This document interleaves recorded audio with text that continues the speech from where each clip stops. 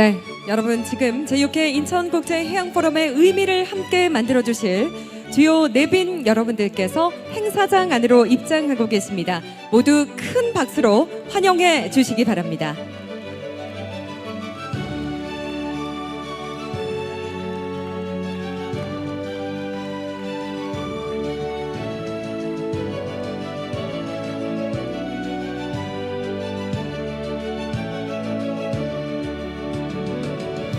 네, 오늘 행사장 정말 많은 분들께서 자리해 주셨습니다.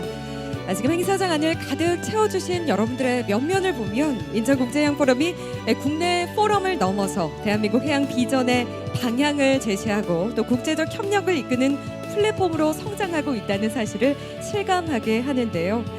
이제 곧 오늘 이 무대에서 펼쳐질 담대한 논의와 제안들이 해양의 미래를 위한 실질적인 방향을 제시해 줄 것으로 기대됩니다. 제6회 인천국제해양포럼 그 시작을 축하해 주시기 위해서 함께해 주신 여러분 대단히 감사합니다. 모두 편안하게 착석을 부탁드리겠습니다. 고맙습니다.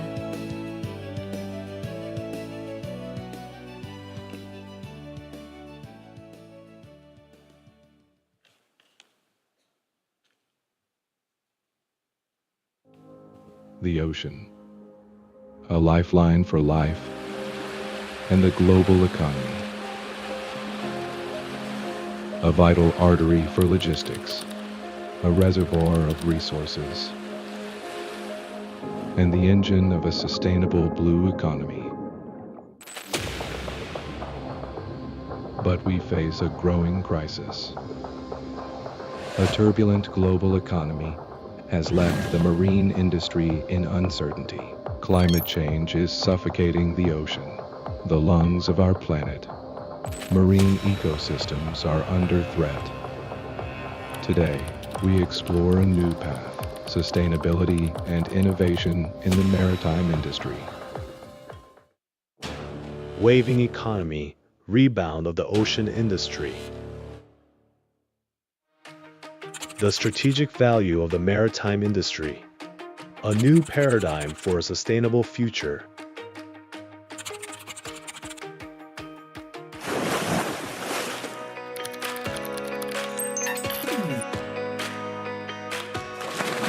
Maritime logistics.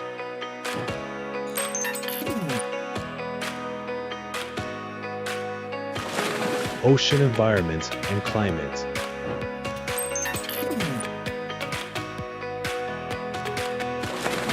Ocean energy.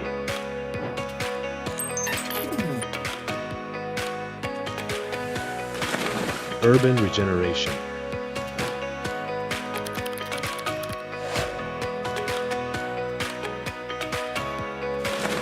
Ocean tourism.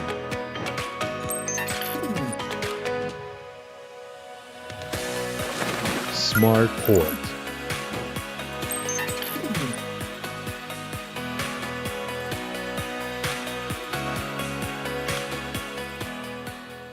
Amid global economic turbulence, we examine the present and future of the maritime industry.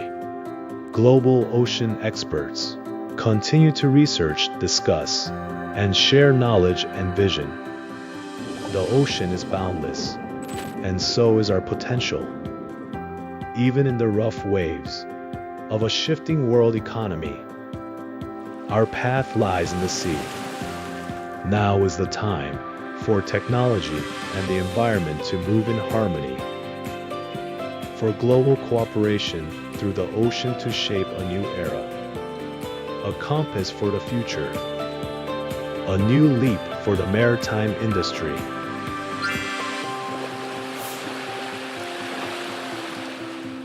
The 6th Incheon International Ocean Forum.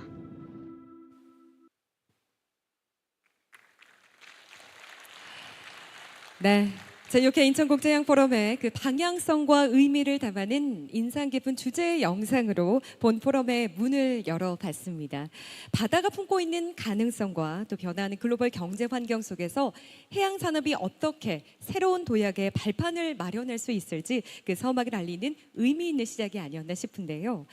자, 이제 정식으로 여러분께 인사드리겠습니다. 여러분 안녕하십니까? 제6회 인천국제해양포럼 개회식 사회를 맡은 저는 김경미 아나운서입니다. 여러분 반갑습니다. 네, 오늘 대한민국 해양의 미래를 이끌어갈 주역들께서 귀한 발걸음을 해주셨습니다. 함께해 주셔서 대단히 감사합니다. 이번 포럼은 해양수산부와 인천광역시가 공동 주최하고 인천항만공사와 연합뉴스가 주관하는 수도권 최대 규모의 해양 지식 포럼으로 국내외 해양산업 관계자, 전문가, 정책 결정자, 시민이 한자리에 모여서 매년 해양산업의 주요 이슈를 공유하고 또 미래 비전을 제시하고 있습니다. 지난 2020년 첫 출범 이후 매년 한 걸음씩 성장과 진화를 거듭해오며 이제는 대한민국 해양산업의 지속가능한 발전을 모색하고 글로벌 트렌드를 잇는 통찰의 장으로 자리매김했습니다. 올해 포럼은 격동하는 세계 경제, 다시 도약하는 해양산업이라는 대주제 아래 세상이 묻고 바다가 답하다라는 슬로건을 바탕으로 급변하는 국제 정세 속에서 해양산업이 나아가야 할 방향을 국내 전문가들 그리고 우리 시민들과 함께 모색하는 뜻깊은 자리가 될 것입니다. 해양은 더 이상 한 나라의 자산이 아니라 인류의 공동 미래를 결정짓는 중요한 공간입니다. 저 또한 오늘 이 자리에서 그리고 앞으로 이어질 다양한 세션에서 대한민국 해양산업의 경쟁력과 지속 가능성 그리고 글로벌 협력 가능성에 대해서 깊이 있는 통찰을 얻을 수 있기를 기대하고 있습니다. 오늘 여러분도 저와 같은 마음으로 함께해 주시리라 믿으며 지금부터 제6회 인천국제해양포럼의 힘찬 출발을 함께 열어보도록 하겠습니다. 네, 그럼 먼저 오늘 함께해 주신 주요 내빈 여러분들을 소개하는 시간을 갖도록 하겠습니다. 소개해드리면 우리 내빈 여러분은 자리에서 일어나 잠시 인사를 해주시고요. 여러분들께서는 따뜻한 박수로 맞이해 주시기 바랍니다. 네, 제6회 인천국제해양포럼을 기획하고 주관해 주신 분들입니다. 먼저 김성범 해양수산부 차관님께서 함께해 주셨습니다. 박수로 맞이해 주십시오. 네, 대단히 감사합니다.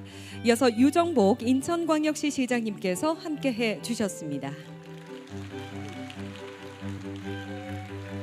네, 대단히 감사합니다. 인천항만공사 이경규 사장님 여러분께 소개하겠습니다. 박수로 맞이해 주십시오.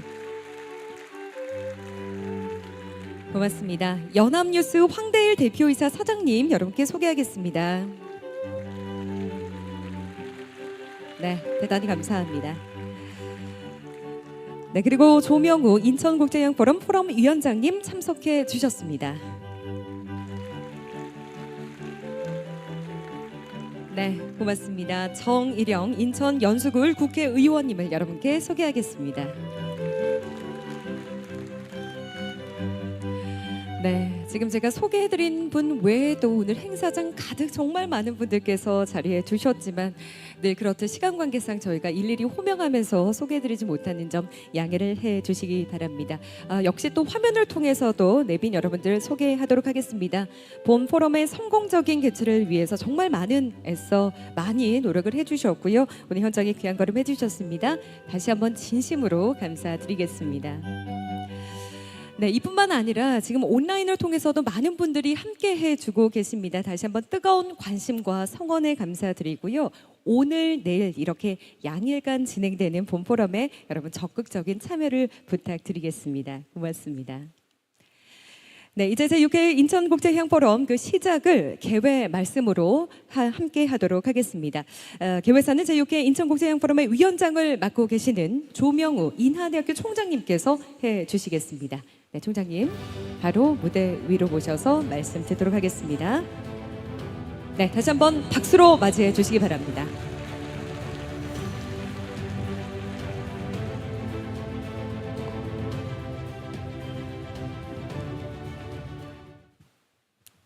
예, 여러분 반갑습니다. 제6회 인천국제해양포럼 운영위원장을 맡고 있는 인하대학교 총장 조명우입니다. 다시 한번 인사드리겠습니다. 오늘 여러분들을 모시고 인천국제해양포럼을 개최하게 되어 대단히 영광스럽게 생각합니다. 먼저 성공적인 포럼 개최를 위해 물심양면 애써주신 해양수산부, 인천광역시, 인천항만공사, 연합뉴스 관계자 여러분들과 온오프라인으로 포럼에 함께해 주고 계신 전 세계 해양인 여러분 진심으로 감사드리고 환영합니다. 더불어 오늘 자리를 빛내주시기 위해 귀중한 시간을 내어 참석해 주신 해양수산부 김성범 차관님, 인천광역시 유정복 시장님, 그다음에 인천연수을 정일영 국회의원님, 그리고 개최에 힘써주신 인천항만공사 이경규 사장님, 그리고 연합누수 황대일 사장님께 깊이 감사드립니다. 지구의 약 70%는 물로 구성되어 있으나 30%는 땅을 중심으로 하는 사고에 갇혔던 우리에게 물과 바다를 중심으로 사고하는 새로운 패러다임을 제시해 주신 워싱턴 경제동양연구재단 이사장이자 플래닛 아쿠아의 저자이신 제레미 리프킨 기조연사님과 이번 세션을 기획해 주신 저장님들, 그리고 각 세션의 발표와 토론에 참여해 주신 전문가분들께 감사의 말씀을 전합니다. 올해로 6회를 맞이하는 수도권 대표 해양포럼의 대주제는 격동하는 세계경제, 다시 도약하는 해양산업입니다. 세계 경제의 불확실성 속에 해양산업은 어떤 방향성을 갖고 미래를 맞이할 것인지 다루는 심도 있는 토론과 지식의 장이 될 것입니다. 또한 젊은 인재들에게 단순한 지식의 공유가 아닌 우리 해양산업이 어떤 일을 하고 어떻게 함께 할 수 있는지 그 방법을 소개함으로써 미래의 인재를 발굴하고 상호 소통하는 장이 될 것입니다. 이곳에 모여 해양산업의 해안을 모아주심에 다시 한번 감사드리며 지금부터 해양의 밝은 미래를 위해 모인 이곳 인천에서 제6회 인천국제해양포럼 개회를 선언합니다. 감사합니다. 네, 위원장님 말씀 대단히 감사합니다. 대한민국 해양산업의 비전, 또 국제해양협력의 필요성, 그리고 인천국제해양포럼에 걸어온 여정에 대해서 힘있게 짚어주셨습니다. 장대한 시작을 알리는 말씀이었습니다. 고맙습니다. 네, 다음으로는 환영사가 있겠습니다. 총 3분께서 귀한 말씀 전해주시겠는데요. 먼저 이번 포럼을 위해서 물심양면으로 지원을 해주신 분입니다. 대한민국 해양수산을 이끌고 계시는 김성범 해양수산부 차관님을 무대 위로 모셔서 말씀 듣도록 하겠습니다. 여러분 큰 박수로 환영해 주시기 바랍니다.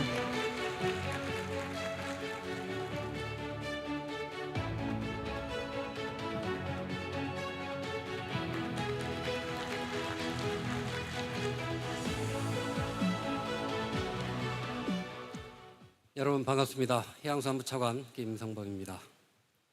제6회 인천국제해양포럼에 참석해 주신 여러분 진심으로 환영합니다. 오늘 행사를 준비해 주신 인천광역시 유정복 시장님, 인천항만공사 이경규 사장님, 연합뉴스 황태일 사장님과 포럼 위원장을 맡아서 수고해 주신 조명우 인천 인하대 총장님께도 깊은 감사의 말씀을 드립니다. 바쁘신 일정에도 참석해 주신 정일영 국회의원님, 또 안병길 한국해양공사 사장님을 비롯한 많은 내외 기분 여러분께도 진심으로 환영의 말씀을 드리겠습니다.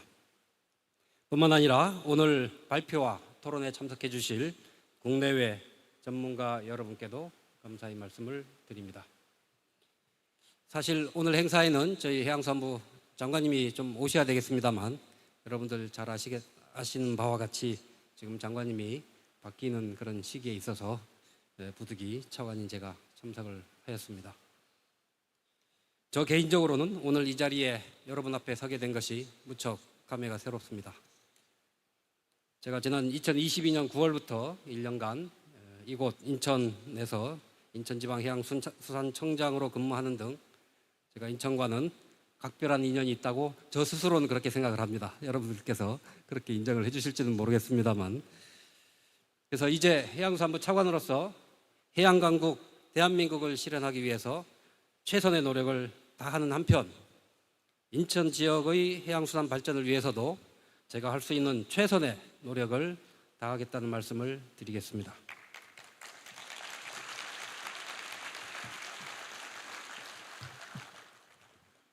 내국인 여러분, 이곳 인천은 우리나라와 중국이 교류하는 관문이자 환황해권 산업과 관광의 중심입니다.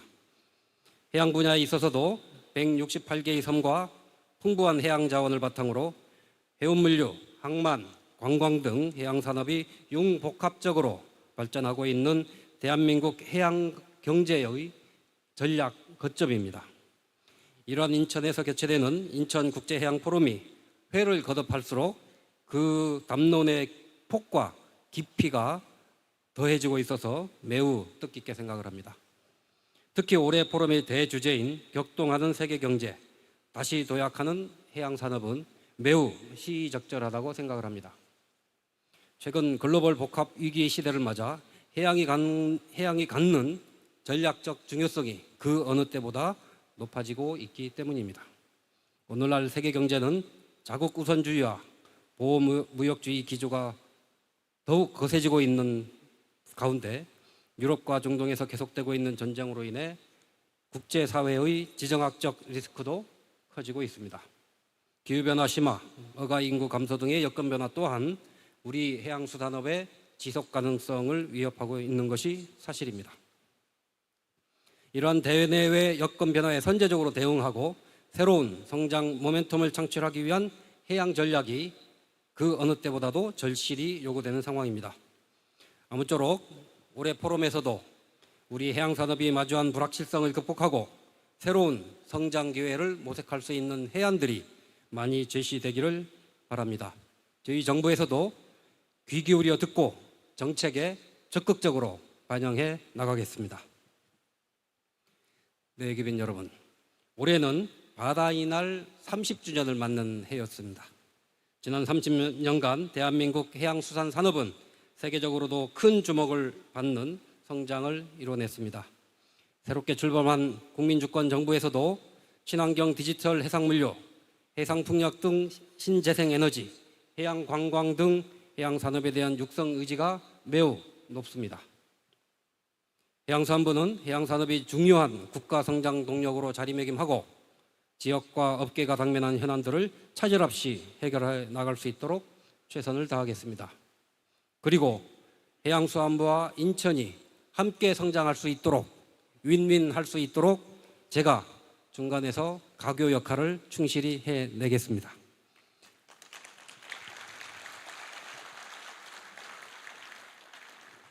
이 자리에 계신 많은 우리 인천 지역의 해양수산 가족 여러분들의 끊임없는 관심과 지원을 부탁드리겠습니다.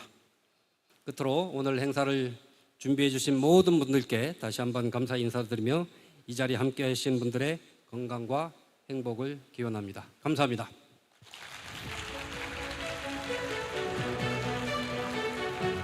네, 차관님 말씀 고맙습니다. 해양을 미래 성장 동력으로 바라보는 정부의 확고한 의지 또 정책적 비전을 깊이 느낄 수가 있었는데요. 네, 차관님의 이 지원 약속 포럼에 참석한 모든 분들에게 큰 용기이자 또 동력이 되지 않았을까라는 생각을 해봅니다. 말씀 대단히 감사합니다. 네, 다음으로 환영사 전해주실 분입니다. 이곳 인천을 이 대한민국 해양산업의 중심지로 만들기 위해서 정말 많은 노력을 기울이고 계시는 유정복 인천광역시 시장님 모셔서 말씀 듣도록 하겠습니다. 네, 시장님 단상으로 올라와 주시고요. 역시 여러분 뜨거운 박수로 맞이해 주시기 바랍니다.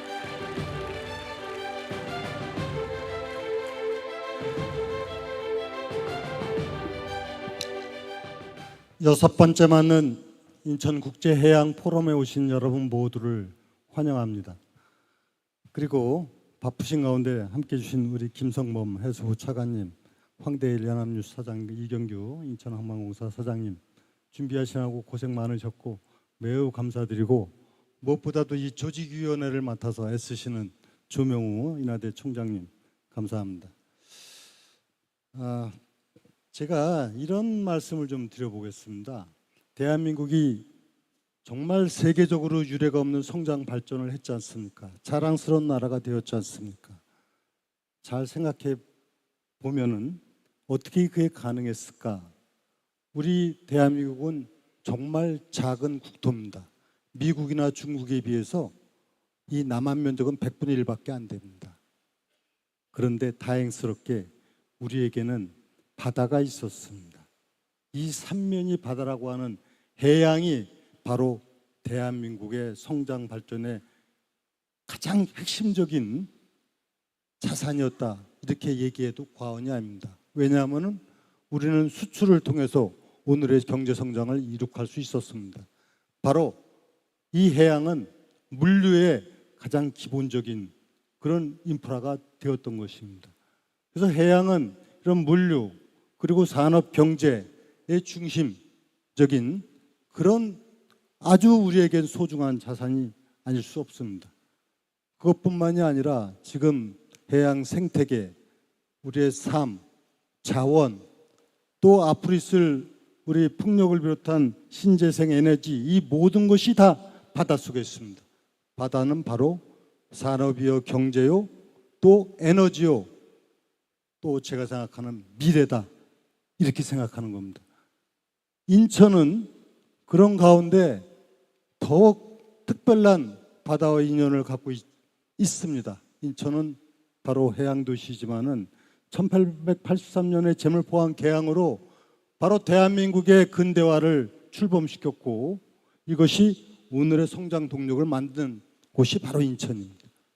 제가 이 행사 전에 바로 인천 국제안보 평화포럼 조직위원회를 출범시키고 왔는데, 바로 또 1950년 인천 상륙작전을 통해서 오늘의 자유 대한민국을 지켜온 자랑스러운 곳이 또한 인천입니다. 그래서 인천은 바다하고 뗄 수 없는 관계에 있고, 이것은 여전히 지금도 앞으로도 인천의 미래가 될 것이고 희망이 될 것이다, 이런 생각을 하는데, 조금 전에 김성범 차관님께서 이제 인천 해수청장으로서 근무를 하셨기 때문에 인천과 중앙정부의 가교 역할을 잘 하시겠다는 말씀 아주 든든하게 생각하고, 그렇게 해서 인천이 대한민국의 미래가 될 수 있도록 잘 해주시기를 먼저 부탁을 드립니다. 다른 말씀 제가 드릴 건 없고, 저는 시장으로서 그 꿈을 실현시켜 나가고자 합니다. 뭐 다른 많은 이제 정책을 하는데, 바로 우리에게 바다는, 인천 앞에 있는 168개의 도서는 바로 보물입니다. 그래서 제가 보물섬 프로젝트를 추진하고 있습니다. 여러분 보도를 통해서 아시겠습니다만, 인천에서는 금년부터 저 백령도까지 인천 시민 누구나 버스 요금 1,500원으로 백령도까지 갑니다. 지금 엄청난 인기를 누리고 있습니다. 서울이나 기타 주민들도 70%를 할인합니다. 바다 그리고 도서, 이것은 더 이상 우리의 소외된 지역이 아니라 우리의 희망이 되어야 되고 미래가 되어야 됩니다. 이 보물섬 프로젝트를 기반으로 이제 엄청난 변화를 일으켜 가겠습니다. 그것은 인천의 꿈이자 대한민국의 미래가 될 것입니다. 이런 뜻에서 이번에 인천국제해양포럼도 우리의 소중한 자산의 가치를 인식하고 이것을 더 발전적인 미래로 만들기 위한 지혜와 역량을 모아나가는 뜻깊은 포럼이 되기를 기대하고, 앞으로도 인천시는 이런 해양의 중요성, 그리고 이를 통한 미래의 꿈을 실현시켜 나가는데 최선의 노력을 다하겠다는 말씀도 드립니다. 다시 한번 함께해 주신 모든 분들께 감사 말씀드리고 아주 의미 있는 포럼 되기를 기대합니다. 감사합니다. 네, 시장님의 소중한 말씀 고맙습니다. 인천이 왜 대한민국 이 해양산업의 중심, 심장이라 불리는지 다시금 확인할 수가 있었는데요. 시민과 함께 만들어가는 우리 해양경제도시 인천의 미래에 대해서 진심 어린 기대와 의지를 담아 소중한 말씀해 주셨습니다. 시장님 고맙습니다.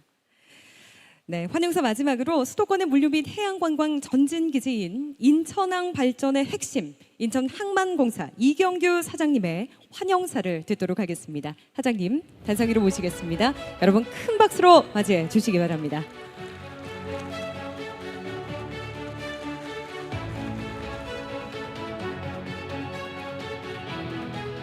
안녕하십니까. 인천항만공사 사장 이경규입니다.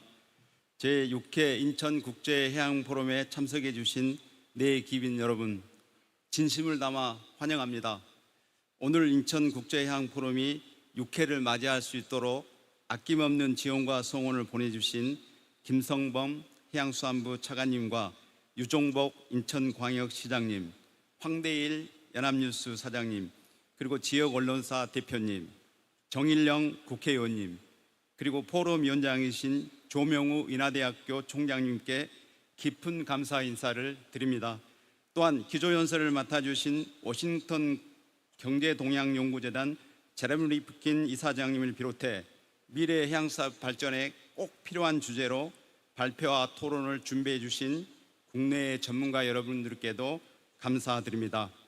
올해 제6회 인천국제해양포럼은 인천항만공사 창립 20주년을 맞이하여 과거 20년을 되돌아보고 가치를 싣고 미래로 항해하는 인천항을 그려본다는 측면에서 더 큰 의미로 다가오는 것 같습니다.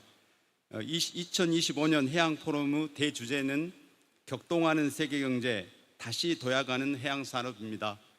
오늘날 세계경제는 격동이라는 단어가 낯설지 않은 것 같습니다. 현재 불확실성이 지속되고 있지만 우리의 해양산업은 시적절한 대응으로 다시 한번 도약할 수 있습니다. 지난해 인천항은 미국과 중국 간의 무역 갈등과 러시아 우크라이나 전쟁으로 인한 글로벌 공급망 혼란에도 불구하고 사상 최대 컨테이너 물동량 355만 TEU를 처리하고 해양 관광 여객 125만 명을 달성하는 등 굵직한 성과를 많이 이루어냈습니다. 올해도 미국발 관세 전쟁과 계속되는 국제 분쟁 등으로 인천항을 둘러싼 불확실성이 고조되고 있지만 수도권 최대 해양 네트워크 중심이자 그간 30개국 180명의 석학들이 서로 지식을 공유하고 1만 명 이상이 참여한 인천국제해양포럼이 해양산업의 나침판이 되어 여러분에게 힘이 되어 주시리라 믿습니다. 2025년에도 해양산업 발전에 중추적 역할을 수행하고 있는 해운물류, 해양환경과 기후, 해양에너지, 해양관광, 스마트 항만 분야를 기반으로 다양하고 풍성한 내용을 많이 준비하였습니다. 참가자분들 모두 바다가 들려주는 답에 귀를 기울여 주시길 바라겠습니다. 다시 한번 오늘 참석하신 모든 분들께 감사드리며 해양산업의 전략적 가치와 방향성을 찾아 불확실성을 극복하고 함께 도약하기를 희망합니다. 감사합니다. 네, 이경규 인천항만공사 사장님 말씀 고맙습니다. 물류 허브이자 해양 관광의 전진기지 인천항이 이제는 디지털 친환경 항만을 넘어서 글로벌 해양 경제 네트워크 핵심으로 거듭나기 위한 변화를 꾀하고 있습니다. 항상 현장에서 미래를 준비해 주시는 사장님 고맙습니다. 네, 다음으로는 본 포럼 개최를 축하하고 또 성공적인 운영을 기원하는 축사 순서입니다. 두 분이 말씀을 준비해 주셨는데요. 먼저 이번 포럼의 주관사로서 많은 분들에게 이번 포럼의 개최를 알려주신 연합뉴스 황대일 대표이사 사장님의 말씀을 듣도록 하겠습니다. 네, 대표이사님 한상기로 모시겠습니다. 여러분 큰 박수로 맞이해 주시기 바랍니다.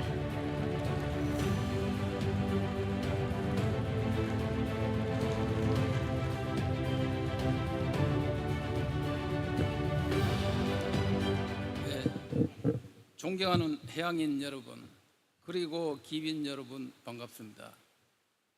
국가기관 뉴스통신사로서 인천국제해양포럼을 공동 주관하는 연합뉴스 사장 황대일입니다. 격동하는 세계경제, 다시 도약하는 해양산업을 주제로 이틀간 진행되는 제6회 인천국제해양포럼의 개막을 진심으로 축하드립니다. 또한 이번 포럼의 성공을 위해 애쓰신 김성범 해양수산부 차관님, 유정복 인천광역시 시장님, 이경규 인천항만공사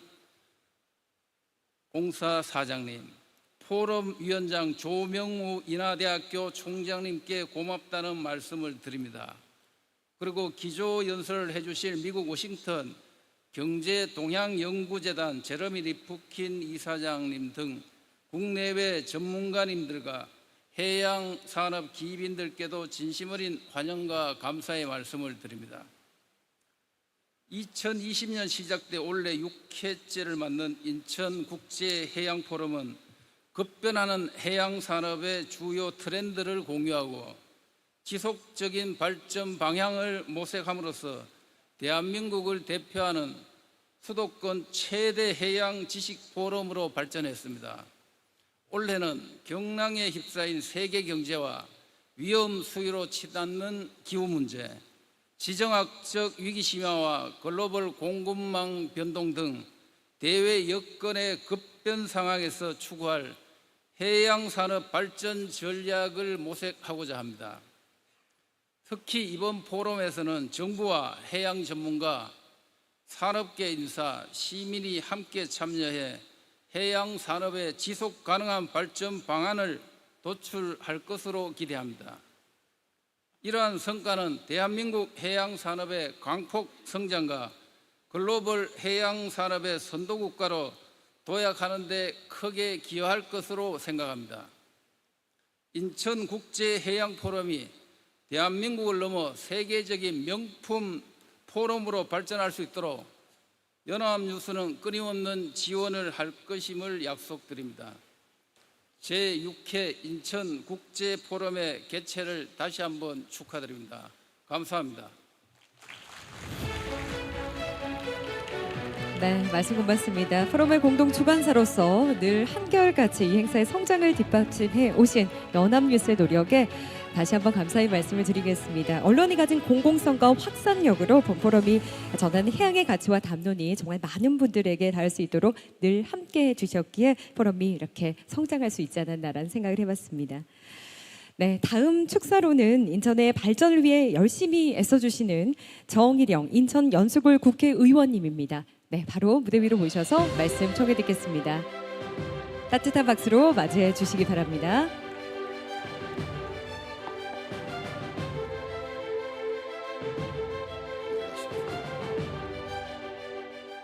네, 반갑습니다. 그리고 환영합니다. 바로 요 행사 개최되는 송도 국제도시 지역구로 두고 있는 정일영 국회의원입니다. 그리고 국회에서는 기획재정위원회에서 일하고 있습니다.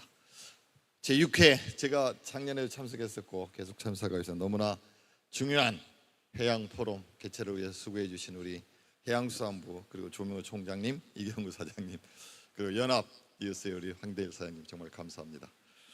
저는 국토부에서 한 30년 이제 그 중에 또 해양수산부에서도 근무를 했습니다. 저 우동식 박물관장도 같이 있었는데 그래서 해양이 얼마나 중요한지 또 제가 얼마나 우리 해양인들을 좋아하고 사랑하고 존경하는지 그 말씀 드리려고 제가 이 자리에 섰습니다.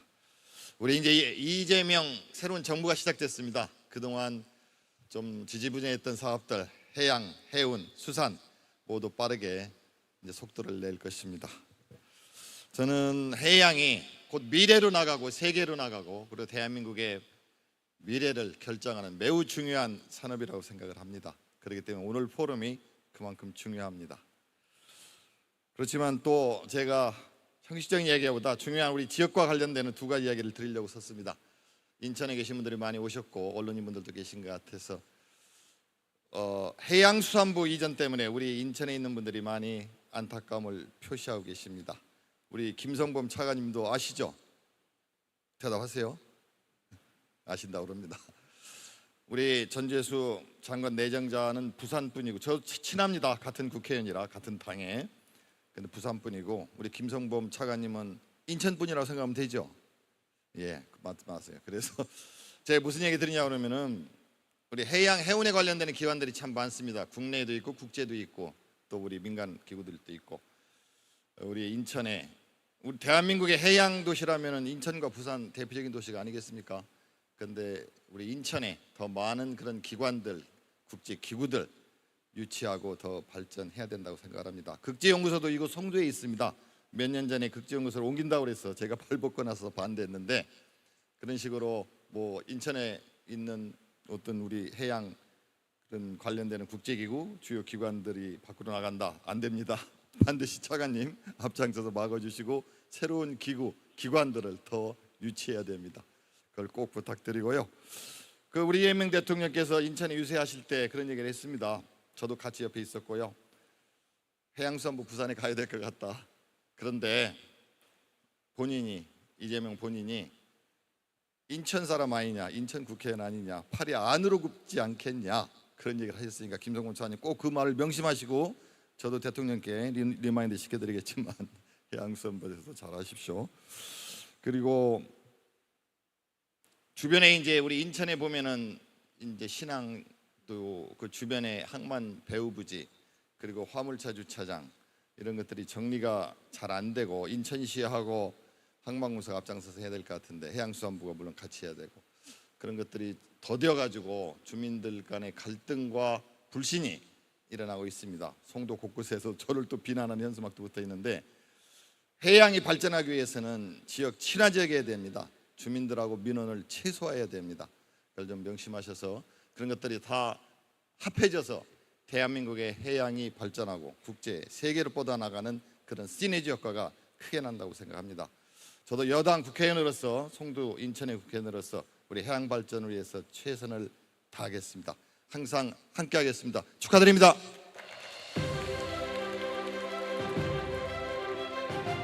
네, 의원님 말씀 대단히 감사합니다. 이 현장의 목소리와 또 정책의 연결고리를 누구보다 잘 이해하고 계신 분으로서 이 해양산업의 미래가 결코 중앙정부만의 일이 아니라 지역과 또 산업, 시민 모두가 함께 풀어나가야 할 과제가 아닐까 이런 말씀을 좀 강조해 주신 것 같은데요. 오늘 해주신 어떤 응원과 격려의 말씀은 이 자리에 함께한 모든 분들에게 또 든든한 지지와 동기부여가 되었으리라 생각을 합니다. 기감이 되는 말씀 대단히 감사합니다. 이렇게 총 6분의 말씀을 차례로 들어봤습니다.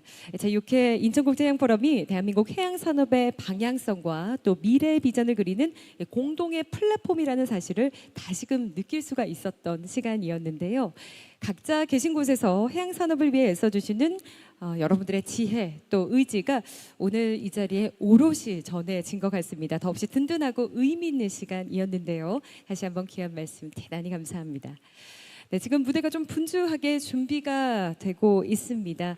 이제 제6회 인천국제해양포럼의 본격적인 개막을 알리는 개회 세리머니를 진행하도록 하겠습니다. 바로 조금 전까지 무대 위에서 소중한 말씀 해주셨던 내빈 여러분들 다시 한번 모셔서 포럼의 성공적인 개최를 기원하는 마음을 담아서 개회 세리머니를 진행하도록 하겠습니다. 자, 무대 준비가 완료가 된 것 같은데요. 모시도록 하겠습니다. 김성범 해양산부 차관님, 유정복 인천광역시 시장님, 이경규 인천항만공사 사장님, 황대일 연합뉴스 대표이사 사장님, 조명우 포럼 위원장님, 정일영 인천연수구 국회의원님입니다. 6분 자리로 모셨고요. 자, 이제 곧 진행될 세레머니 본포럼이 품고 있는 염원과 기대를 표현하는 아주 의미 있는 시간이 될 것입니다. 본포럼을 통해서 시작되는 작은 변화의 물결들이 우리가 함께하는 더 나은 해양의 미래로 이어지길 바라겠습니다. 자, 여러분과 함께 구호를 외치면서 진행하면 더욱더 의미가 있을 것 같습니다. 본 포럼의 대주제 바로 격동하는 세계 경제입니다. 바로 자, 제가 먼저 격동하는 세계 경제라고 외치면요, 여기 계신 여러분들은 다시 도약하는 해양 산업이라고 크게 화답을 해주시고요. 이 마지막 구호에 맞춰서 우리 내빈 여러분들은 앞에 있는 버튼을 꾹 눌러주시면 되겠습니다. 자, 준비가 되셨나요? 제가 격동하는 세계 경제 하면 여러분은 다시 도약하는 해양 산업, 바로 본 포럼의 구호를 외쳐주시고요. 그 구호가 끝나면 내빈 여러분들은 앞에 있는 버튼을 꾹 눌러주시면 되겠습니다. 자, 그럼 시작하겠습니다. 격동하는 세계 경제, 다시 도약하는 해양 산업 눌러주세요.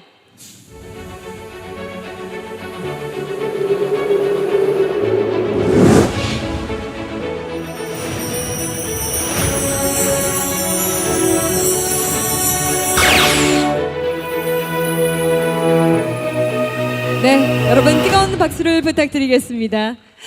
자, 내빈 여러분들 그대로 내려가지 마시고요. 기념하는 촬영 진행하도록 하겠습니다. 포디움 옆으로 사이사이 자리해 주시고요. 네, 제6회 인천국제해양포럼 그 시작을 아주 멋지게 열어주셨는데요. 네, 맞습니다. 포럼 지금 포디움 오른쪽으로 자리해 주시고요. 네, 포디움과 나란히 서 주시기 바랍니다. 네, 인천국제해양포럼의 출발점이자 리더 여러분들이 함께 한 자리에서 미래를 향해 나아가겠다는 다짐의 모습, 그 모습을 담아서 멋진 세리머니를 진행했습니다. 네, 밝은 미소 함께 보여주시고요. 파이팅 포즈 한번 해볼까요? 제6회 인천국제해양포럼 파이팅입니다. 오른쪽 팔을 들고 제6회 인천국제해양포럼 하나 둘 셋 화이팅!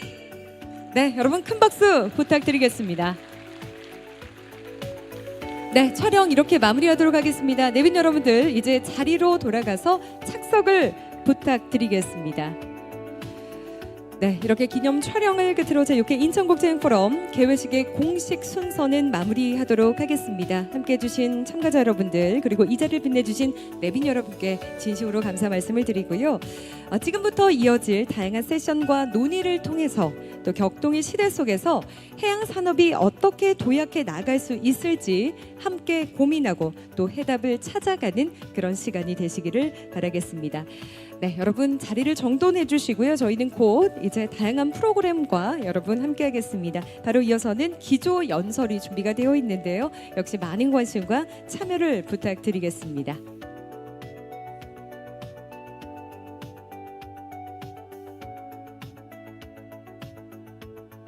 네, 앞서 저희가 포럼 시작할 때도 여러 번 안내를 해드렸는데요. 저희는 여러분 모두와 함께 소통하는 포럼을 만들기 위해서 계속해서 모든 세션별로 여러분의 질문을 받습니다.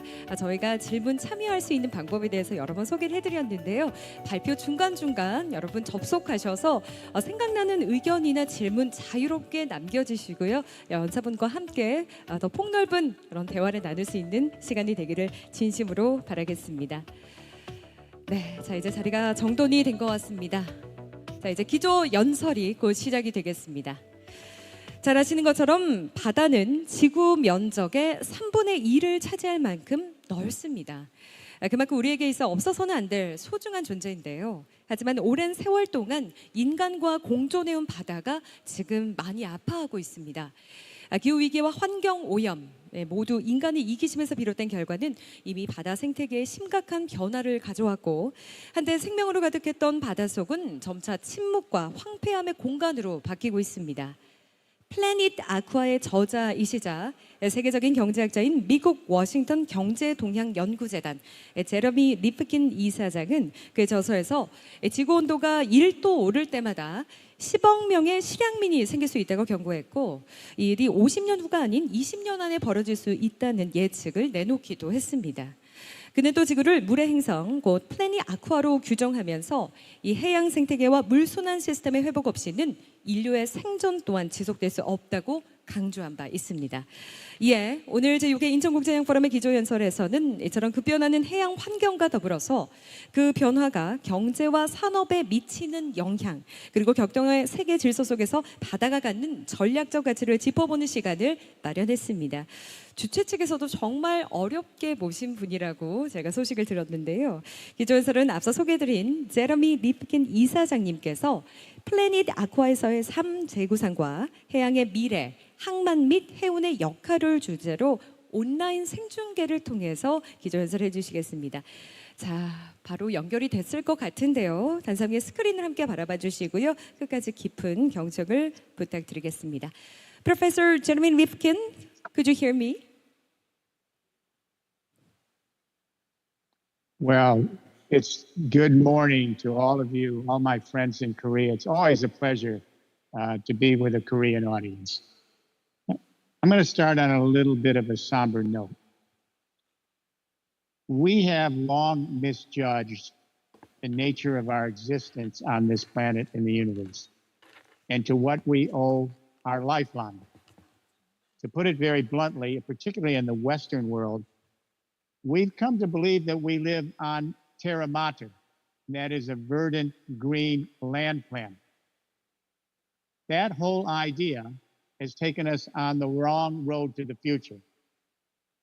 And it was actually taken to task in 1972, our Apollo space mission. Our Apollo astronauts were heading to the moon on that December month of 1972. And as they closed in on the moon, one of the astronauts had a home camera. So he turned around and did a quick photo of our planet from outer space. It shocked the entire world. We thought we were going to see a verdant green land planet, all the beautiful shades of green. What we saw was a beautiful blue planet and all the shades of blue with just a veneer of green. In fact, it's interesting, our scientists are now telling us that aside from the great oceans we all know, there may be 3 other oceans or more underneath the mantle of this planet. This is extraordinary. This is a water planet. In 2021, The European Space Agency said, we live on planet Aqua. That's for sure. So right after that, then the NASA, our space agency, said, yes, it's obvious. When you look at this planet from space, this is a beautiful water planet. It's a blue planet. Now, a half century later, here's where things stand. We have 8 billion human beings on this planet, and they're waking up every day, and they're scared to death, totally frightened. They do not recognize the planet that they were born in, as if they have been transported to some other part of the universe where there is no way to understand the world around them. This has never happened before in human history. Here's what's happening. Our planetary hydrosphere is rewilding, and it's taking us on a ride that we've never experienced before. Fossil fuels lit the fuse, but it's the hydrosphere that's really sounding the alarm. Here's what's happened. 200 years ago, we began an experiment. We had depleted the forest in Europe and other parts of the world for energy, and we decided to go under the ground, and we dug up the burial grounds of a previous period of history, the Carboniferous era. And we exhumed the dead remains of plant and animal life from 350 million years ago that had morphed into coal, oil, and natural gas. We exhumed those dead bodies, coal, oil, and gas, to the industrial age, the age of progress. So what's happened now is we have spewed so much global warming gases into the atmosphere that they're blocking the sun's heat from getting off the earth. We're talking about CO2, methane, nitrous oxide. And our scientists are now telling us we are now in the 6th extinction event of life on this planet. Doesn't even make the headlines. This is in real time. Our last extinction event was 65 million years ago. And now our scientists are telling us we could lose half the species of ocean and land life on this planet in the lifetime of today's babies. They've been here for millions of years. We will never see them or hear them again. And here's what it's all about. For every 1 degree Celsius that the temperature goes up on this planet from global warming emissions, the atmosphere is actually sucking up 7% more precipitation because the heat is forcing an evaporation of that precipitation, especially from the ocean, but also the land. And that evaporation is going into the atmosphere and the clouds. So we're getting more concentrated precipitation in the clouds and wild, extreme water events. In the winter, we have something now called atmospheric rivers, these great rivers in the sky, which are bumping snow on places that have never seen snow again, like Southern California, 16 feet of snow. In the spring, we're getting flooding across every continent and every ecosystem, destroying these environments, the infrastructure that goes with them, and taking the lives of our fellow creatures and our own species. Then in the summer, we're getting drought, month after month after month of no rain, drought. And with the drought comes heat waves. Today, as I speak to you in Europe, there are countries in Europe today, right now, that are experiencing 106 to 112 and 114 degrees Fahrenheit temperature right now, today, in Europe.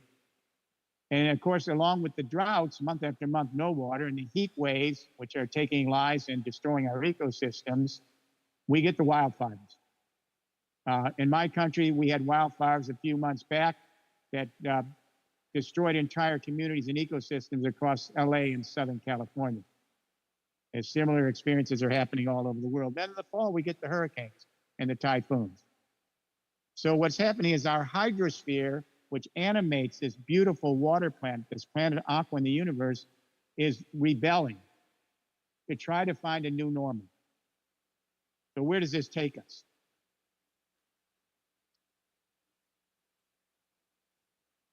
We have to realize that the playbook that we're using to try to address this crisis that we've never experienced before is the same playbook that gave rise to it. That's the problem. It's the Enlightenment.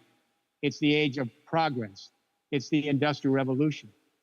It's how we organize our relationship to the natural world. It's how we manage our economies. It's how we govern ourselves. It's even how we orient ourselves in time and space. So that whole set of values, which culminated in global institutions and global ways of organizing our day-to-day life, is what's taken us to this crisis. We need a new playbook. We need to rethink how we live on this planet. So I want to share a story with you. Back in 2001, Romano Prodi, then president of the European Commission, formerly prime minister of Italy and a friend of mine, came to see me in Washington, D.C. at the European Embassy. He sat me down. He said, look, Jeremy, you spent 25 years in North America trying to address this crisis and understand how we can begin to create a new journey. It's not working. Come to Europe. We're going to do this. We'll be a first mover. I took him up on this. I had a lot of commuting over the last 20-some years plus. And the first thing we did is we asked an anthropological question. If the entire playbook that we're using to organize our relationship to the natural world on a water planet is misgiven, why don't we go back in history and ask an anthropological and ontological question? And that is, how do the great paradigm shifts in history occur? If we know how they occur, maybe we can get a mental map and a new set of guidelines for a completely new way to envision the way we live on a water planet rather than a land planet. What we found is very interesting. When we look back at the history of at least the last 6,000 years since the beginning of urban hydraulic civilizations, there have been 5 technology revolutions periodically that have emerged, mainly through serendipity, and converged to create an infrastructure that fundamentally changes the way we manage every aspect of our lives. What are those 5 technology revolutions that create paradigm transformations for us? Number 1, new communication revolution. Then they join with number 2, new energy regimes. Then they combine with number 3, new mobility and logistics infrastructure. Then they all combine with number 4, new ways of organizing water, which is key to the other 3. No water, the other 3 can't exist. And number 5, new ways to envision the habitats in which we live. So, if this sounds kind of familiar to you, all of you took high school biology, right? So what we learned in high school biology is every organism on this planet, every single living organism on this planet requires 5 things to live. Number 1, a new way to communicate. Number 2, some source of energy to thermodynamically survive and thrive. Number 3, new mobility and logistics. Even plants have to have motility and mobility to move with the changing seasons in the sun. And number 4, they have to have habitats, what we call skin or shells, semi-permeable membranes. They distinguish the inside of the organism with the outside natural world. And finally, when you put all this together, it creates a completely new way of life. With that as a starting point, let me talk about 2 paradigm shifts that'll bring it back down to home. The first industrial revolution in the 19th century, the second industrial revolution in the 20th century. So the Brits took us into the first industrial revolution, the communication revolution across the British Isles, steam-powered printing, no more manual print presses. Then they introduced the telegraph system across the whole British Isles in the last half of the century, instant communication. The energy revolution, they dug out of the ground and took up the coal from the Carboniferous era for the energy, because they had already depleted the forest. The mobility revolution, they put the steam engine on rails for locomotives, national transport, 60 miles an hour. And number 5, they changed their habitats, because with railroads, you could have city to city, and you could have dense urban populations. This took us from national markets in the British Isles, shareholding companies, because no monarchy could afford this infrastructure to put in. It turned us to nation states that went all over the world. The 20th century, second industrial revolution, the United States. Our communication revolution, Alexander Graham Bell, the telephone, instant communication across the continent. The energy revolution, we struck oil in Texas. We didn't have to rely only on coal.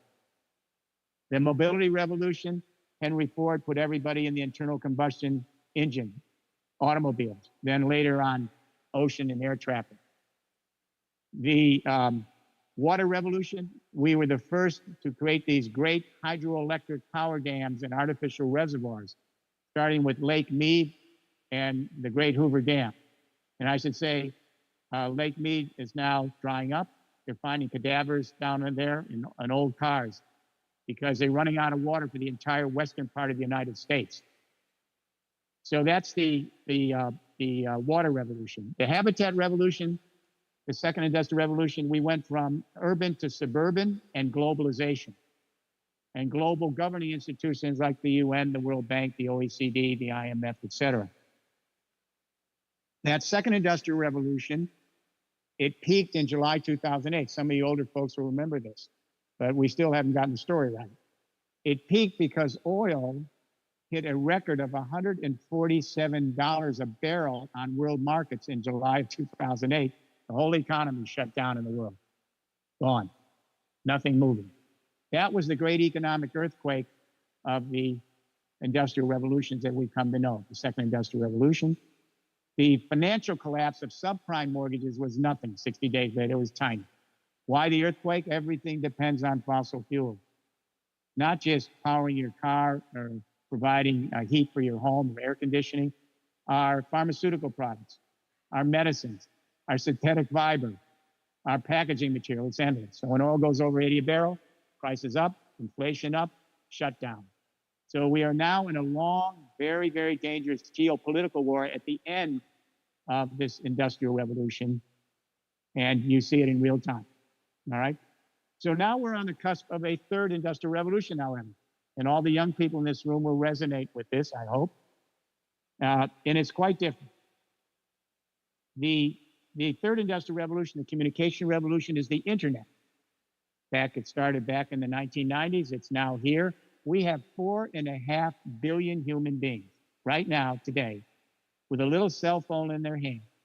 And that little smart cell phone has more computing power than sent our astronauts to the moon. 4.5 billion people. And listen to this, it's all distributed.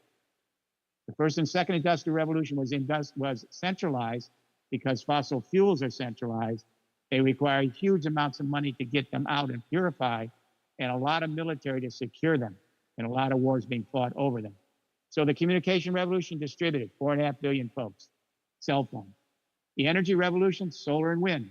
We did that in Europe. I worked with the leadership in Europe, as you know, and the People's Republic of China and other places. We introduced solar and wind, got the price down, and now we have millions and millions of players, big companies, small SMEs, local communities, farmers that have solar and wind, and they're harvesting the sun and the wind where they live and they work. You can't centralize it. It's all distributed. And whatever electricity they don't need, they're sending it back to high voltage direct current lines that can take that electricity across continents and in the next 10 years across oceans and time zones. It's all distributed, not centralized. So that's the energy revolution. The mobility revolution is electric vehicles and hydrogen fuel cell long-haul trucking. These vehicles are increasingly going to be using electricity that's from solar and wind, from the energy internet. And at the same time, they're going to be using big data and analytics from the communication internet to manage autonomous transport, all distributed. You have an electric vehicle, you send power back to the grid. There are millions of them on the road already. This is not a centralized revolution. It's a distributed revolution. And finally, the water revolution. So we're confused. We see the floods, then the droughts, then the droughts, then the floods. What is it? It's both. We are not running out of water. The water molecules never disappear from the planet. They've been here for billions of years, but they're changing when they come down, where, and in what volume. What's happening is the hydrosphere, again, is now rewilding, and it's determining the new ecosystems. There's no way to stop it. It's determining the migration of plant and animals to these new ecosystems. There's no way to stop it. We have to create an infrastructure to work with it. What's happened is we've long seen water as a resource, when in fact it's the life source that animates everything else. No oceans, no water, no lithosphere. No oceans, no water, no atmosphere, because the phytoplankton in the oceans put us on 50% of our oxygen, 60% of our oxygen. No oceans, no water, no lakes, no biosphere. This is a water planet. And now it's determining the future. Where does this take us? This revolution I'm talking to you is a really big thing, and I want everyone in Korea to listen carefully to this. The first and second industrial revolution had to be centralized because of fossil fuels, all right? We ended up with all of our major industry associations were centralized because it costs so much to bring this into play. And at the end of the line, what we see is we have 500 global companies now. They make up 1/3 of the GDP. They only have 65 million workers out of a workforce of 3.5 billion people. All right, and the 8 richest people on the top of that centralized pyramid, their combined wealth equals the wealth of nearly half the human beings on the planet. I taught many of these presidents, CEOs. I taught the advanced management program at the Wharton School. I went there as a student in the 60s. I came back. It's the oldest business school in the world, #1. And for 15 years, I prepared these presidents, CEOs, many of them are in my group. They're now beginning to move toward this new framework that I'm mentioning to you today. It's beginning in Korea, it's beginning in Europe, it's beginning in China, et cetera. And I'm going to go into that now. What's happening now is the first and second industrial revolutions were vertically integrated to create economies of scale, and their manufacturing model was called subtractive manufacturing, meaning that you take a big hunk of nature and then you shave a lot of it off to create your final product. It might be a home. You don't need all the cement. Maybe some of the glass doesn't work. Some of the bricks are let go. Or it could be a car. But it's called subtractive manufacturing because you're creating a big entropy bill because you don't use it all for the final product. And I'll give you an example. Well, I don't think I need to do that. Let's talk about where we're headed now. It's the additive revolution coming. It's 3D printing. It's AI-directed 3D printing, additive manufacturing. Korea's a big player here, a big player. And so with additive manufacturing, it's a completely different model. It's not centralized, it's totally distributed. It's not geopolitical, and I'll get to this, it's bioregional. It's not global, it's local. It's a completely new paradigm for industry and for nation states. So I'll give you an example. There's an architect named Cucinella in Italy. He's a very good architect.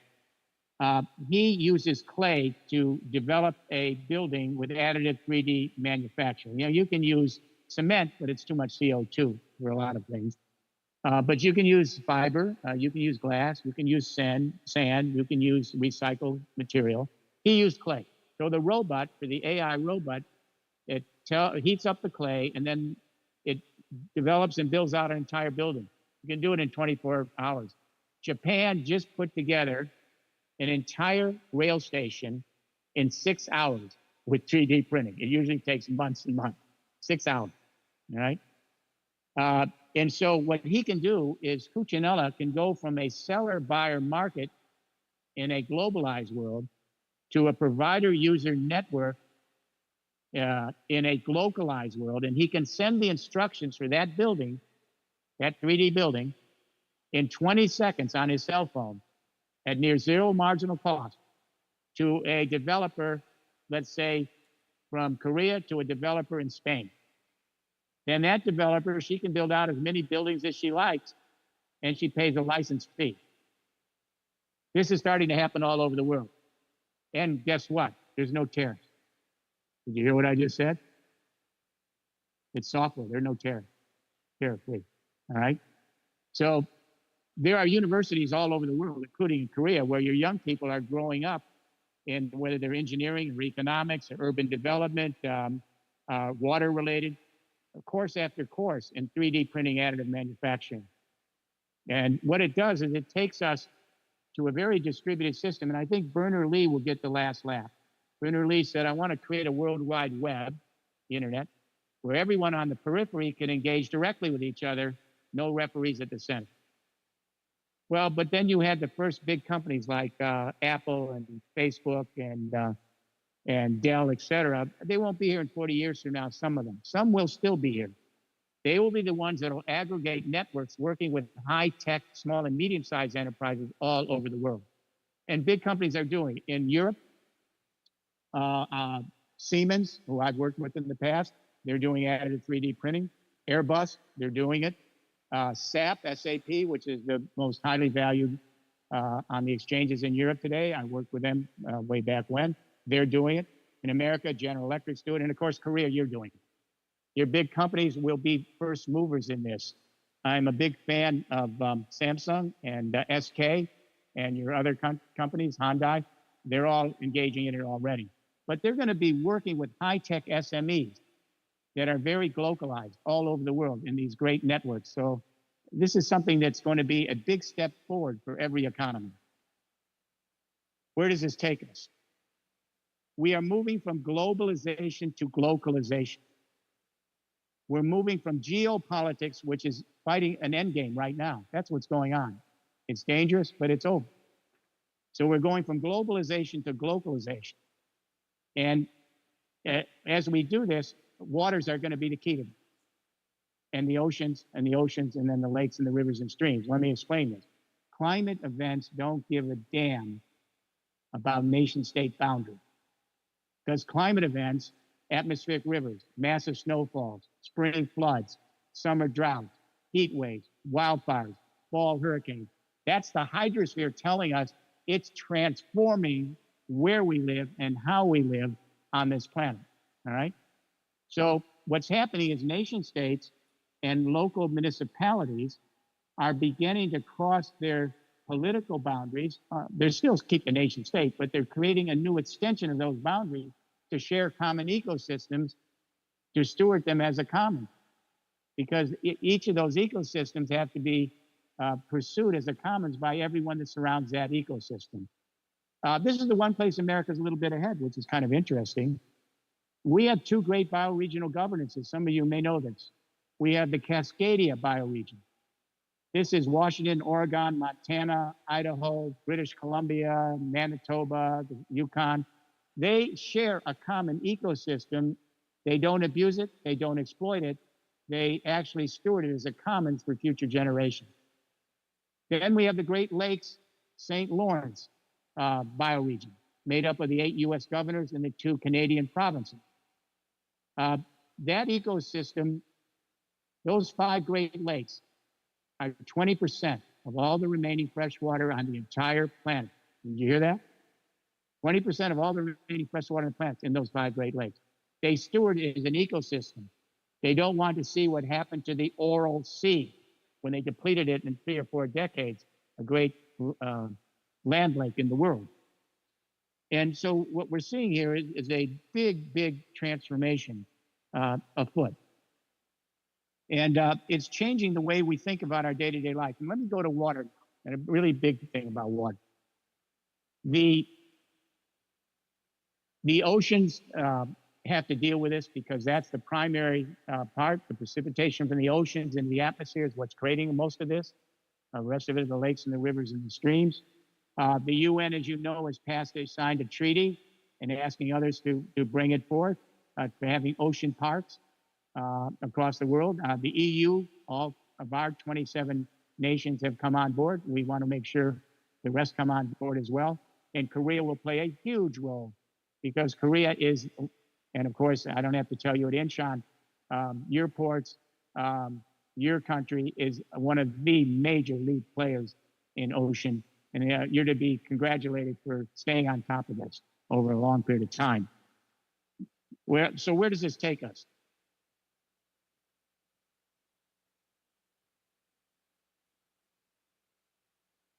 Let's take water for electricity to show you all the possibilities. The Planet Aqua, we have 480 footnotes, and they're mainly very, very technical on engineering, on scientific pursuits, because we've been doing these plans now for regions, some of you know, around the world. These are infrastructure plans. They're not political. They're infrastructure plans.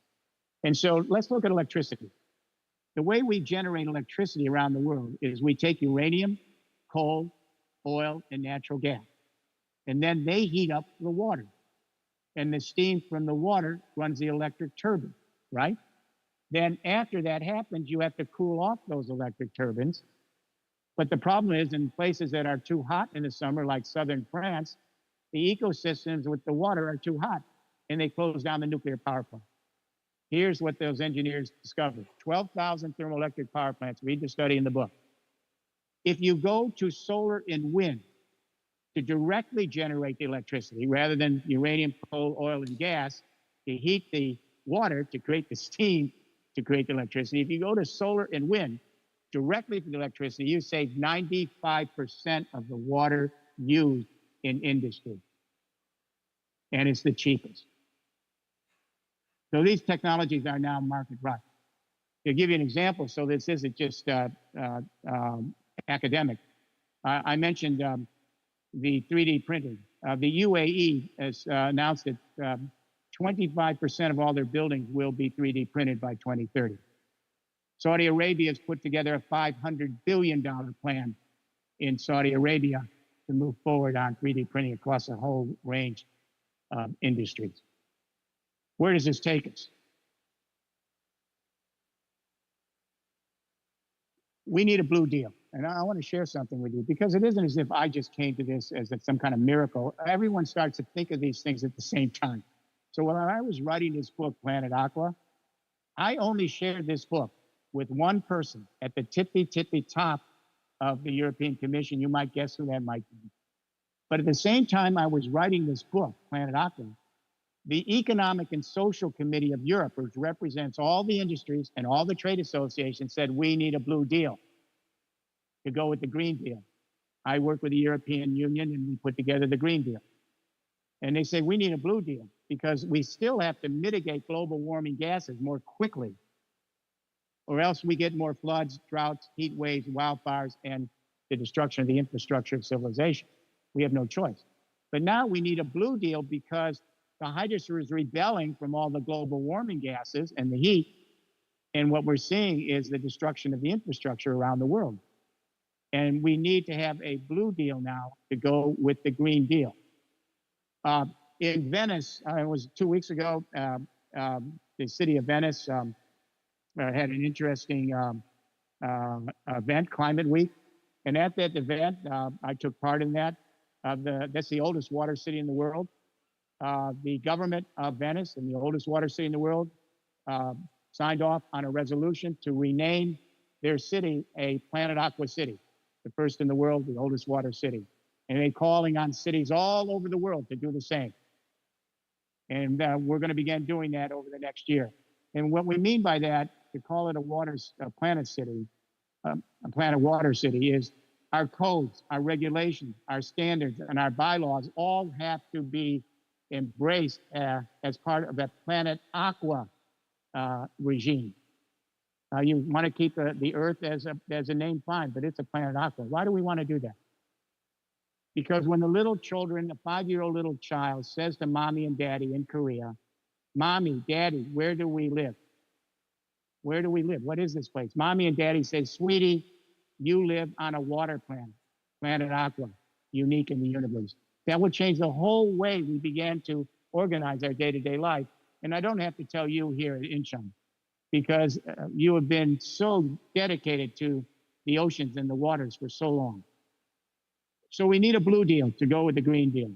And I can tell you over the next several months, the blue deal, the Planet Aqua in all the codes, regulations, and standards as the second name of the planet. The discussions are going on now in the European Parliament. They're going on in the nation states of Europe. They're going on in China. And I'm hopefully Korea will join the pack. And the Port of Incheon will be a big player in helping us deploy this new approach to this planet we live on. Last thought on this. This turnabout for our species, it didn't happen overnight. For most of the time our little species has been on this planet, we adapted to the waters of the planet. We knew we lived on a water planet. And then the last ice age receded 11,000 years ago. The Pleistocene, the Holocene came in, nice, warming weather. We went from nomadic life to sedentary life, agriculture, pastoralization. And then what happened is it started in Mesopotamia. They were successful. They were growing grains. They had two great rivers. And at some point, too many babies were being born, and they didn't have enough grain. So what they did is something really important. Instead of seeing waters as a life source, a resource, they saw it, as a life source, they saw it as a resource. And they put in the dams and the dikes and the levees, etc. And they did the same thing in the Indus Valley of India with their rivers. And they did the same thing in the Yellow River and the Yangtze River in China, and the Khmer civilization in Southeast Asia, and ancient Greece and the great Roman aqueducts across 3 continents, the Mayan civilization in Mexico and Central America, the Inca civilization in South America, and it all came to a head with the great hydroelectric power dams of the 20th and 21st century. And every one of these experiments came and then lost because of the entropy bill, the thermodynamic entropy bill. So we have to begin now to relearn how we live on a planet in a more scientific, in a more mindful way, and understand the waters as a life source and not a resource, and that we live on planet Ocen. In the last few minutes, I want to move into talking about some hopeful signs. And I'm guardedly hopeful, but I'm not naive. We're really up against it, and the next 3 generations, the Gen Zs, Alphas, and Betas, will determine our fate. We don't have any time to lose. So I want to share something which you'll be familiar with. I'm sitting here next to the National Institutes of Health. They're right outside my window. And they have an experiment that's going to change the way we think. It's called the human microbiome. The human microbiome, all right? And what they're doing here is they're saying that everyone in this room, right now, every one of you in this room is an ecosystem, not a metaphor, literally an ecosystem. And every organism alive right now, today, and for all of history is literally an ecosystem. What do I mean by that? Obviously, we're a certain thing. Your skeleton is replaced every 10 years, your stomach cells every month, your liver every year. Water molecules come into our body from the oceans and the land, the lakes and the rivers, and then they go somewhere else after they're in our body. And they manage most of our electromagnetic fields and our cellular development. And then you have the oxygen comes in from the atmosphere, all right? And without the phytoplankton in the ocean, no atmosphere. This is a water planet. And then what gets really interesting, we're not alone in our bodies. You ready for this? Everyone in this room, we're not the only ones in our body. There are protists, and there are fungi, and there is bacteria, and there are viruses, millions of these little creatures in our body, in this ecosystem. Only 44% of the cells in a human body are human.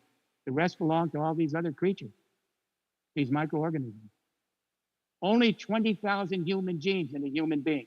There are millions of other genes in this ecosystem. So you're doing it in Korea. It started in the National Institute of Health. We're doing it in Europe. This changes our whole worldview to understand that every organism is really part of an animated or neo-animated living planet in which everything is engaging with everything else, with the butterfly effect every time and every minute, and it's the ocean. And then from the oceans, the lakes, rivers, and streams that determine how we live and hopefully thrive on this water planet. The second study I want to share with you is a study by the Smithsonian Institution, our great anthropological museums, and New York University professors. They wanted to know, how did human beings survive?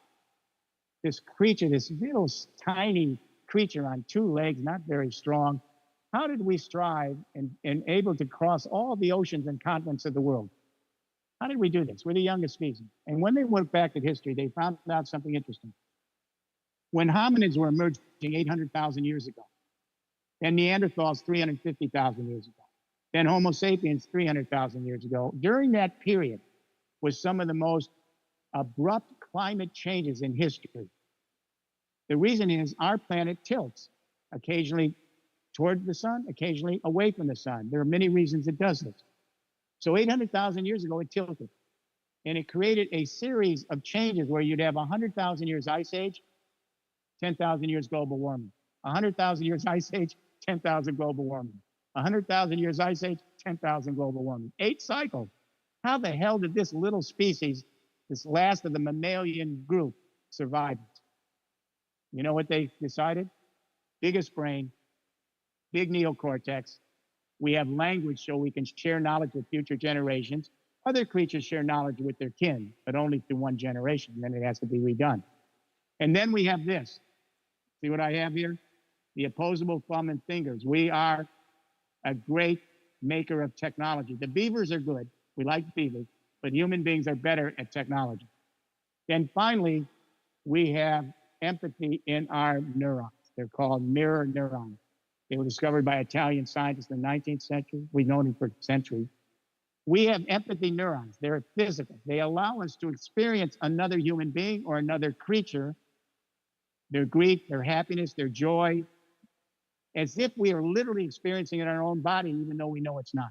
This allows us to be a cooperative species.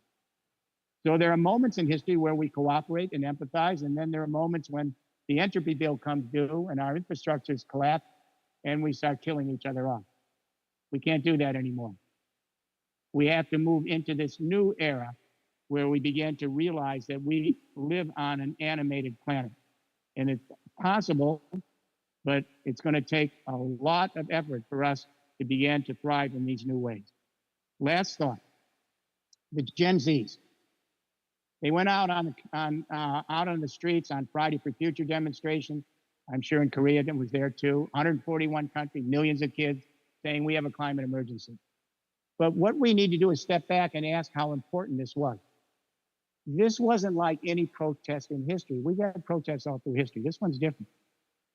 This is the first time an entire generation of human beings across all the political, religious, cultural, and blood-related attachment, they saw themselves instead as a endangered species.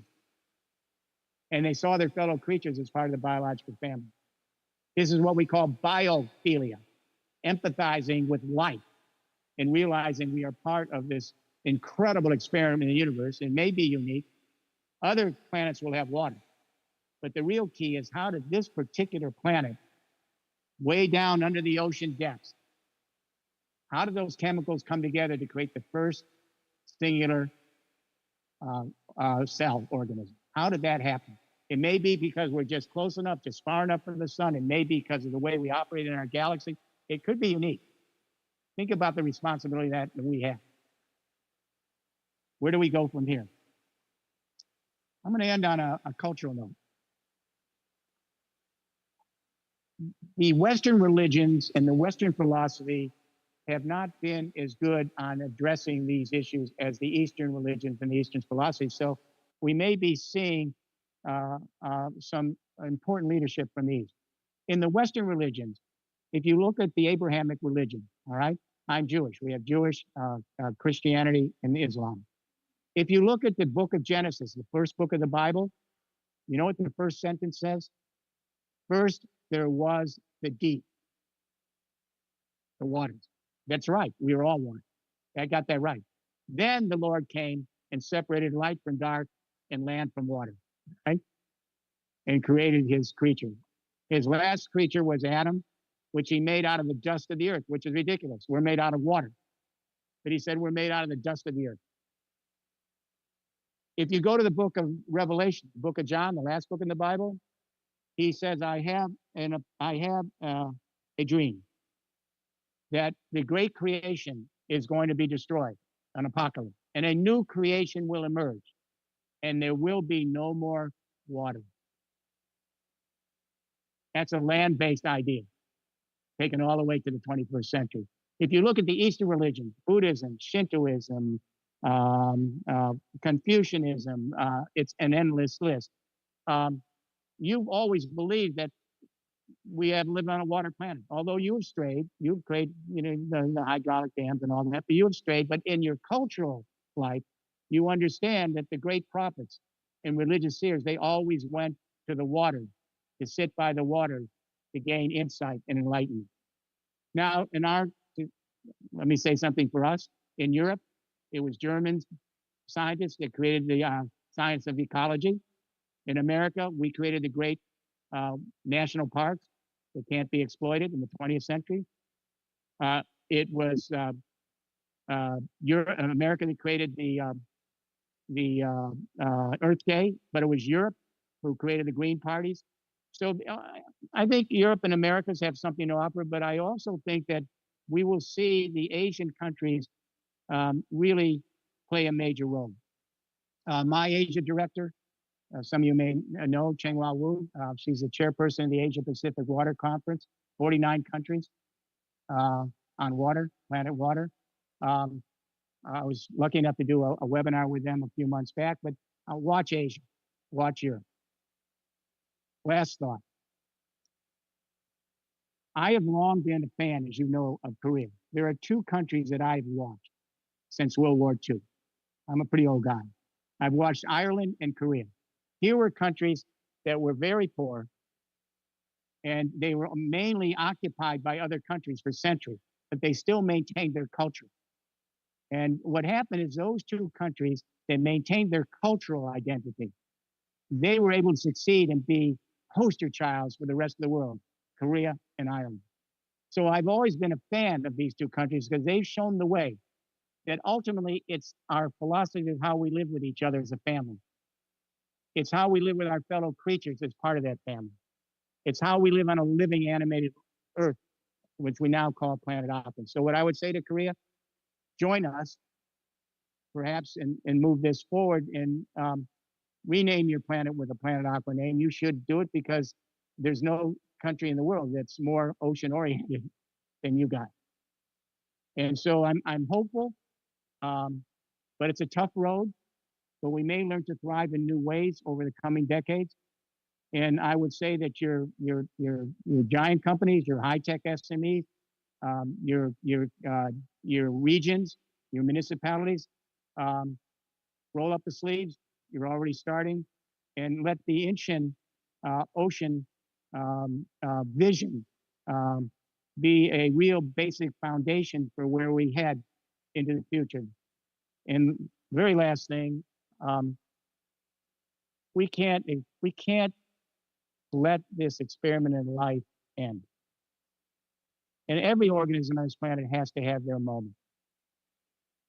And so we can't just say this can't be done, it won't be done. It can be done. I can tell you this can be done, and it can be done in the next 30 or 40 years. But it's going to be up to first movers like Korea to be in the lead in this so that we can see ourselves as a great water planet in the universe and hopefully keep this experiment going for epochs to come. Thank you.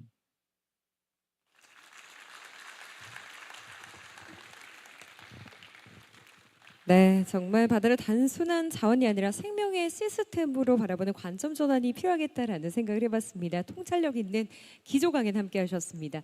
저희가 시간이 조금 지체가 되고 있지만 그래도 질의응답 시간을 가져볼까 하는데요. 혹시 질문 있으신 분, 관중 여러분들 중에서 바로 손을 들어주셔서요. 기회를 드리도록 하겠습니다. 네. 감사합니다. 그 이사장님의 통찰력 있는 강의 잘 들었습니다. 저는 한국의 고려대학교 교수로 재직 중인 이철웅이라고 합니다. 아울러 이사장님께서 쓰신 저서인 플래닛 아쿠아를 읽고도 많은 감명을 받았습니다. 오늘 아주 훌륭한 강의해 주셔서 감사합니다. 이사장님께서는 지속 가능한 해운 및 항만 산업 생태계 발전을 위해서 가장 시급하고 우선적으로 추진해야 되는 과제가 있다면은 무엇인지 좀 고견을 주시면 감사하겠습니다.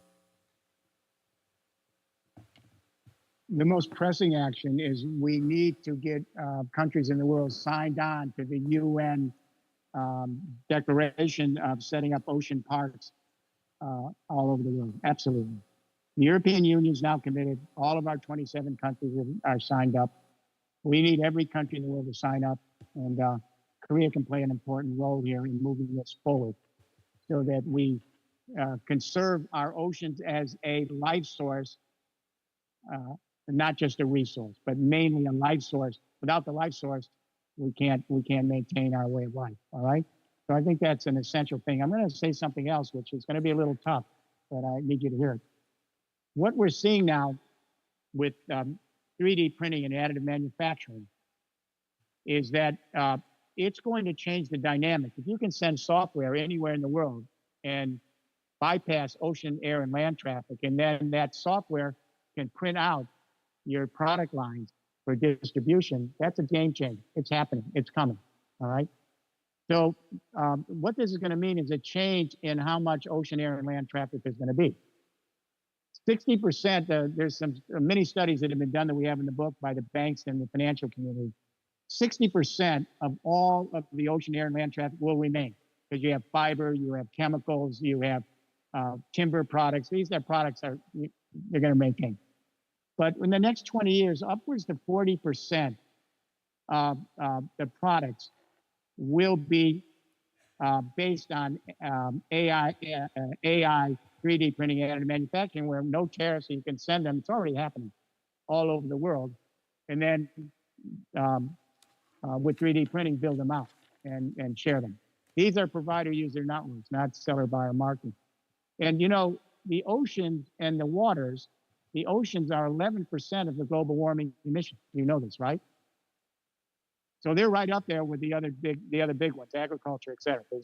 They're 11% of all the global warming emissions. And these studies show that if 60% of the ocean traffic remains, which it will, because you can't put it in 3D printing, 40% won't.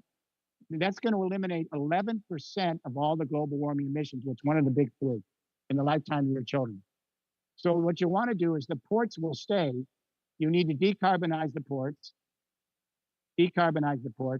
put in solar, wind, and electricity for those ports, and hopefully green hydrogen.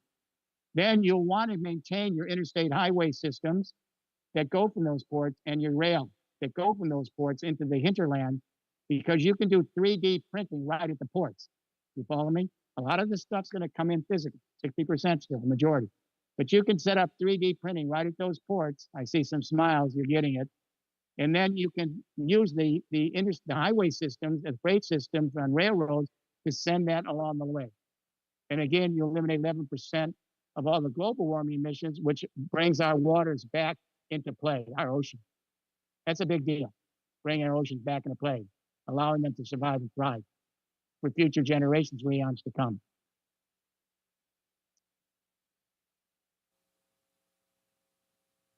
좋은 말씀 대단히 감사합니다.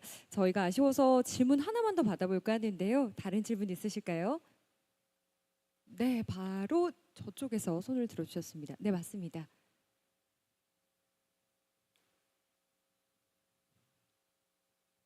네, 간단한 소개와 함께 질문 부탁드립니다. Thank you, Dr. Jeremy Lipkin, for your insightful and meaningful presentation. I'm Seokun Park, a master student at the Graduate School of Logistics in Incheon National University. And actually, your talk today greatly motivated me to think about the transition to the sustainable green economy. In your new book, Planet Aqua, you mentioned and you described the Earth as essentially water planet, urging us to move beyond the 6 millennia of hydraulic civilization toward the deeper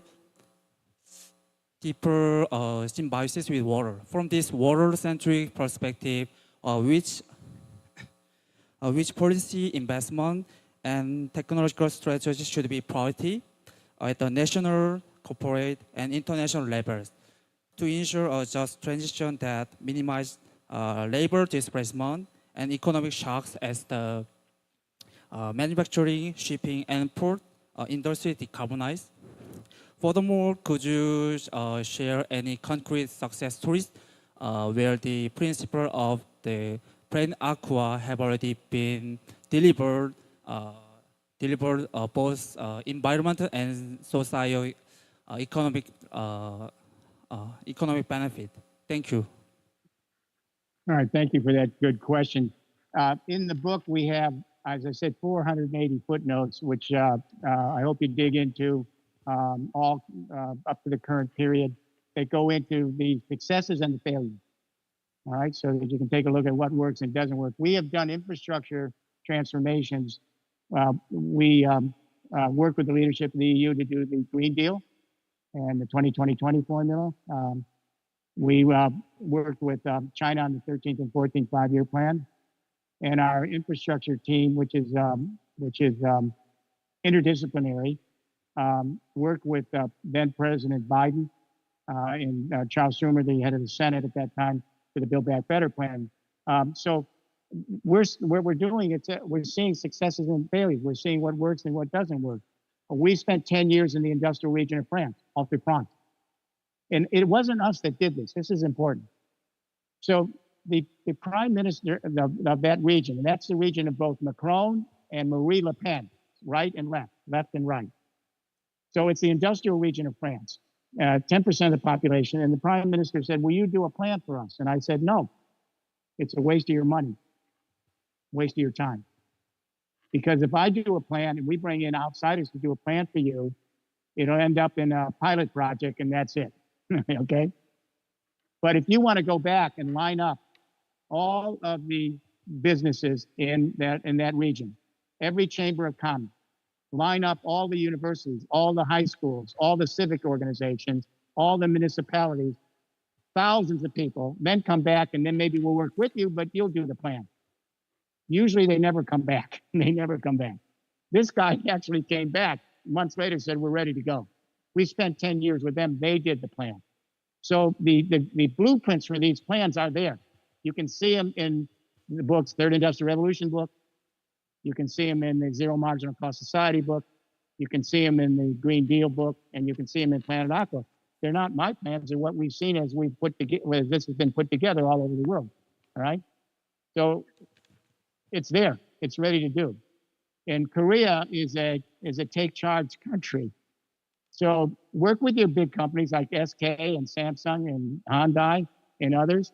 They have a lot of good expertise, but you have a lot of high-tech SMEs. You have really, and you've got a younger generation coming out of the universities who, as I say, are well prepared in understanding 3D printing, additive manufacturing, and distributed technology. So I think that all of the elements are there. We need first mover countries. And one of the reasons I accepted this invitation, I know what Korea can do. I actually know what you all can do. All right. I'm not saying this to humor you or to flatter you. I've watched you over the years, in the decade. You can make this happen and be a monument to what happens across Asia and Pacific and the rest of the world. So again, Planet Aqua, let's rename it. Let's have Korea and your cities rename the planet Planet Aqua as a second name in your code, your regulations, your standards, your constitution, and let the municipalities begin to work together and the regions to lay out a third industrial revolution, and let your ports begin to think about how to upgrade the ports and the oceans for what's coming as we go to distributed AI technology. And most important, it's Korea that said to the world, we got to clean up the ocean. It's Korea that's led the struggle to say, look, as we pollute the oceans, we lose the planet, because the oceans are the planet. They are the hydrosphere. Everything comes from the ocean. So I think there's a big responsibility on your new government. And now you have a new president, your universities, your municipalities, your mayors, and your big companies and your SMEs. I want to watch you closely, and hopefully you will give us new hope, new expectation, so that maybe future generations can thrive in new ways on this beautiful, unique planet Aqua, this water planet in the universe. Thank you.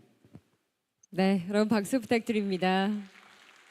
고맙습니다, 교수님.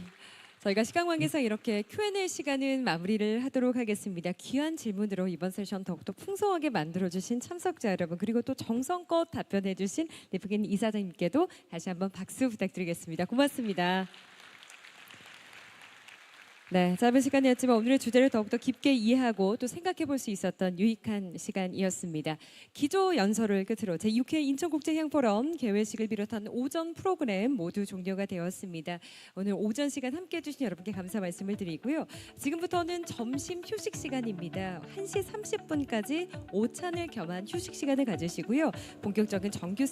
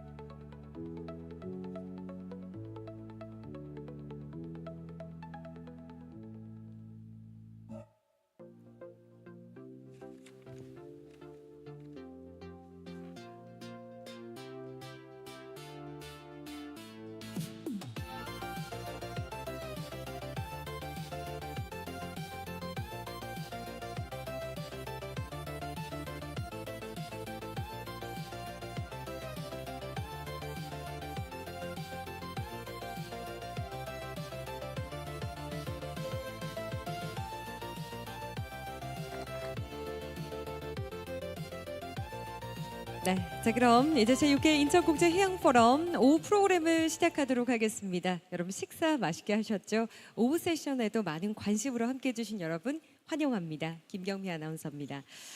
네, 얼어붙었던 해양산업에 다시 희망의 파도가 일렁이는 지금 이 한국 해양산업 발전의 밑거름이 될 만한 다양한 주제 세션을 저희가 준비를 했습니다. 여러분 끝까지 관심 갖고 함께 해주시고요. 매 세션마다 또 질문도 남겨주시면서 풍성한 세션 함께 만들어가 주시면 감사하겠습니다. 자, 이제 본격적으로 본 세션을 진행하도록 하겠습니다. 이번 포럼은 해운 물류, 해양 환경과 기후, 해양 에너지, 해양 관광, 스마트 항만까지 총 5개의 메인 세션과 도시 재생을 주제로 하는 1개 특별 세션으로 구성되어 있습니다. 첫 번째 세션인 해운 물류 세션에서는 스마트한 해운 물류, 탄력적 글로벌 공급망을 주제로 디지털 기술을 활용한 해운 혁신과 전 세계 공급망 회복력 제고 방안 등을 심도 있게 논의하고자 합니다. 이번 세션은 총 3분의 주제 발표와 함께 또 종합 토론회 시간으로 이어지겠는데요. 참가자 편의를 위해 제공되는 AI 통역 서비스의 QR코드를 스캔하셔서 접속해 주시면 우측 하단에 물음표 버튼이 보이실 겁니다. 이 해당 버튼 클릭하시면 발표를 들으시면서 궁금한 사항 실시간으로 질문 남기실 수 있으니까요. 여러분 많은 활용을 부탁드리겠습니다. 자, 그럼 첫 번째 세션 본격적으로 시작해 보도록 하겠습니다. 해운물류 첫 번째 발표는요. 퀸 타일의 S&P 글로벌 마켓 인텔리전스 아시아 태평양 전략 분석 컨설팅 본부장님께서 준비를 해주셨습니다. 발표 주제는 해양 복잡성 속에서 성공을 이끄는 전략이 되겠습니다. 자, 그럼 본부장님 바로 무대 위로 모시도록 하겠습니다.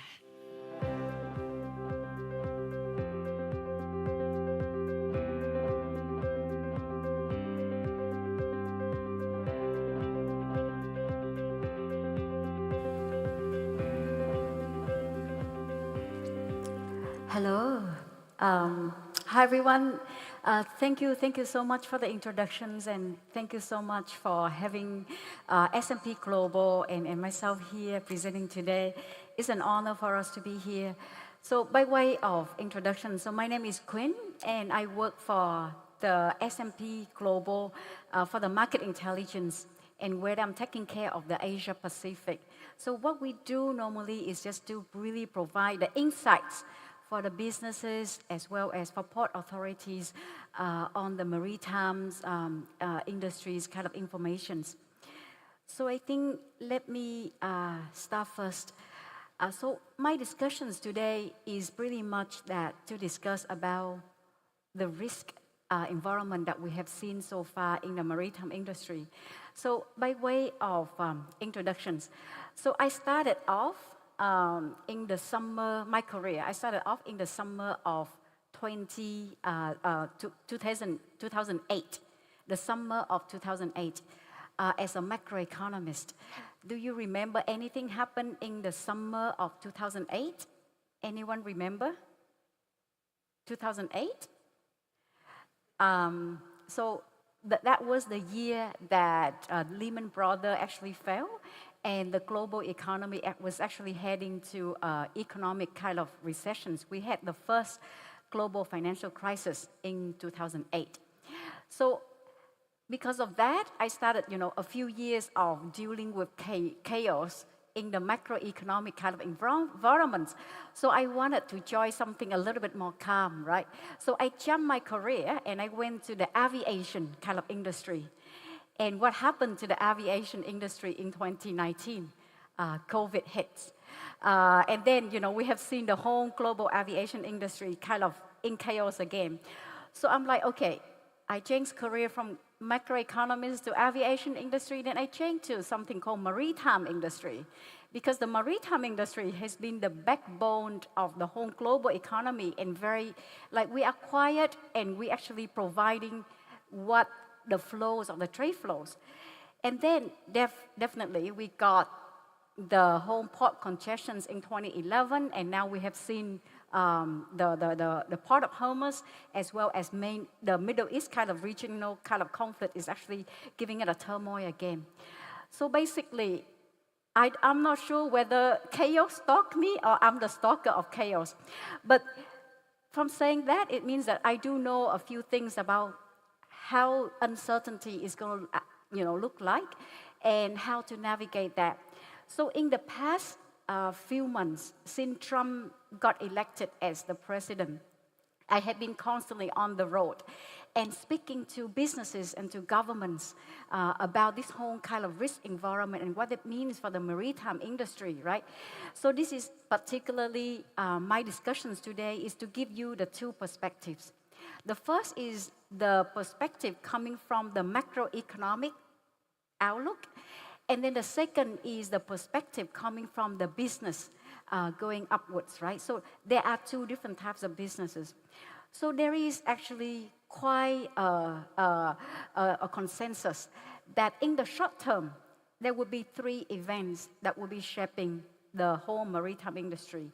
And number one, we would have seen that would be the global trade policy. The number two, that would be the regional conflicts that is happening in the Middle East, especially the conflict between Iran, Israel, as well as Israel against the Hamas. And the third one, not a lot of people talking about it, but we have seen quite a big wave that coming our waves. That will be the port disruptions. And I'm just going through that and how we could actually navigate these uncertainties in this particular challenging time. So I think that as S&P Global, we do provide our economic prospect in terms of the phase of tariff. And I'm not sure if you could see the pretty much a very small kind of footnote there, is that this forecast was made of the global economy in May 2025. Why I do notice kind of May 2025? Oh, number one, I have been on the road, so I would provide an update for you in terms of June.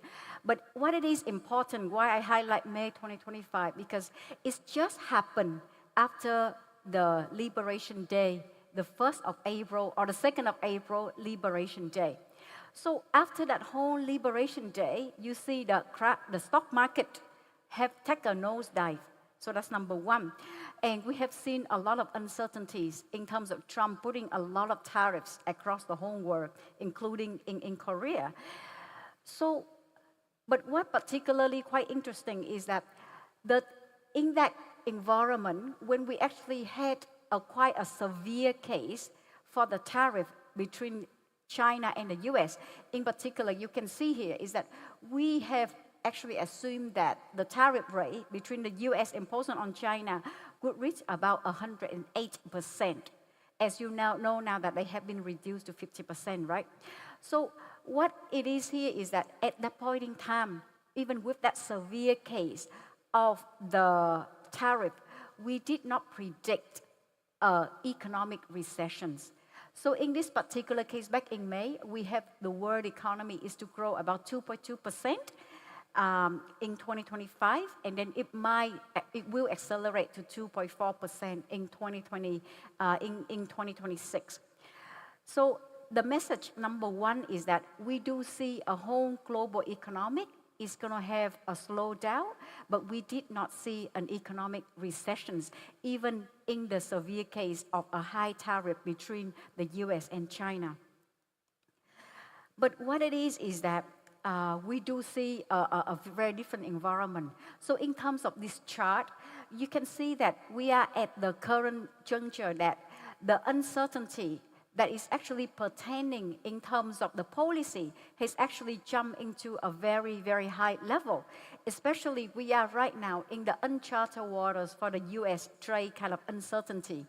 That is the first chart that will really show you pretty much about the US trade policy uncertainty index. It has hit an extremely high level. But you know, all of the uncertainty in terms of policy is not just pertaining only in the US.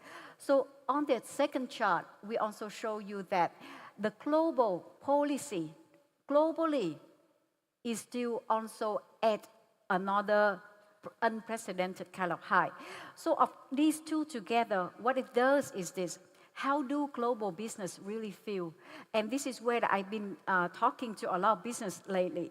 So at S&P Global, we do track how this whole tariff is actually affecting business through an index which is called the PMI or the Purchasing Manager Index. So in this, we have asking our respondents is that, how do you feel about this whole uncertainty? And an overwhelming kind of respondents have saying that they do expect lower orders, export orders, as well as lower kind of productions, mostly due to this uncertainty. And this is just as high as what we could have seen back in the COVID time. And then also in terms of our manufacturers, is actually saying that the Trump tariffs, attributed Trump's tariff to three things. Number one, that would be lower kind of outputs, productions. Number two, that would be lower kind of export. And number three, they would see a higher kind of selling prices. So, and then another one is that, that is the business sentiment. So we also see that the business optimism for the future activity has been lowest since the pandemic months. So those two kind of data points is actually echoing each other. But one thing is very, very, very important is that, aren't you a bit surprised that amidst all of these tariffs, amid all of these kind of ongoing disruptions in the Middle East, how is that the stock market, they dropped, but then they actually rose again quite quickly. So a lot of people has come to me and asked why the businesses, are we actually underselling this kind of pessimism? So I think let me just show you, because today we're discussing really much about AI. And our kind of chair is asking me how S&P Global using AI. And this is one of the key things that we're using AI. One of the examples only is that we put AI into all of the corporate earning calls to hear their sentiments, right? So pretty much in the US, we have seen that the orange line is just to show the number of times that Trump tariffs has been actually mentioned in the corporate earning calls. And you can see after the Liberation Day, the orange light shot up.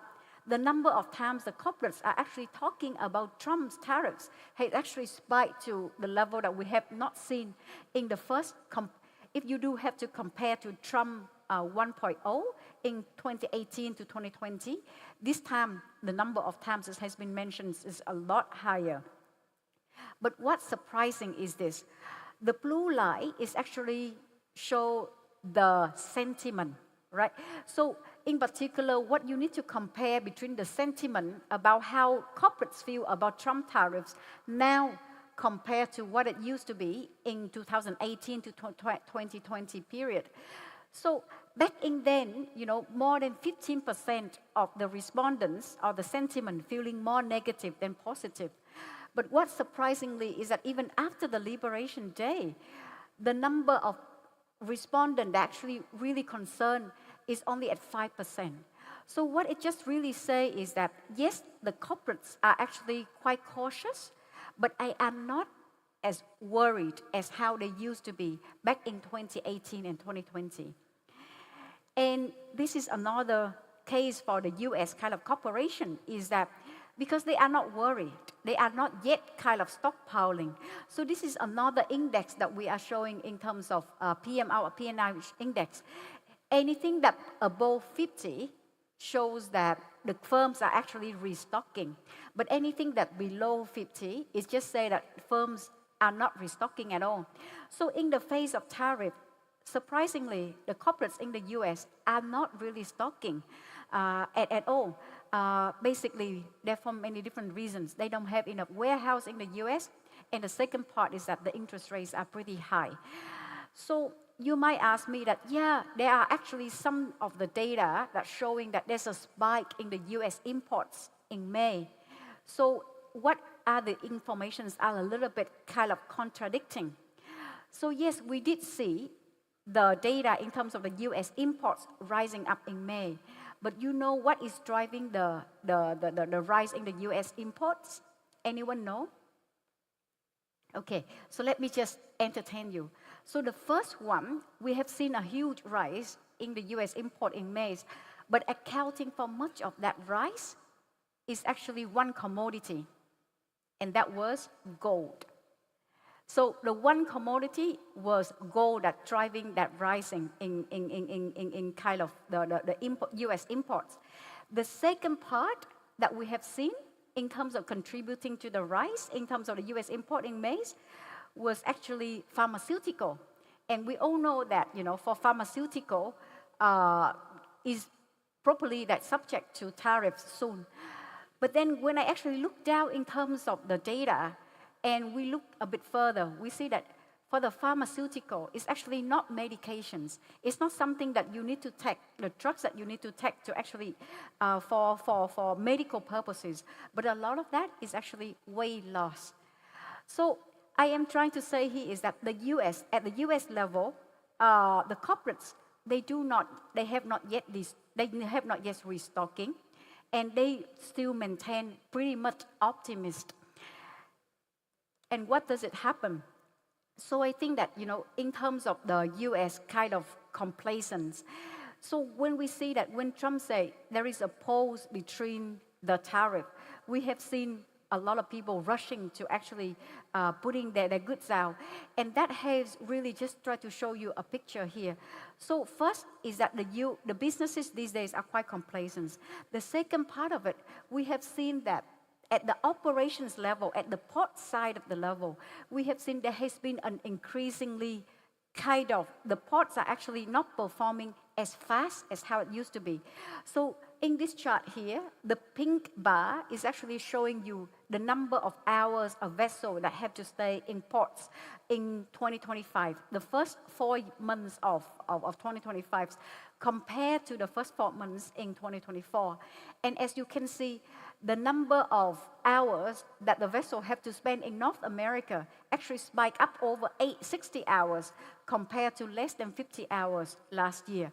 And this spike, of course, the US is not the only one. We have seen the same thing for North Europe and as well as in Northeast Asia and Southeast Asia as well. So number one is that the operations at ports have become a lot more slower. And why is that? So this is another kind of chart that shows how, as S&P Global, we measure the port productivity. So, okay, one good news is that if we do looking in terms of the port productivity, the higher port moves per hours or the high berth moves per hours, showing that your productivity is actually better. So in Northeast Asia, your port moves per hours is actually the highest. Just really try to show that the picture is that the North Asian ports are a lot more efficient compared to your counterparts in North America as well as in Europe and Southeast Asia. But we have seen that, due to all of the disruptions that happen in the Red Sea, we have also seen in here, the picture is that the productivity has actually deteriorates or get worsened compared to the early months of 2014. So what does it mean is that this whole situation between Trump, between the Middle East, as well the complacence from the US kind of firms, and the port disruption, we have created a very volatile kind of the environment for shippers is actually trying to ship their goods. And this particular chart is just from S&P Global showing the container freight index on the spot market. Actually, but back in May or first day of June, it just spiked as high as how we have seen back in the first few months in 2024, when we have seen the whole kind of Red Sea crisis is actually started to happen. And now that another worries that we have seen, we're a bit worried, is that the conflict in the Middle East with Iran as well as Israel is now actually intensifying their kind of army kind of reactions. So we have seen that there would have been an increased risk, and in particularly that in the Strait of Hormuz, that can be a choke point. And of course, we understand that the Strait of Hormuz would have a huge kind of impact on the global oil as well as LNG sector. But for the container sector as well, we have seen there would be 4% of the whole world container is actually going through this particular market. And this is actually within a few days, the Shanghai, the shipping rate from Shanghai to the Jebel Ali, a key port or the key gateway into the Middle East, actually jumped by 45%. So I have been put a lot of paint a picture in terms of risk, right? So I think what is the role of AI have been actually using? So, but talking about the role of AI, we first need to look at, are firms actually using AI in their companies? And one of the key things is that if we do look at that, there has been some kind of encouraging picture, especially in the transportation sector. So you have seen that the transport, like about 45% of companies in the transportation sector is actually having certain types of adaptations in AI. But on the other side of the coin is that what I am a bit surprised about is that for the not use, the firms that reporting that not use any kind of generated kind of AIs by organizations in the transportation sector is among the highest compared to all of the other industries here. So one of the key things is that my clients ask me is that how do actually maritime players can actually use AI to navigate this kind of very complicated kind of landscape, right? So as S&P Global, we actually have helped our clients to actually use AI in terms of trade flow, kind of monitoring. And one of the key things about using AI that very, very important is about scenario forecasting. One of the key things is that if you're actually shipping your goods, let's say from Asia to the Middle East, as well from Asia to Europe, you need to have kind of lifetime understanding of the situations on the ground, and then to navigate, and then to just actually finding different types of routes. In the past, that kind of work has become very manual, but now with AI, that has helped you to detect the risk signal in terms of whether there would be a piracy, whether there would be such an incident happening somewhere else for you to find another new route. That has become a lot kind of more possible with AI. But one key thing is that why is that the AI adoption is not yet quite high in the different types of businesses. So yes, I think one of the key things that I was just actually in Japan, and I was talking to these large kind of corporations, and they are looking to use AI. They have been using AI in a lot of their system. But what I do see is that it's very much in isolation. So you have one AI to predict freight kind of flow. You have one AI in terms of the bidding system. You have another AI system for actually detecting the risk signal.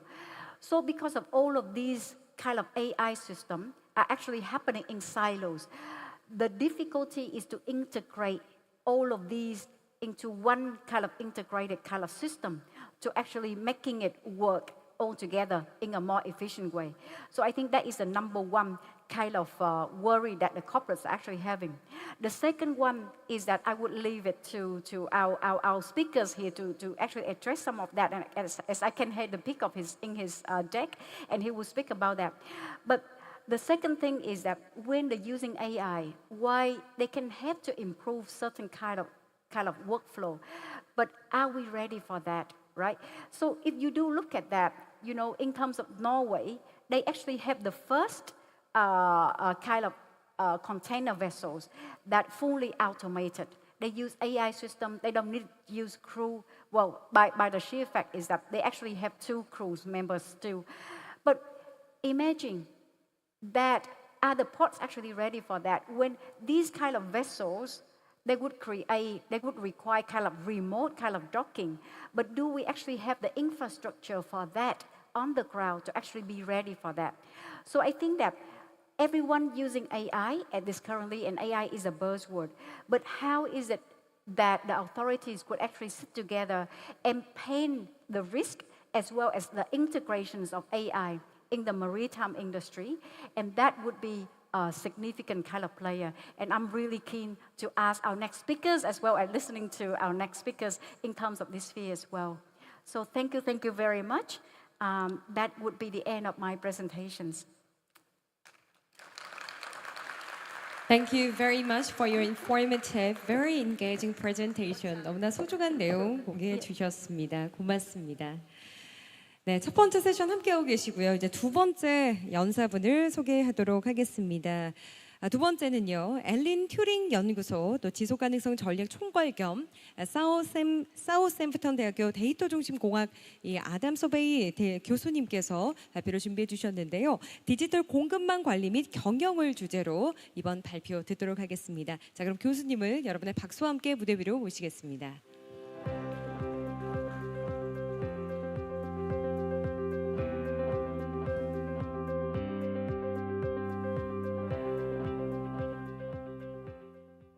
Hi, good afternoon, everyone. Thank you very much for having me in Incheon, my first time in Korea, and I've enjoyed it very much the last couple of days. So I'm Adam Sobey. I'm the Mission Director for Sustainability at the Alan Turing Institute, which is the UK's national AI institute, bringing together our expertise in AI. I'm Professor of Data-Centric Engineering at the University of Southampton, where I sit in the Maritime Engineering Group. So I've had about 20 years of experience developing AI and putting it into the maritime industry. And it's nice to talk to you a little bit around the status of multi-agent modeling. So I'm going to talk two examples. One is quite a foundational, fundamental approach to AI and how it can be used. And the other is a little bit more practical. So to start with, I think supply chains are obviously very complex, very difficult.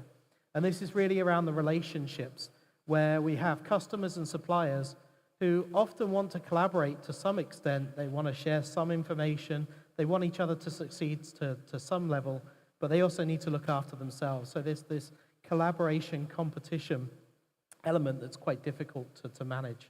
There's also an information asymmetry in that you as a buyer may want some information from the seller, but you might not have it. And so it's difficult to know what the strategy for that agent might be or what that person is doing. And so we have to try and understand that. So we're going to basically try and explore information sharing in agent-based supply chain management. So to do that, we have our little agent, BMO, and he's going to manage our supply chain for us. We're going to have a customer at one end, which is not part of the system. We're going to have a retailer, which is one company. We're going to have a factory that's another company. And then we're going to have a supplier who is giving to the factory, and they're outside of that system. And most people, and the two elements that are key here is one, the inventory size. So the factory size is larger than the retailer. It's 60 compared to 20. And in the results, you're going to need to kind of remember that a little bit because it kind of helps make us understand what's happening. And the other is the stock out situation, where stock outs at the retailer are more expensive than stock outs at the factory. Now, in what we think is a really multi-agent system is that there's actually a separate agent at each of the retailer and the factory. They have an information dissociation between them. In the homogeneous system, the agent understands everything that's happening. In the heterogeneous system, then there's a split between those two elements, between the retailer and the factory. Homogeneous agents are common in the literature, but perhaps a little bit unrealistic due to the fact that you probably don't want to share all the information that's happening at your company with the competition. And so we think these are unlikely, but they are very common in what you see most academics write. We think that a more realistic split is this heterogeneous system, and this is less well understood, so this is what we want to explore and what I'm going to talk through now. So to begin with, we're going to have a high demand situation where there's like a really large demand and see what happens. In the homogeneous system, and remember, these agents aren't given any information. They learn their behaviors themselves. We're letting them decide what they want to do. In the homogeneous system, the retailer maintains a high inventory. So it's at 20. It keeps the inventory literally at the maximum level of the capacity. But there's a lot of backlogs because it's always at a very high level, but there are very few stock outs. So that's kind of nice. The factory does this reordering in regular cycles, which we would expect to see. It buys and lets the inventory go down before it's buying again. So this is kind of a strategy that we would be quite common with in the literature and we would understand. So it's quite reassuring that our agents are able to derive that themselves. There's very little backlog and very few stock outs. Now we're also going to look at a low demand scenario to see what happens in this situation. And in this, there's a bit more control over the system, because in the first system, we're just doing whatever we can to maintain that inventory level. In this system, we see a lot more fluctuation, right? The inventory goes up and down a lot more in what's happening here. So the retailer allows a much more fluctuating buying system. There's a much more up and down system to it. There's quite a few backlogs, but much less than the previous system, and very few stockouts. For the factory, then the inventory shows a bullwhip effect. So actually what's happening is that the control of the system is going the other way.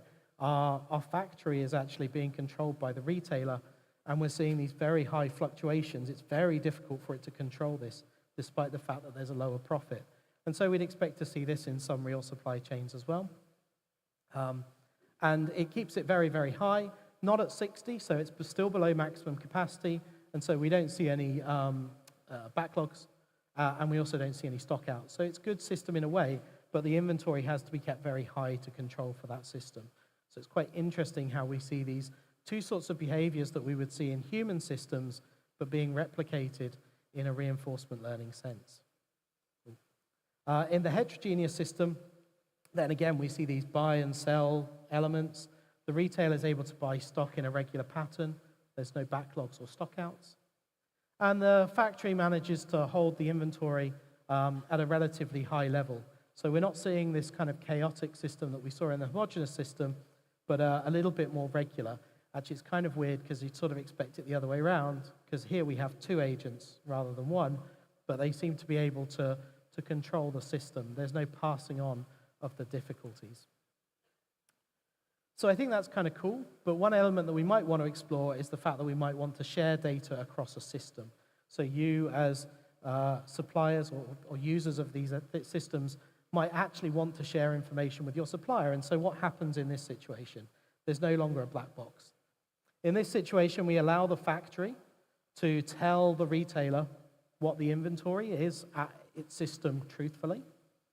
We also have a separate system which means that it lies. So when the retailer wants to find out what the inventory is, the factory always lies about what inventory it actually has to see what happens in this system. Because if you're a retailer and you allow information sharing, but your competitor actually starts to lie about that, do they use that to their advantage? And finally, we look at this mixed system to see whether the factory decides to lie or be truthful around what it's doing. So in this situation, in the high demand situation, communication actually makes very little difference. We're really not seeing very much change here, and that's just because they are struggling to fulfill the orders. There is just lots and lots of capacity coming through, and not very much happens. Except in trust, where the factory keeps a little bit of a higher inventory. It seems that basically by telling the retailer what's happening, that the retailer makes slightly larger orders, and therefore the factory needs to keep a slightly larger inventory. Lying allows the factory to keep a slightly lower inventory, but not really statistically significant. So there's only a small change there. In the lower demand, we see a lot more change in the system, and that's because in these systems, we can actually have much more flexibility. We can create strategies to actually deal with this because we're not just dealing with how much demand is coming through. Trust, again, means that the factory keeps a larger inventory, which is quite interesting. Lying benefits the factory by decreasing the inventory it needs to keep it, but by punishing the retailer. And so effectively, this is good if you're a factory owner. So those of you who are factory owners should try and get this implemented, but bad for the retailer. So if you're on the other end, if you're lower down the supply chain, you probably don't want to keep that happening. And the mix benefits the factory the most, and so some level of confusion, the fog of war, basically seems to keep these people slightly confused, and the agents struggle a little bit more. So in conclusion, communication of information makes a big difference in performance in these multi-agent systems, but especially in the low demand scenario. High demand and low demand switches the dominance of the agents. So in a high demand scenario, the factory controls the situation, and in the low demand, the retailer controls it. Homogeneous architectures are common, but really optimistic, and we are unlikely to see this performance in the real world. And so I think as academics, we need to understand that problem much more realistically so that we can make sure that these tools are available for use in the near future. And the communication makes a really big difference in that low demand scenario. So assuming that we'd like to implement this type of system in 2 or 3 years' time, you'd like to use agents to control your supply chain, and you can sort of see where we are with that. We're going to need a data pipeline to be able to do this. And so this is something that we're talking around much more, we're at basically proof of concept stage with this, so hoping to implement into industry over the coming year. Now, when I think about industry and the transition to AI, I think around like kind of 4 levels of industry. There are those wishful thinkers out there, those people who have a lack of usable data, lack of skilled staff, no business case, but wander to conferences and say, I'd like to use AI, and they have really no infrastructure to do that or any ideas on how to do it. There are those companies that have got a digital backbone, they've got some implementation of a database, they're starting to store their data nicely, they've got some sensors and a growing business case, and perhaps 1 or 2 skilled staff who look after this and sit in a room somewhere and don't talk to anyone else. You've got kind of early adopters and moving on from that digital backbone where they start to grow the staff and there starts to be a reasonable sized staff, but again, they're quite isolated from the main company. They've got an emerging strategy and a limited rollout perhaps of a product or a proof of concept that their CEO shows off at conferences and says, look how good we're doing with our AI within the company.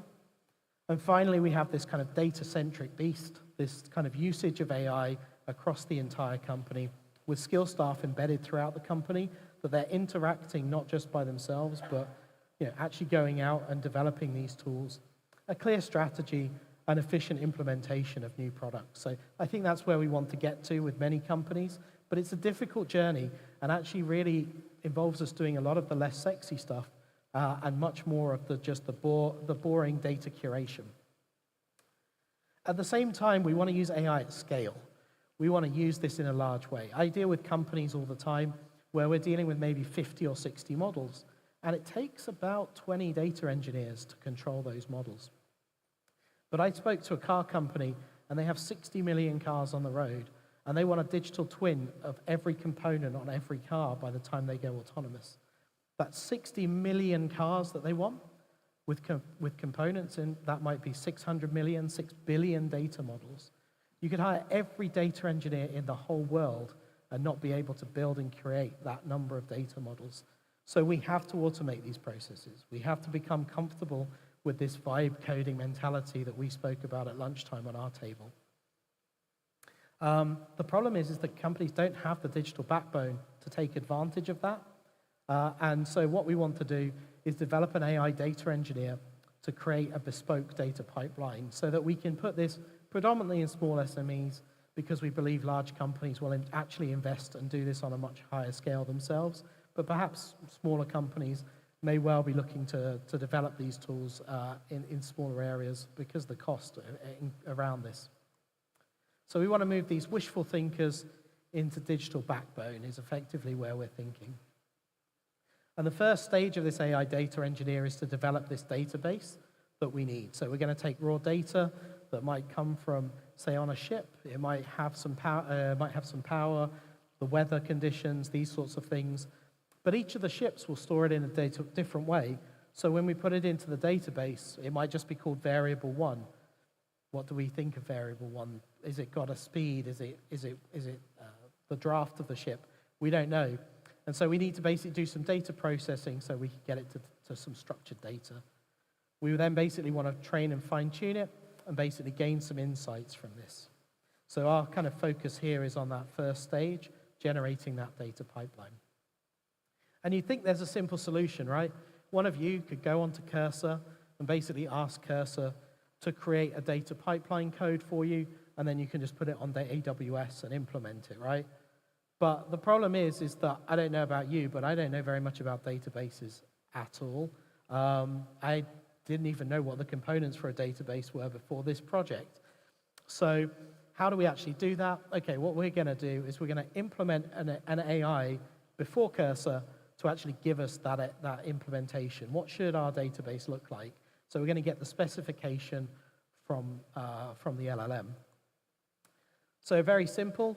I am going to ask my AI data engineer, create a JSON file with a pipeline specification so that I can send it off to some sort of AWS or to Cursor to develop the code for me. And what we get back is actually pretty poor.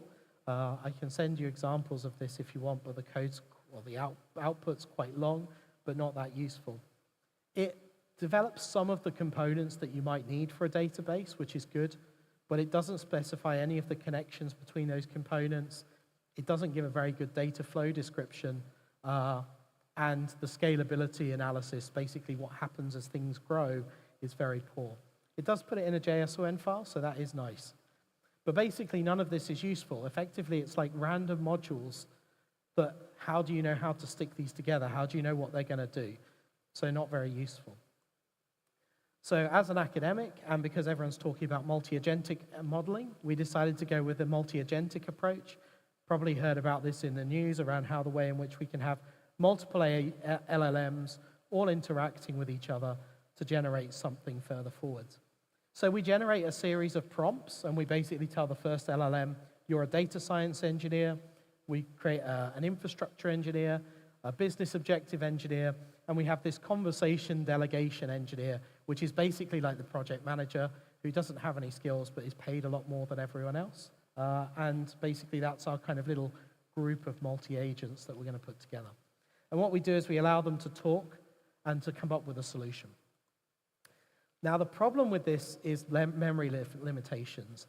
Our AI data engineer is effectively a goldfish, and any of you who've played with LLMs will have seen this, and a lot of people talking about context. Because basically, most agents have this very limited context. They can only remember a certain amount of the conversation history. As the conversation grows longer, earlier exchanges get pushed out of the accessible memory, and this creates a situation where the agents contradict their earlier statements. So as they're having this conversation, every time it comes back around to their turn, they're saying something different to what they said last time. Instead of the conversation focusing and spiraling towards a single solution, it actually spirals outwards into a conversation that isn't useful at all. The other problem that we found was actually the agents forget our user instructions, so they really are on their own at this point. They are coming up with their own ideas around what they should be doing and what the conversation is about. So this is quite a big problem for our multi-agentic approach, and I think would apply to many other problems as well, not just this coding situation. So what we've done is develop this thing called intrinsic memory. Effectively, we've given these agents a slightly different memory. Very similar to each of you here today, you will take away a different message from each of the presentations. So as I'm talking today, some of you will take away some stuff from the first part, some will be more focused on the second part, some of you will have fallen asleep already and not remembered any of it.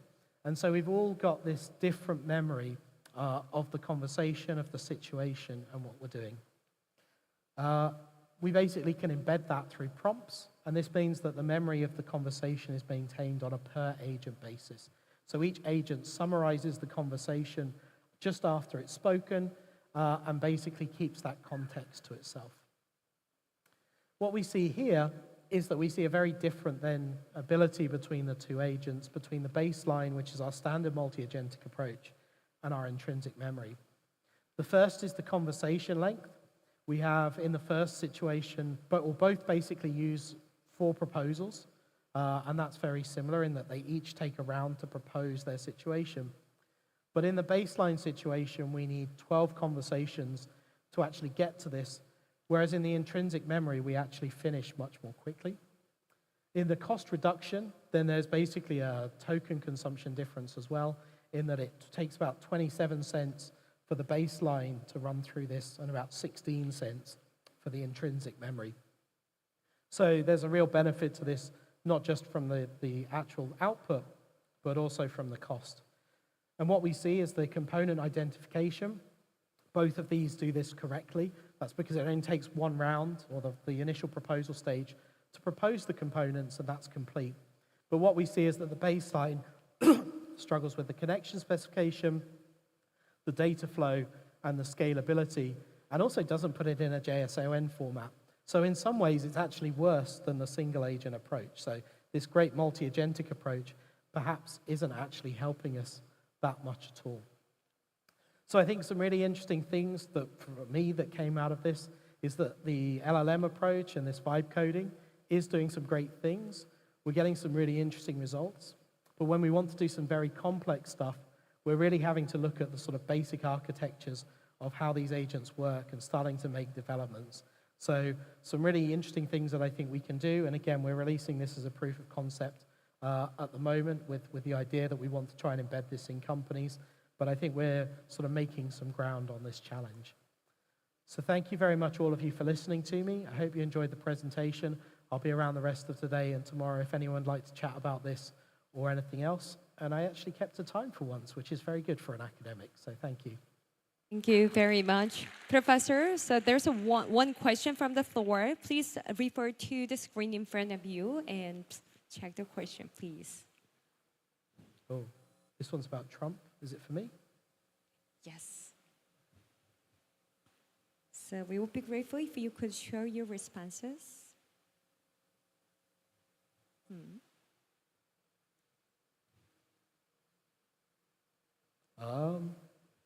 I don't think this one's like CPTPP. I don't know what that is. Lee, is it for you? Oh, you can't see the question anyway. I think this might be the first speaker. Oh, is it? Yeah, I think so. Okay, so then we can talk more during the panel discussion. So with that, this is end of your presentation. 여러분 박수 부탁드리겠습니다. 네, 저희가 들어온 질문들은 다시 한번 취합을 해서 패널 토론 때 함께 더 많은 이야기를 나눠보도록 하겠습니다. 다시 한번 여러분 질문 있으시거나 의견 남겨주실 내용이 있다면 주저하지 마시고요. QR코드 통해서 적극적으로 참여해 주시기를 부탁드리겠습니다. 네, 해운 물류 세션 함께하고 계시고요. 이제 이번 세션 마지막 발표가 되겠습니다. 박진규 카이스트 산업 및 시스템 공학과 부교수님께서 준비를 해주셨고요. 물류 산업에서의 인공지능 적용 사례를 주제로 발표해 주시겠습니다. 네, 바로 무대 위로 모셔보도록 하겠습니다. 박수로 맞이해 주십시오.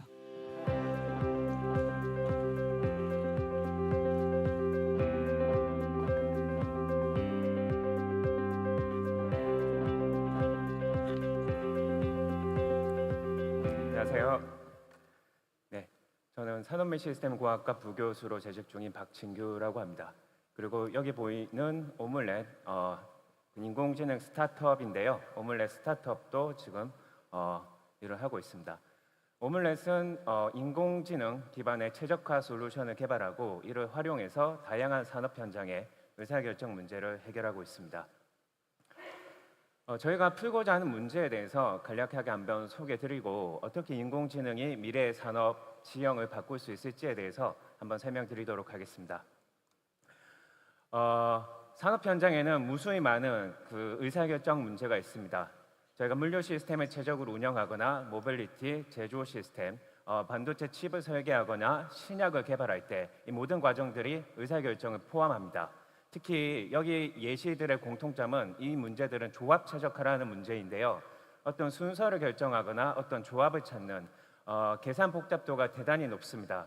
그래서 산업 현장에서 이 중요한 문제를 잘 풀어야 함에도 불구하고 인간의 직관에 의존한, 그러니까 휴리스틱에 의존한 그런 문제 풀이 방식 때문에 산업 현장에는 막대한 그런 손실이 일어나고 있습니다. 그래서 좋은 문제를 잘 풀어야 되고요.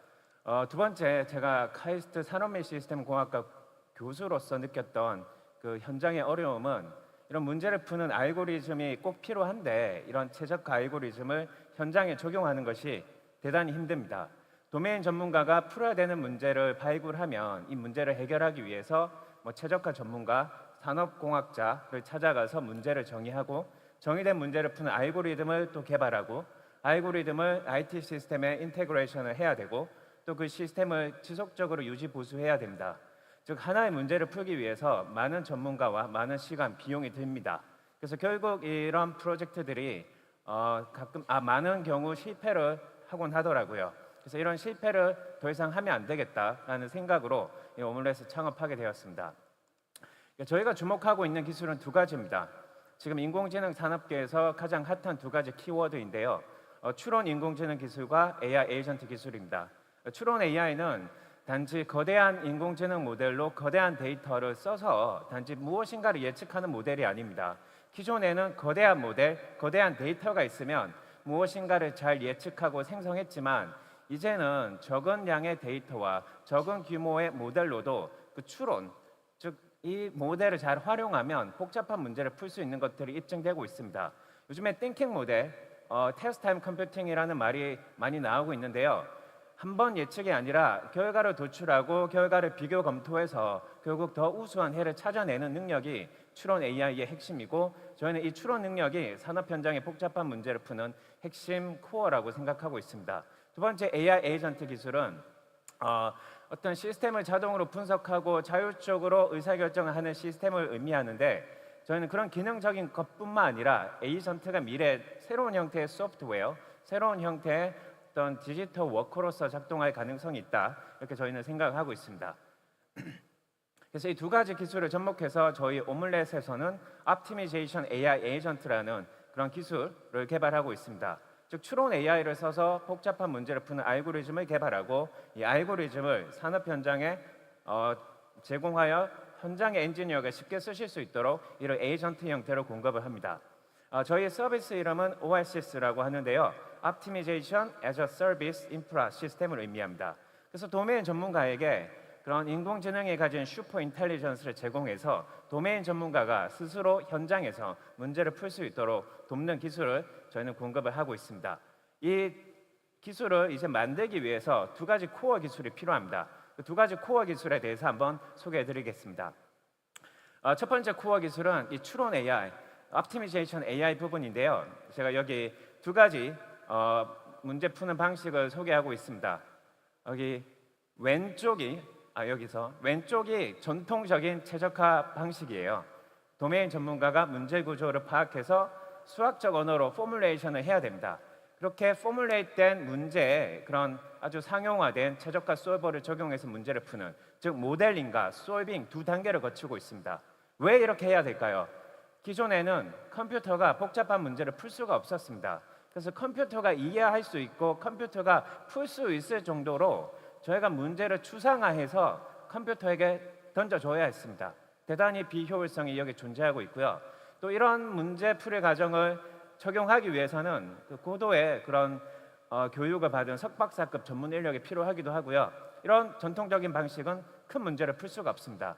저희는 데이터 기반으로 문제를 풀고 있고요. 풀고자 하는 문제에 대한 데이터를 입력으로 넣으면 그 문제에 대한 해가 생성이 되는 이런 방식을 취하고 있습니다. 더 이상 모델링이 필요 없는 것이죠. 몇 가지 사례를 보여드리겠습니다. 만약에 배송 최적화 문제라고 했을 때 배송지의 위치와 물류 창고의 위치, 차량의 정보를 그래프 형태로 표현해서 이 생성형 모델을 집어넣으면 이 프리트레인드된 생성형 모델이 마치 텍스트를 생성하듯이 각 차량이 어떤 경로로 배송을 해야 되는지 경로를 아주 빠른 시간에 생성을 합니다. 여기가 생성 부분이고요. 그 이후에 테스트 타임 컴퓨팅, 추론 부분이 그렇게 생성된 해를 반복적으로 수정해서 아주 우수한 해를 찾아냅니다. 이거를 리저닝, 테스트 타임 컴퓨팅이라고 저희가 이름 붙였고요. 이렇게 모인 좋은 데이터를 다시 모아서 파인 튜닝, 포스트 트레이닝을 하면 저희 서버의 성능이 점진적으로 개선이 됩니다. 이런 모듈들을 강학습을 써서 저희가 학습을 하게 되고요. 엔지니어가 해야 되는 일은 포뮬레이션이 아니라 의사결정 변수가 무엇인가, 내가 무엇을 조절할 수 있는가, 내가 달성하고 싶은 KPI가 무엇인가, 어떤 제약을 따라야 되는가 정도만 정의하면 인공지능이 이 문제를 푸는 솔버를 학습을 하게 됩니다. 동일한 원리를 적용해서 물류 창고, 스마트 팩토리에서 수십, 수백, 수천 대의 AMR LCB 로봇을 스케줄링하고 그 패스를 찾는 데도 적용할 수 있고요.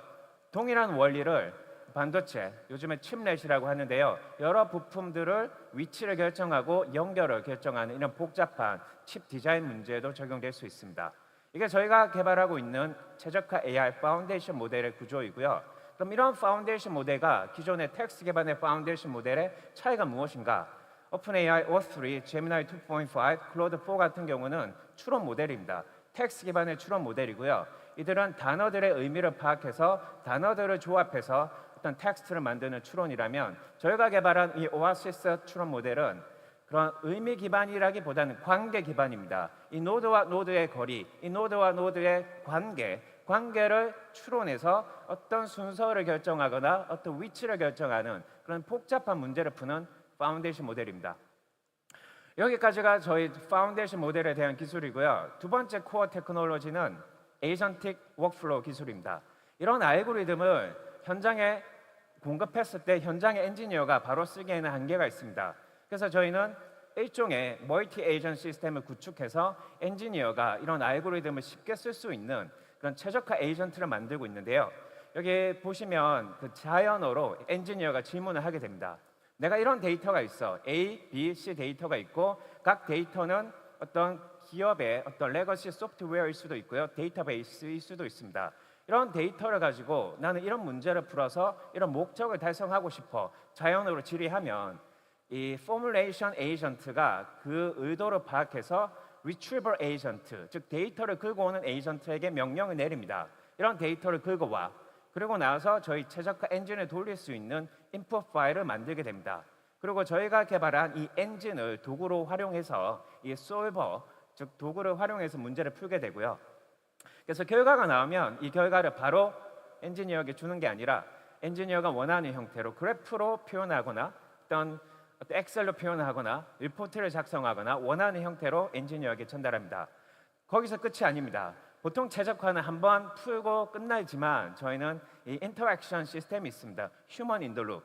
이 엔지니어가 의사결정 과정에 참여합니다.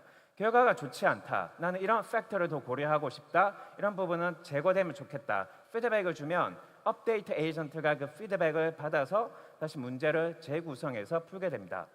그래서 이런 기술들을 저희가 하나의 패키지로 모아서 요즘에 아주 핫한 MCP 서버로 구성을 할 수 있습니다. 일종의 도구들의 집합이죠. 이 도구들의 집합을 패키징해서 엔지니어에게 전달하면 이 MCP 서버를 클로우드 데스크탑에 연동하거나 챗GPT 같은 데 연동하면 바로 그 챗딘 형태로, 챗봇 형태로 복잡한 문제를 풀 수 있습니다. 한번 사례를 한번 보여드리겠습니다. 그래서 저희가 라우팅 문제를 푸는 그 엔진들을 패키징해서 MCP 서버로 만들었고 이를 클로우드 데스크탑에 연동을 했습니다. 그래서 내가 이런 문제를 풀고 싶다 이렇게 자연어로 질의하면 데이터를 어떤 로컬 폴더에 넣어놔라 이렇게 명령을 하고요. 그래서 이 데이터를 분석해서 무엇이 빠져 있는지 또 분석을 합니다. 그리고 나서 죄송합니다. 아마 글자가 안 보이실 텐데 이게 문제를 푸는 과정입니다. 그리고 최적화를 풀려면 목적 함수 제약 조건을 설정해야 되잖아요. 그런 것들을 인터랙션을 토대로 설정을 하고 중간중간에 이게 ask permission이 나오는데 저한테 허락을 받는 겁니다. 이 도구를 써도 되겠습니까? 이 도구를 써도 되겠습니까? 허락을 받게 되고요.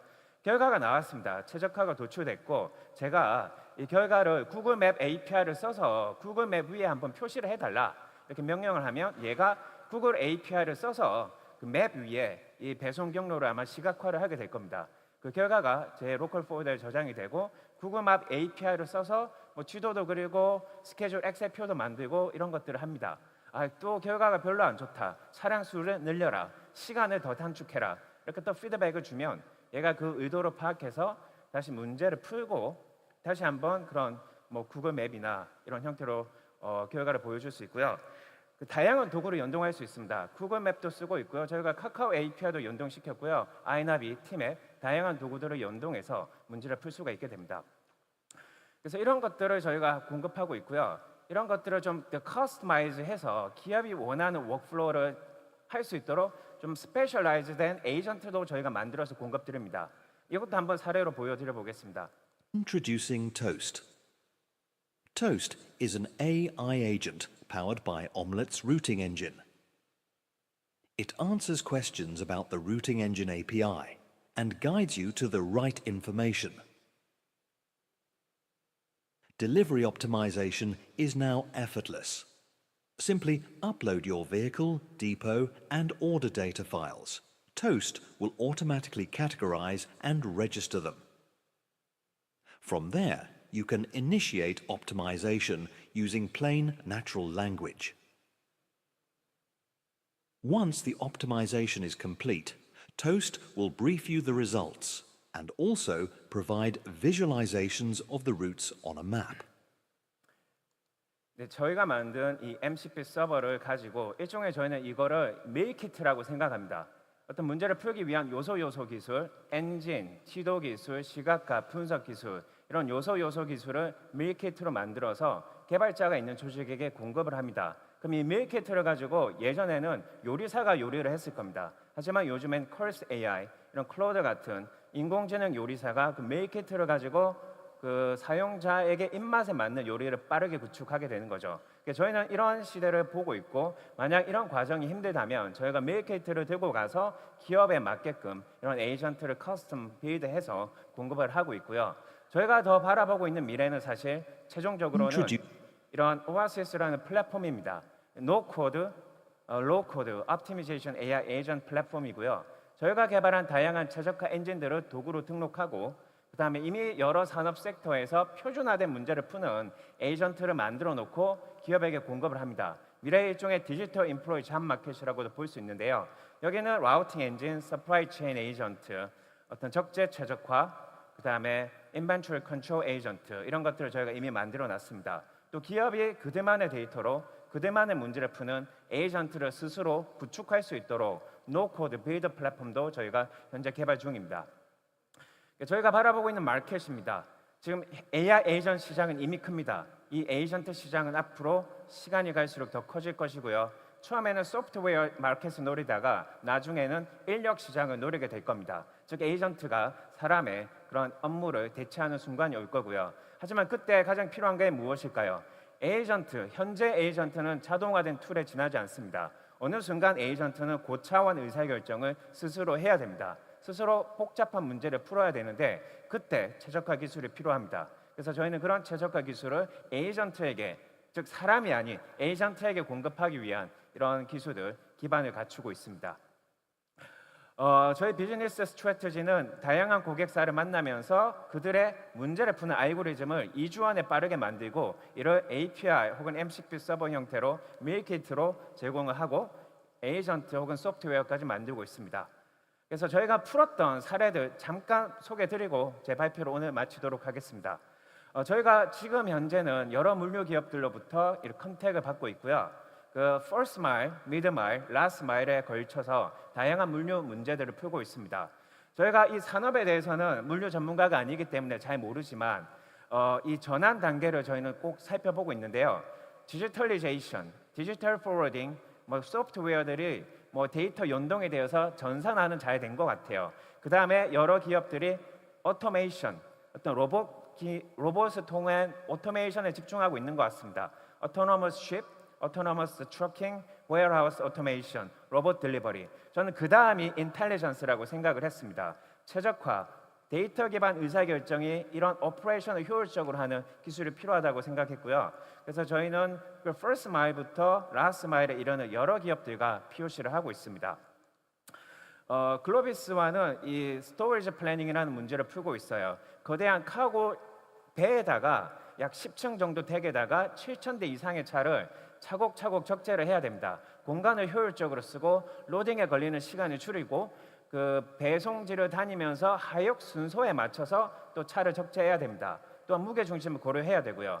수십 가지의 제약 조건을 고려해서 최적화를 풀기 위해서는 숙련된 엔지니어가 수시간, 며칠이 걸리기도 하는데 AI 엔지니어, 즉 저희 에이전트는 이 문제를 인풋을 받아서 단 5분 안에 이런 플래닝을 도출하게 됩니다. 적재 최적화, 저희는 3D 빔 패킹 문제 같은 경우 이런 아이템들을 어떻게 패키징해야 가장 작은 박스에 컴팩트하게 담을 수 있을지, 혹은 박스 사이즈를 어떻게 최적화를 해야 빈 공간을 줄일 수 있을지, 물류 비용을 줄일 수 있을지, 이런 프로젝트를 문제를 풀고 있고요. 또한 인벤토리 컨트롤 문제, 여기 저희가 이제 그 식자재 풀필먼트 회사랑 POC를 했을 때 엔지니어가 하는 일들을 저희가 이해를 했습니다. 재고를 파악하고 수요를 예측합니다. 그 다음에 발주서를 작성을 하는데 에이전트가 그 태스크를 다 수행을 할 수 있습니다. 현재 재고를 파악합니다. ERP로부터 데이터를 긁어와서 현재 재고 레벨을 파악하고 과거 구매 패턴을 토대로 미래 수요를 예측합니다. 그리고 나서 그 두 가지를 결합해서 언제 어떤 물건을 몇 개 발주해야 될지 발주 최적화 문제를 풀고 발주서를 만들어서 그런 협력사에게 바로 이메일을 전송할 수도 있죠. 하나의 업무, 하나의 부서가 하는 일을 멀티 에이전 시스템이 대체도 할 수 있는 것이죠. 그래서 지금은 이 세븐일레븐이라는 편의점 운영업체와 함께 이 편의점 재고 관리를 할 수 있는 에이전트를 만드는 일을 하고 있습니다. 전통적으로 라스트 마일 딜리버리에서 저희 최적화를 쓰면 거의 100%에 가깝게, 100%라는 거는 거의 아주 높은 확률로 그 코스트 리덕션이 생깁니다. 전체 이동 거리가 20% 이상, 작업 완료 시간이 30% 이상 줄어들 수 있고요. 저는 이거를 의약품 배송 기업, 그다음에 요기요라는 그 딜리버리 플랫폼 회사와 뭐 프로젝트를 토대로 실제로 아주 우수한 효과를 검증했습니다. 그래서 이런 알고리즘을 토대로 저희가 API를 전 세계에 오픈했고요. 처음에 이 API를 오픈할 때는 개발자가 이거를 많이 쓰겠지 생각하고 오픈했는데 저희가 그때 약간 피보팅을 하기로 결정했습니다. 더 이상 인간 개발자가 이 다큐멘테이션을 읽고 스스로 개발하지 않는다. 미래에는 인간이 아니라 에이전트가 코딩을 하고 소프트웨어 애플리케이션을 만들 것이다. 그래서 저희는 이 API를 LLM이 이해할 수 있는 형태로 패키징해서 MCP 서버 형태로 공급하는 그런 사업 방향을 저희가 바꾸게 되었습니다. 물론 현재 여러 기업들은 여전히 이런 레거시 소프트웨어 형태의 표준화된 소프트웨어를 원하기도 합니다. 그래서 저희는 이 수배송 관리 소프트웨어를 만들어서 공급하기도 하고 있고요. 대신 여기 LLM 에이전트를 붙였습니다. 버튼을 클릭하고 파일을 업로드하는 전통적인 인터랙션이 아니라 자연어로 소프트웨어에게 명령을 내립니다. 오늘 배송 오더를 긁어와서 10명의 기사로 최적화를 해달라. 그리고 그 경로를 기사님에게 앱으로 전송해라. 자연어로 질의하면 이 프로세스를 수행할 수 있습니다.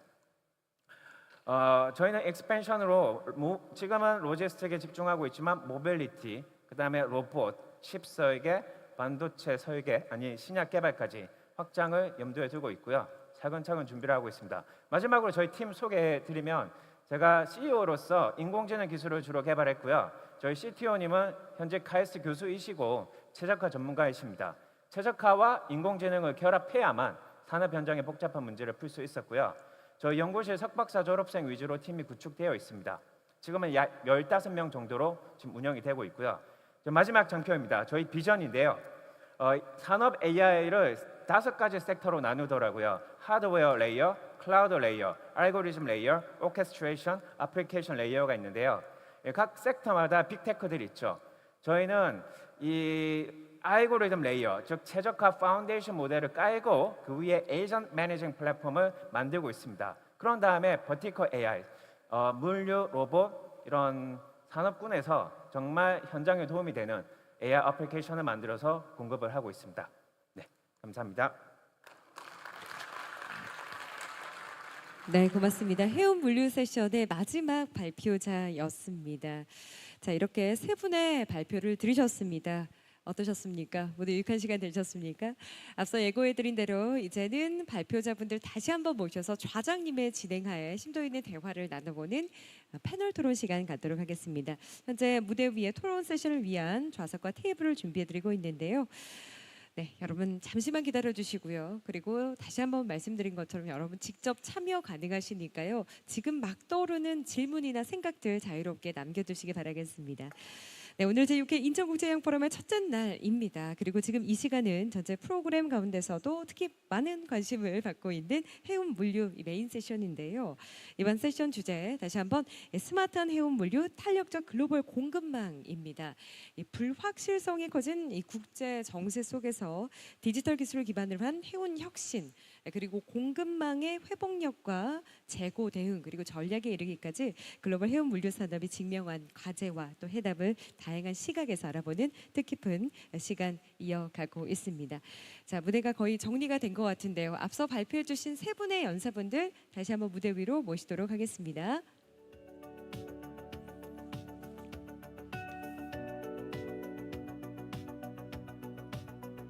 네, 이제 보다 입체적이고 실질적인 고민을 해볼 수 있는 뜻깊은 시간을 갖도록 하겠습니다. 그리고 이번 세션 좌장을 맡아 수고해 주실 분은요, 인천대학교 동북아 물류대학원 원장을 맡고 계시는 송상화 원장님이십니다.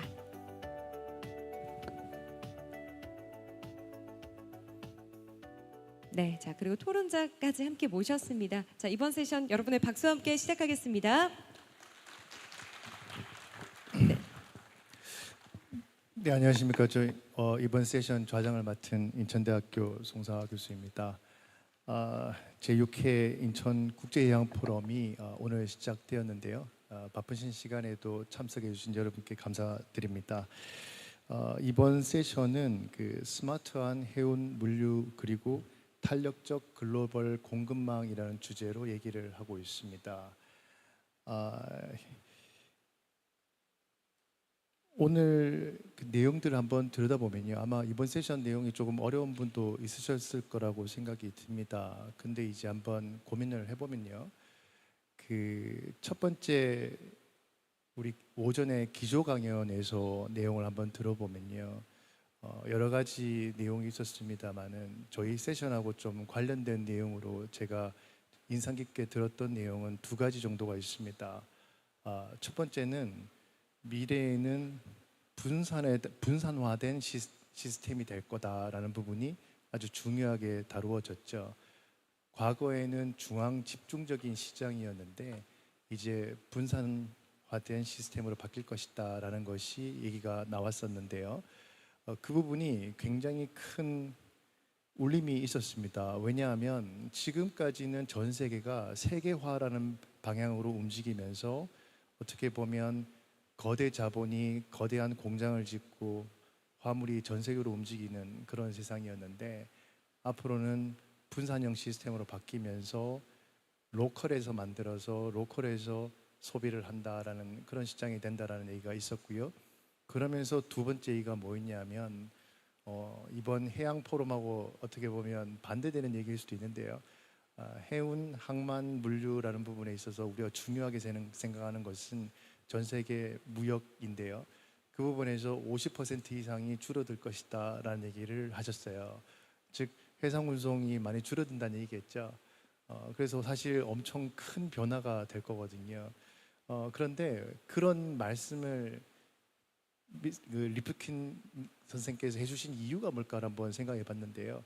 그 이유가 리스크라는 거하고 AI라는 걸로 아마 귀결이 될 것 같습니다. 그래서 이번 세션으로 한번 연결을 해보면요.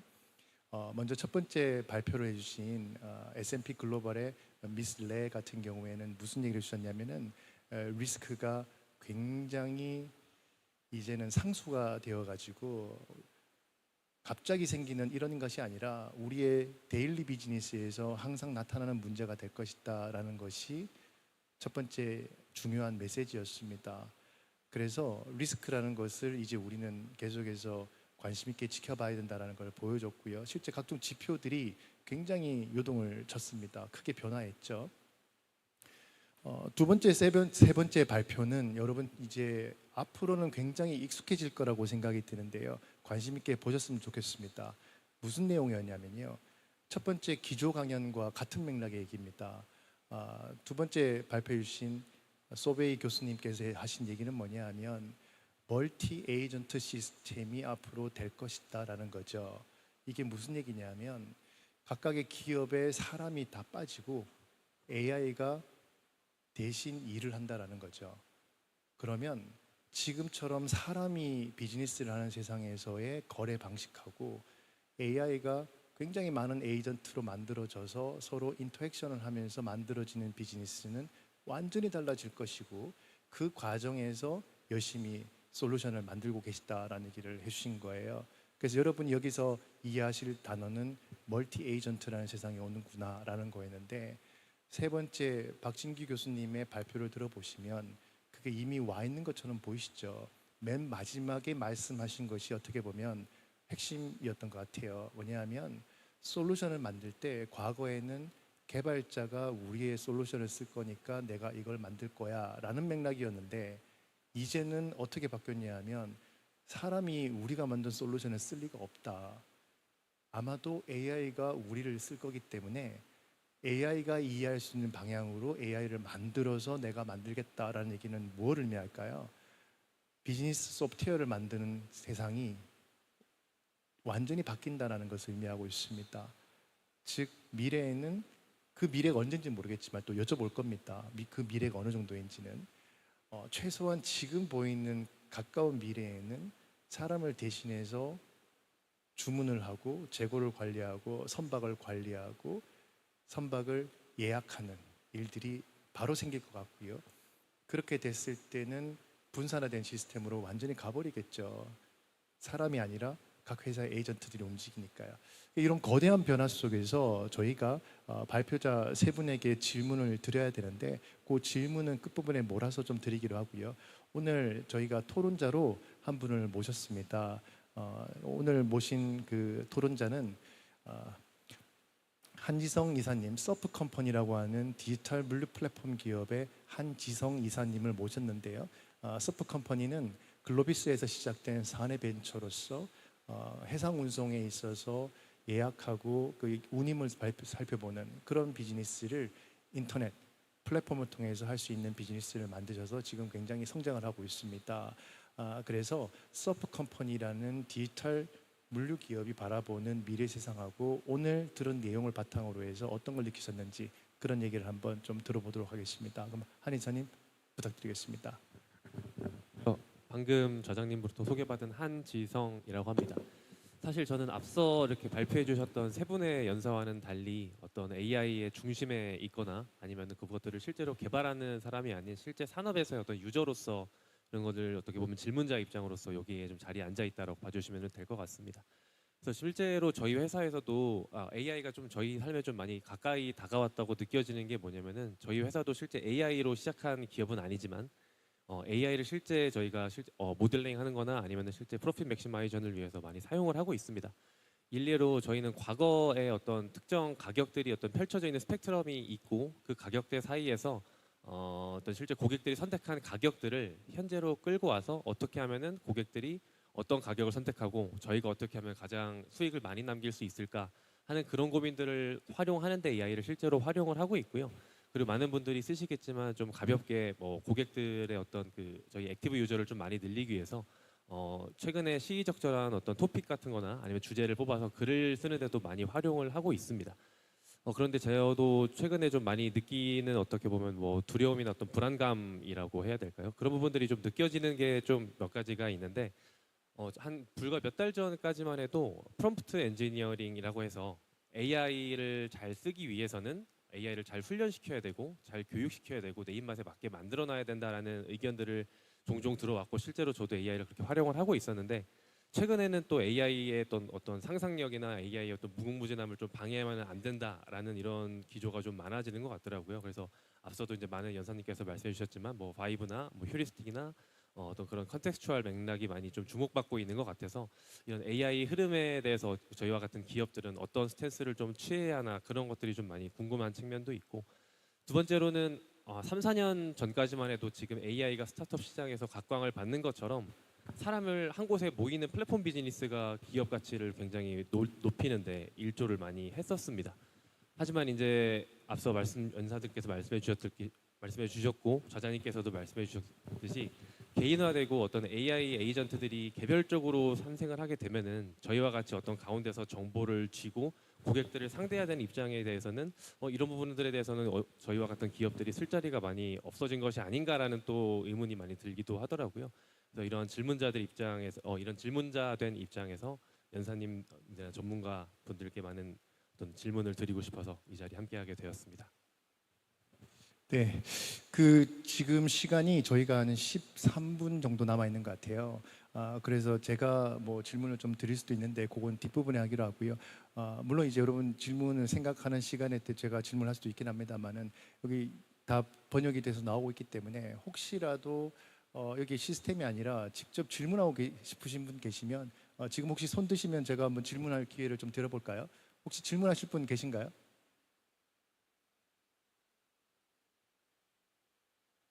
네, 여기서 지금 잘 안 보여서 그런데 네. 질문하신 건가요? 네.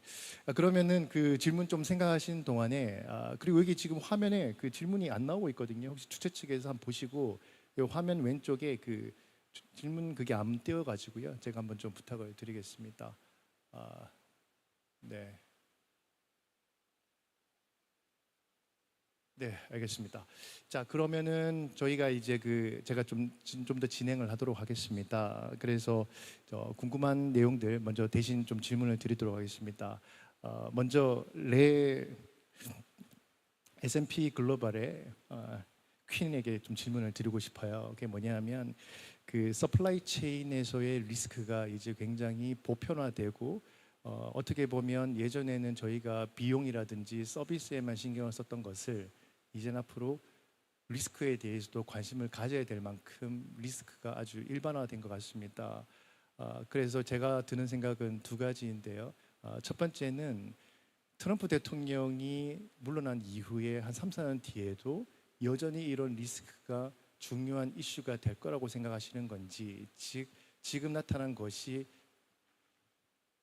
지금 나타나는 문제가 특정 정권 또는 특정한 부분에서의 리스크가 나타나서 생긴 문제라고 생각하시는 건지, 아니면 그냥 우리에게 나타나는 이런 리스크들이 앞으로는 그야말로 항상 늘 나타나는 문제가 될 건지, 그거에 대해서 어떻게 생각하시는지가 궁금하고요. 두 번째 질문은 그런 경우에 기업들은 어떻게 대응해야 되는지, 대응 방안이라든지 아니면 성공 스토리 이런 것이 있는지 좀 궁금합니다. Thank you very much for your questions. So let me just give you a few examples. So as I have mentioned to you before, is that my career, I started in the global financial crisis, then aviation crisis, and now maritime industry. So I think that, risk and uncertainty would live with us, no matter how it's not about the administrations. In this particular kind of tensions between China and the US, it has been actually happening for a long time, and it's just brewing at the background. And back at home here, very, very much closer to our Asia, we have seen more tensions, particularly in the South China Sea. So that, at a constant background, and that we need to really pay attention for, especially for the maritime industry, right? So I would not say that because of Trump per se, but we are just living in an environment where the resources is scarce, and the competitions for resource as well as competition for economic growth has become more intense. So this type of policies uncertainty is just going to be more intensified from now on. And I think let me just tell you the example of how businesses actually react in Asia. So this is a real case example. I was in Melbourne providing the workshop roundabout discussions with the businesses. And where, as you know from my name, even though I'm based in Singapore, I actually originally coming from Vietnam.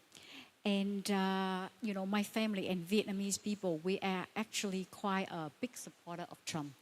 Back in 2020, when Trump lost the election, my aunt was actually crying as if she has lost her country.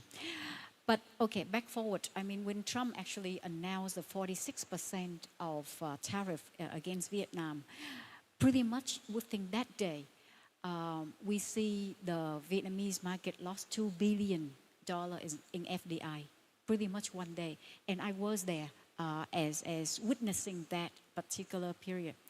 So fast forward in Melbourne event, I have met these Vietnamese kind of business federations. And they just, in the case of no investment coming from Vietnam, they just went for overseas for a holiday. Right? But what it is that within that holiday, they secure a new deal in terms of new energy in Australia. So why this is where that the businesses is that why there are certain segments of the business would actually slow down due to this whole Trump. But one key thing that I just want to highlight is that the Asia Pacific still remain the engine of growth for the whole global markets. And we still have a lot of competitiveness. So it is about how to find that niche where we can actually be well placed in this kind of environment to actually survive. And the case of this Vietnamese business, the federation is just to show you is that, in Asia, because of the entrepreneurship is very high, we'll be able to find our ways to actually, survive and actually growth in this environment. 네, 그러면 혹시 S&P 글로벌 같은 경우에 이런 business, so I have a question about your service. So S&P Global is market intelligence company. So probably you look at supply chain risk and uncertainties research. Do you have any solution or recommendation service for business? Yeah, thank you. So I think, as you know, S&P Global is actually the sole contributor or the sole issuer of the IMO number. The IMO number is actually the economic numbers that providing to all of the vessels on the maritime industry across the whole economic life. So because of that, we are able to track the flow of the whole global kind of trade flow. And because of that, we are helping business to navigate this by a few things. You know, in terms of the trade, we are able to actually identify and interpret to the business in terms of what is the meaning of the current kind of trade and where you can actually find your niche. In particular, some businesses, we be able to trace who actually export and who actually imports. So because of that, if you actually see some segment is slowing down, we'll be able to tell you which segments is actually going pick up. So for the business to actually look at that. Second part of it is that because we have the AIS system to actually track the vessels across the whole global, so we'll be able to detect risk pretty much fast at real time. So I mean, that is something to help businesses around the world in terms of navigating the geopolitical kind of tensions as well. And of course, you know, we do have forecasts in terms of bunkers, prices that would be, and we're working very much at reports in terms of enable the green kind of solutions for fuels. So I mean, we are a big data provider, and because of that, we are helping to partner with AI technologies firms to actually bring this to as a whole, like a holistic kind of solutions to the market. Okay, so is that expensive? No. Just kidding. Okay, good. Okay, so Professor Sobe,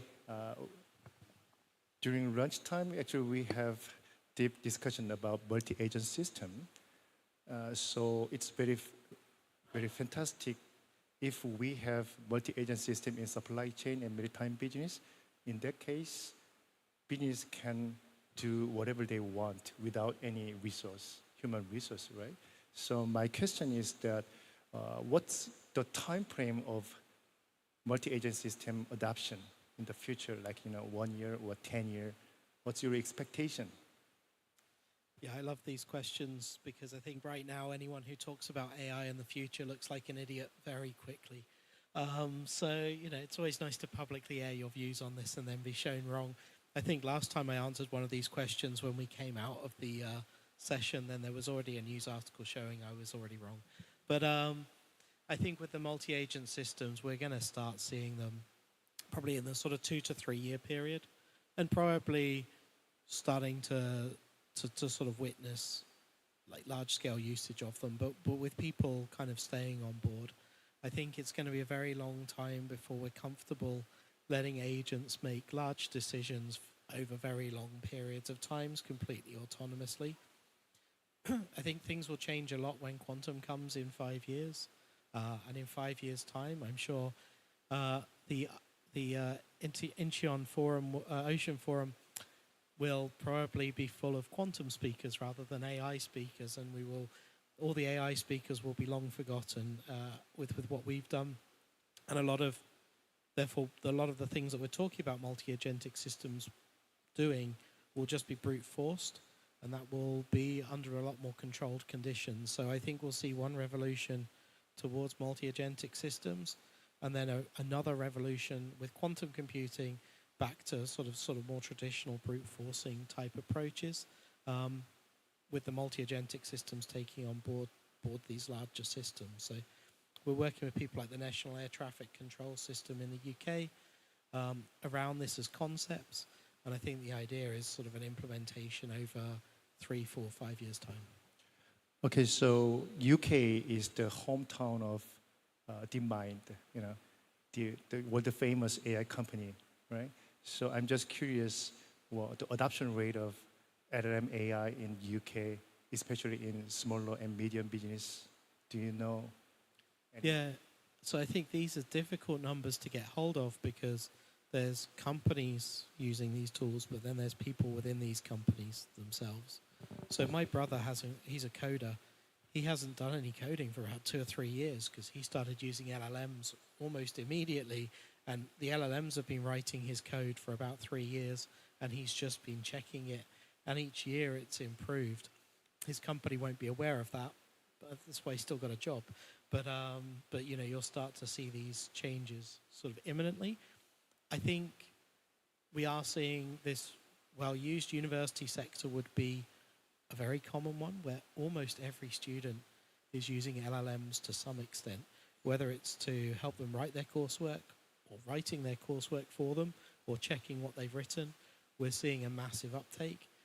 And I think that there's very few of us who aren't using some sort of LLM, even if it's embedded in like Microsoft Outlook in some way. So I think all of us, it's probably very close to everyone with a computer using these things, at least on a small scale, and then large scale adoption starting to happen at different companies. Thank you. 그리고 지금 시간이 많지는 않습니다만은 이제 마지막에 두 분께 한번 좀 말씀을 드리고 마무리하도록 하겠습니다. 세 번째 발표자 박진규 교수님께 꼭 여쭤보고 싶은 게 있는데요. 지금 어떻게 보면 서베이 교수에게 질문했던 거하고 좀 비슷한 건데요. 여기 앉아 계신 분들은 이제 AI를 만드시는 분들이 아니라 사용자에 가깝기 때문에 거의 대부분 어떻게 보면 지금 오늘 당장 사용하지 않으면 이게 굉장히 먼 미래라고 생각하실 수 있어요. 근데 실제 현장에서 만들어 보신 느낌으로 이런 일반적인 비즈니스들도 설명해 주신 그런 서비스들을 빨리 쓰는 시간이 곧 올 거라고 생각하시나요? 네, 저는 생각보다 빨리 올 거라고 생각을 하고 있고요. 저희가 기술을 공급만 하고 그냥 가져다 쓰십시오 하면 이 시간이 오래 걸릴 거지만 저희가 이 기술을 개발하고 이 기술을 어떻게 활용할 수 있는지 이렇게 좀 알려드리고 뭔가 세션도 열고 실제로 데몬스트레이션을 하면 그 도입 시간이 줄어들 것 같아요. 한 가지 예시를 좀 들자면 하나의 종합병원에서 수 간호사님께서 수천 명의 간호사를 이렇게 엑셀로 스케줄링 하는데 보통 일주일 정도 시간이 걸립니다. 저희가 그 과정을 AI 에이전트 도입을 해서 한 5분 정도 안으로 이제 스케줄링을 하고 거기서 끝이 아니고요. 스케줄링이 발표가 되면 여러 간호사님들께서 컴플레인을 하실 수 있어요. 그런 컴플레인들, 이메일 같은 것들을 다 모아서 다시 LLM 같은 곳에 집어넣으면 그런 컴플레인을 반영해서 다시 그 스케줄 해를 업데이트할 수 있습니다. 뭐 이런 정말로 편리한 과정들을 보여드리면 이거를 쉽게 현장에 빠르게 도입해서 쓰실 수 있다라는 걸 좀 느끼고 있습니다. 네, 그 시간이 지금 없어가지고 마지막으로 우리 한지성 이사님의 그 멘트 좀 듣고 마무리하도록 할 텐데요. 제가 다시 한번 좀 강조를 하고 싶습니다만은 저도 이제 다음 주 계속 이제 국내 대기업들하고 AI 워크숍들을 지금 진행할 예정인데요. 정말 충격적일 정도로 코딩부터 시작해서 AI 에이전트가 사람을 대신해서 여러 업무들을 수행을 스스로 하는 시대가 먼 미래라고 생각했는데 그렇지가 않습니다. 지금 바로 와 있고요. 그러면 결국 비즈니스가 완전 바뀔 것 같아요. 그래서 아마도 올해부터 이런 변화가 시작이 됐기 때문에 올해 내년 굉장히 큰 변화가 예상이 되고 있고요. 아마 여러분이 구매하는 소프트웨어, 비즈니스 소프트웨어, 그리고 비즈니스 서비스 모든 것이 다 바뀔 것 같습니다. 아마 여러분이 해상 운임을 조회하거나 선박을 예약하고 선박을 확보하는 과정이 내년쯤에는 완전 바뀔 수 있을 것 같아서요. 여러분들이 오늘 세미나를 기반으로 해가지고 좀 더 변화하는 그런 계기가 되기를 바라고요. 한지성 이사님께 마지막으로 요청드리고 싶은 건 그래서 지금 사실 디지털 플랫폼과 디지털 서비스를 만드는 입장에서 계속 비즈니스 해오셨는데 향후에는 이 비즈니스가 어떻게 바뀔 거라고 생각하고 계신가요? 예, 실제로 지금 그 해상 운임을 선택하고 하는 과정들에 있어서 사실 모든 운임 베리에이션이 굉장히 크기 때문에 이런 것들을 실제로 빨리빨리 획득하고 미래의 데이터를 활용을 해서 특정 시점의 선박을 운임을 확인하는 것 자체가 AI로 저희가 바뀔 수 있도록 지금 하고 있고요. 실제로 기업을 경영하면서 좀 느끼는 거는 실제로 그 저희가 이제 그 정말 고용에 대한 위험들이 정말 AI로 인해서 많이 이제 목전에 좀 많이 앞두었다 이런 생각을 좀 많이 들게 할 정도로 발전이 좀 빨리 이루어지고 있는 것 같습니다. 실제로 저희가 최근에 1년의 이슈로 한 2명 정도의 분을 해고를 했는데 그런 부분에 대해서 이제 많이 공백이 느껴지지 않을 정도로 저희 앞에 목전에 좀 다가왔다고 말씀을 드릴 수 있을 것 같습니다. 네. 네, 시간이 없어서 이제 이 정도로 마무리해야 될 것 같고요. 혹시 또 추가적인 질문이 있거나 또 명함을 교환하실 분은 앞으로 오셔가지고 하시면 될 것 같습니다. 그럼 이상으로 이 세션을 마무리하도록 하겠습니다. 감사합니다. 네, 대단히 감사합니다. 이렇게 이번 세션 마무리가 되었습니다. 함께 주신 해운 물류 세션 풍성하게 마무리가 되었습니다. 정말 좋은 발표해 주신 발표자 여러분들, 품격 있게 이번 세션 이끌어 주신 좌장님, 토론자 여러분께 감사의 말씀을 드리고요. 다음 세션도 기대해 주시기 바랍니다. 저희는 다음 세션 이어가기 전에 잠시 휴식 시간을 갖도록 하겠습니다. 앞서 오전에서도 말씀드렸다시피 제6회 인천국제해양포럼의 발표 자료집은 종이 사용을 최소화하고자 인쇄본을 제공하지 않습니다. 화면에 보이는 QR코드 스캔하시면 모든 세션의 발표 자료 전자기기로 편리하게 열람하실 수가 있겠고요. 역시 QR코드 스캔하시면 만족도 조사에도 참여하실 수가 있겠습니다. 여러분의 소중한 의견, 더 나은 프로그램을 만드는데 잘 쓰도록 하겠습니다. 꼭 여러분 참여를 해주시기 바라겠습니다. 자, 그럼 저희는 3시 30분에 다음 세션에서 인사드리겠습니다. 함께해 주신 여러분 고맙습니다. 잠시 후에 뵙겠습니다.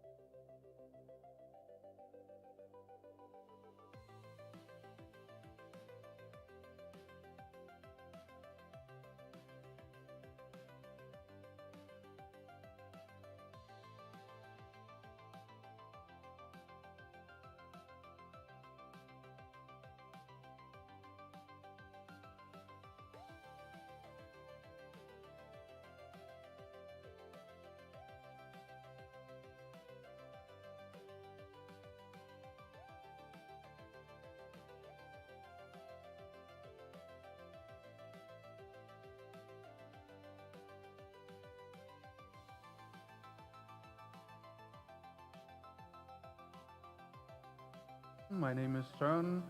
Very nice to see you all. Very happy to be here today. Yeah. Thank you. Yes. Thank you. They can turn off the mic again. Yeah. Yes, should it? Oh, wait, awesome.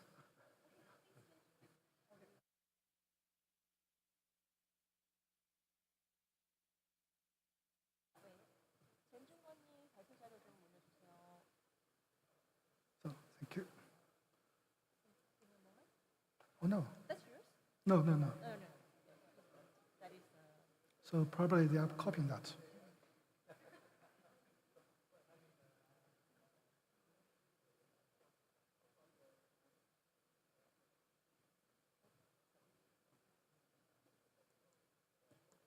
Yeah.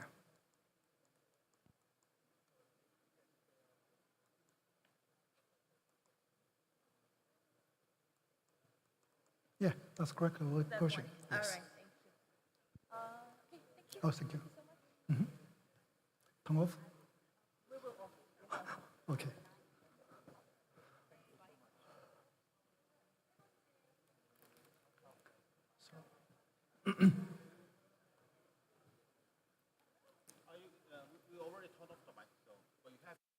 Just once, or I cannot speak. If I speak it, then can. Yes, it's All right. echoing. Okay. So this is the next. Next one. Can you check whether it's update one?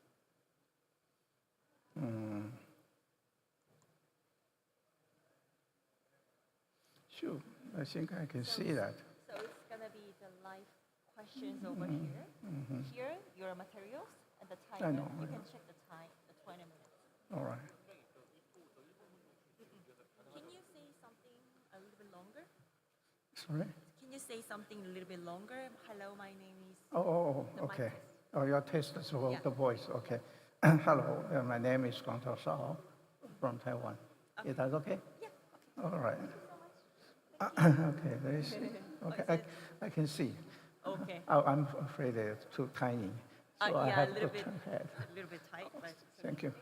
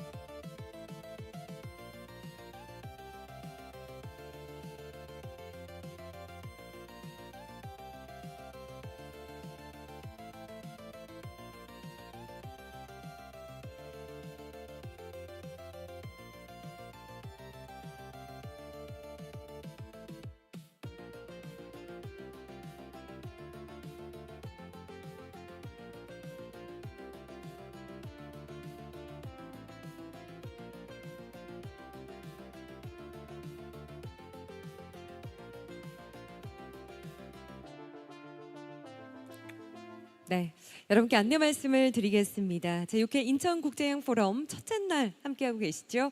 다음 세션 곧 시작합니다. 저희가 3시 30분 시작으로 안내를 해드렸는데요. 다음 세션 해양 에너지 세션 저희가 5분 후에 시작하도록 하겠습니다. 이제 모두 들어오셔서 착석해 주시고요. 자리를 정돈해 주시기 바랍니다. 고맙습니다.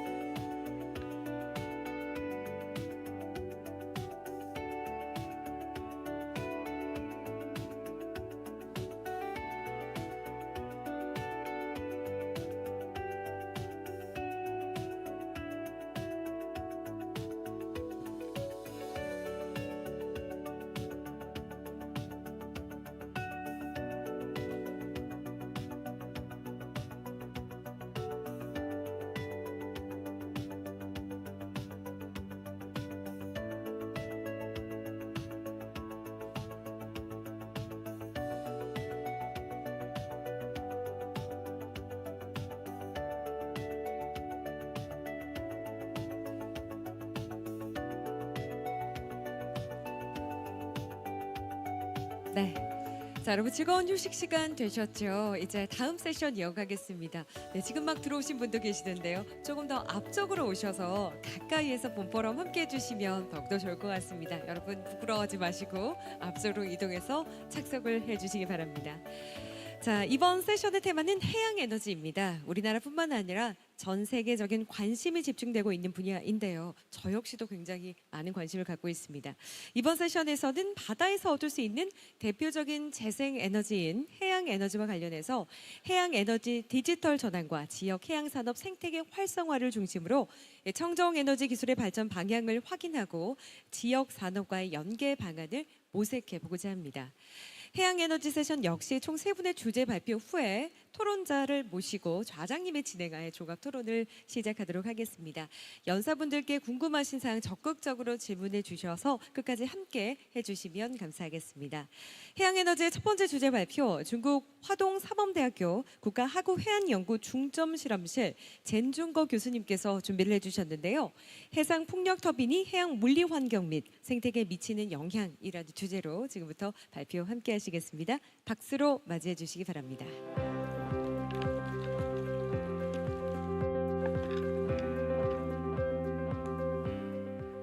Hello? Okay. Thank you very much. And I'm Jian Zhongge from the East China Normal University.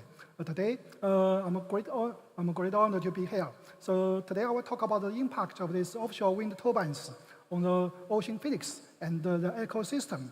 And I think everyone in this room should be very familiar with this figure from this Global Wind Report in 2025. And but in this figure, through this increasing of the total abundance, total capacity, but we also notice that this offshore wind turbines has been installed, increasing in the recent decades. And on offshore and on the onshore installations, it has a high abundance for regions and for globals, and especially for China, it takes about 50% for the total installation for the onshore and offshore.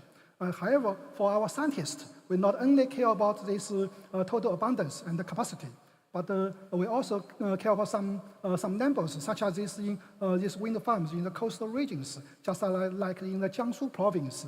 This is wind farms built on the tide flood, and also this is offshore wind farms in the Yellow Sea. It is the largest wind farms in the worldwide, and also it can provide a lot of capacity and also reduce a large amount of these CO2s.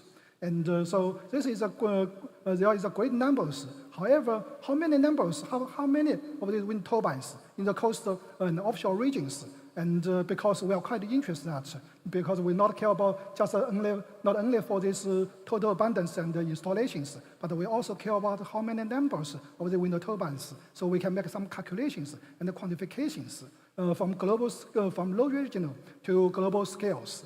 And will these wind farms and turbines will affect this ocean physics and ecosystem? And the answer sure is yes. And how do they affect? How do they affect through what kind of process? So that's our question. And how to measure these effects of these offshore wind farms? So this is the three key questions in our talk. And we cannot count every one of these wind turbines in the oceans and in the tide floods. So we need to look it up from the sky.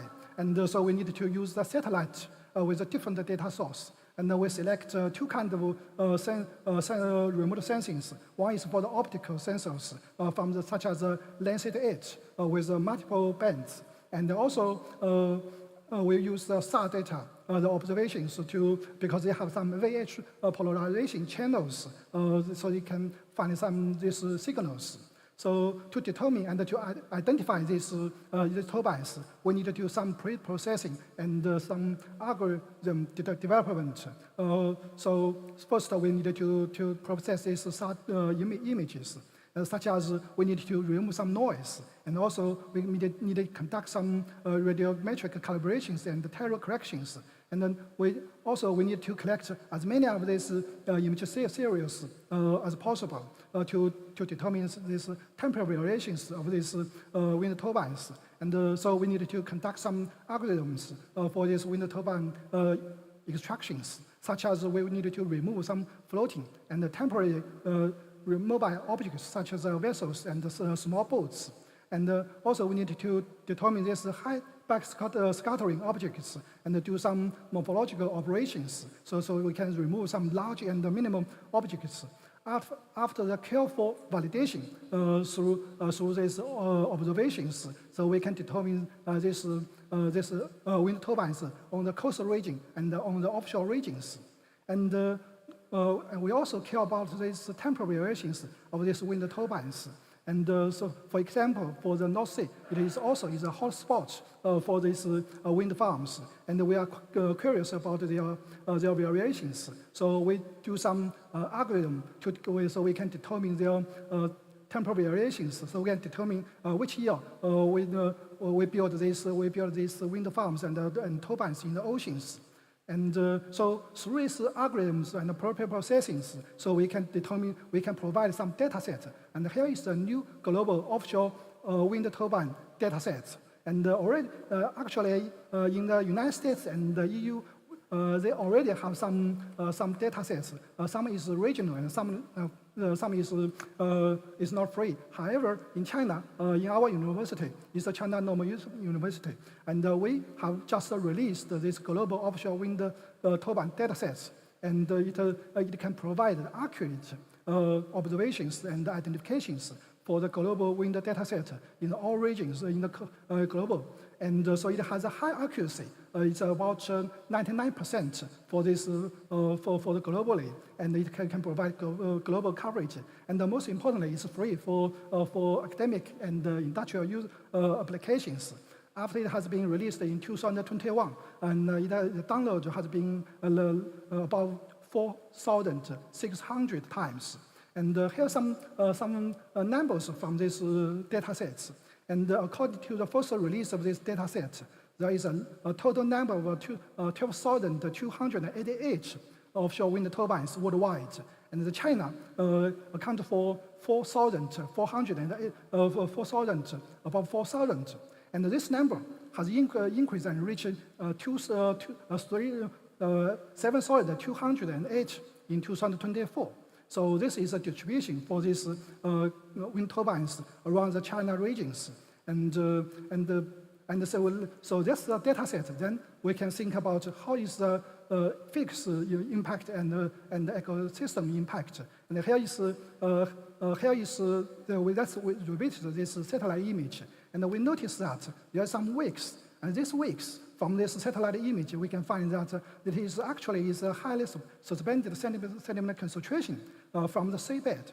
And also, we find there is a substantial concentration of the macroalgae in these regions, around these regions. So we have something that this is occasional or generalized phenomenon, and we're not sure about that. But we notice that this region in the offshore Jiangsu regions, and this is a hot spot for the macroalgae, for the green tide. And this region has a high abundance of the wind turbines through 2017. So it has a overlapping in the spatial scales. So probably it has some correlations, but actually we don't know. We are not sure. But the previous studies in the global wide, in the worldwide, has some evidence from the field observations, from the hydrostatic modelings, and they all prove that this ocean wind farms have some potential impact on this ocean physics and also for the ecosystem on the larger scales. And we also conduct some numerical modelings with hydrostatic models at the different wind farms, such as in the South China Sea. And we make the high-resolution models to do some simulations around these wind turbines, wind farms, and we can resolve this large-scale flow dynamics in these regions. And this method can apply to other regions, such as the Jiangsu province and the Guangdong province in China. And however, this method is also used by the United States and the UK. And our results, these all results are hydrostatic models. However, they cannot resolve these ocean wind turbines induced these upwellings, and it's quite weak. And the current research in the worldwide, they underestimate this impact of this turbine-induced upwelling on the vertical mixings. And because in the wind turbines, it has a very large-scale impact and also small-scale dynamics. So how to do that? How to make simulation for that? So we need some new approach, and here is our approach. And because we want to combine these large-scale models and small-scale models, and based on these equations. And because they have different skills and different assumptions, even sometimes they are different applications. However, for these wind turbines, we can combine them together. To working together. And here is our approach. So we combine these GFT models and safety models together. Then here is our method, very simple method to build these circular modules. So with these couplings, so we can account for this large scale ocean physical process, such as waves, tide currents. And then we use this method, we can reduce these computation times. And this actually is just like the tight the knots between the CFD and the GFD. Then we can use some parameterization method or direct coupling method to combine them together. So we can do some quantifications of this large scale and small scale effects. And here is some idealized experiment from our method, and also we compare with this the large scale model, and we can say we can make comparison for this vortex wake behind these monopile foundations. Now we can find that the GFT model, the FACOM NLAM models cannot resolve this carbon vortex under the hydrostatic models. And only this coupling method through this FACOM and open form can provide this vortex behind these monopile foundations. And also, we compare some upwellings between these two models. We also find that the FACOM NLAM model, the GFT NLAM model cannot resolve these strong upwellings. And only the coupling method can provide accurate simulation for these upwellings. And here is the animation from our model simulations because the monopile foundation is in the ocean, and it has been influenced by the rotating tide currents. Now we can say through these rotating tide currents, we can find very strong upwellings behind these monopile foundations. So it has a potential effects to bring this bottom water into the surface water. So it's just like a pump. Vertical pumping effect. So it has a strong vertical mixings and upward transport for the bottom waters to the surface. So what's the magnitude between these two models? And so this is a comparison between the hydrostatic models and the non-hydrostatic models. And we can say this difference is way big, and we can say the velocity, the vertical velocity is 1 order smaller in the GFT NLAM models compared to the coupled models. So we can say with this non-hydrostatic models through these couplings, so we can compare, we can use much nicer simulations for these upwellings. And however, this is only for one case. How to use this coupled model to make a parameterization for the whole world? Because every turbines have different diameters, different water depths, current velocities. But we can quantify this, such as neutron pumping, by upwellings through through many numerical experiments. So here is some experiments. Here is some examples for these upwellings through the neutrons. We can say here the upwelling can cause an increase of the surface nitrate concentration, increase like about 50% through these numerical simulations. So through a lot of simulations, we can quantify this effect and we can apply in the worldwide. And we have a metaphor for these two models, couplings. It's just because we have models just like a circle, so we can move into every turbines in the oceans, just like these egg flying tours. So it's quite easy and very straightforward, and we can apply to every ocean, every turbines.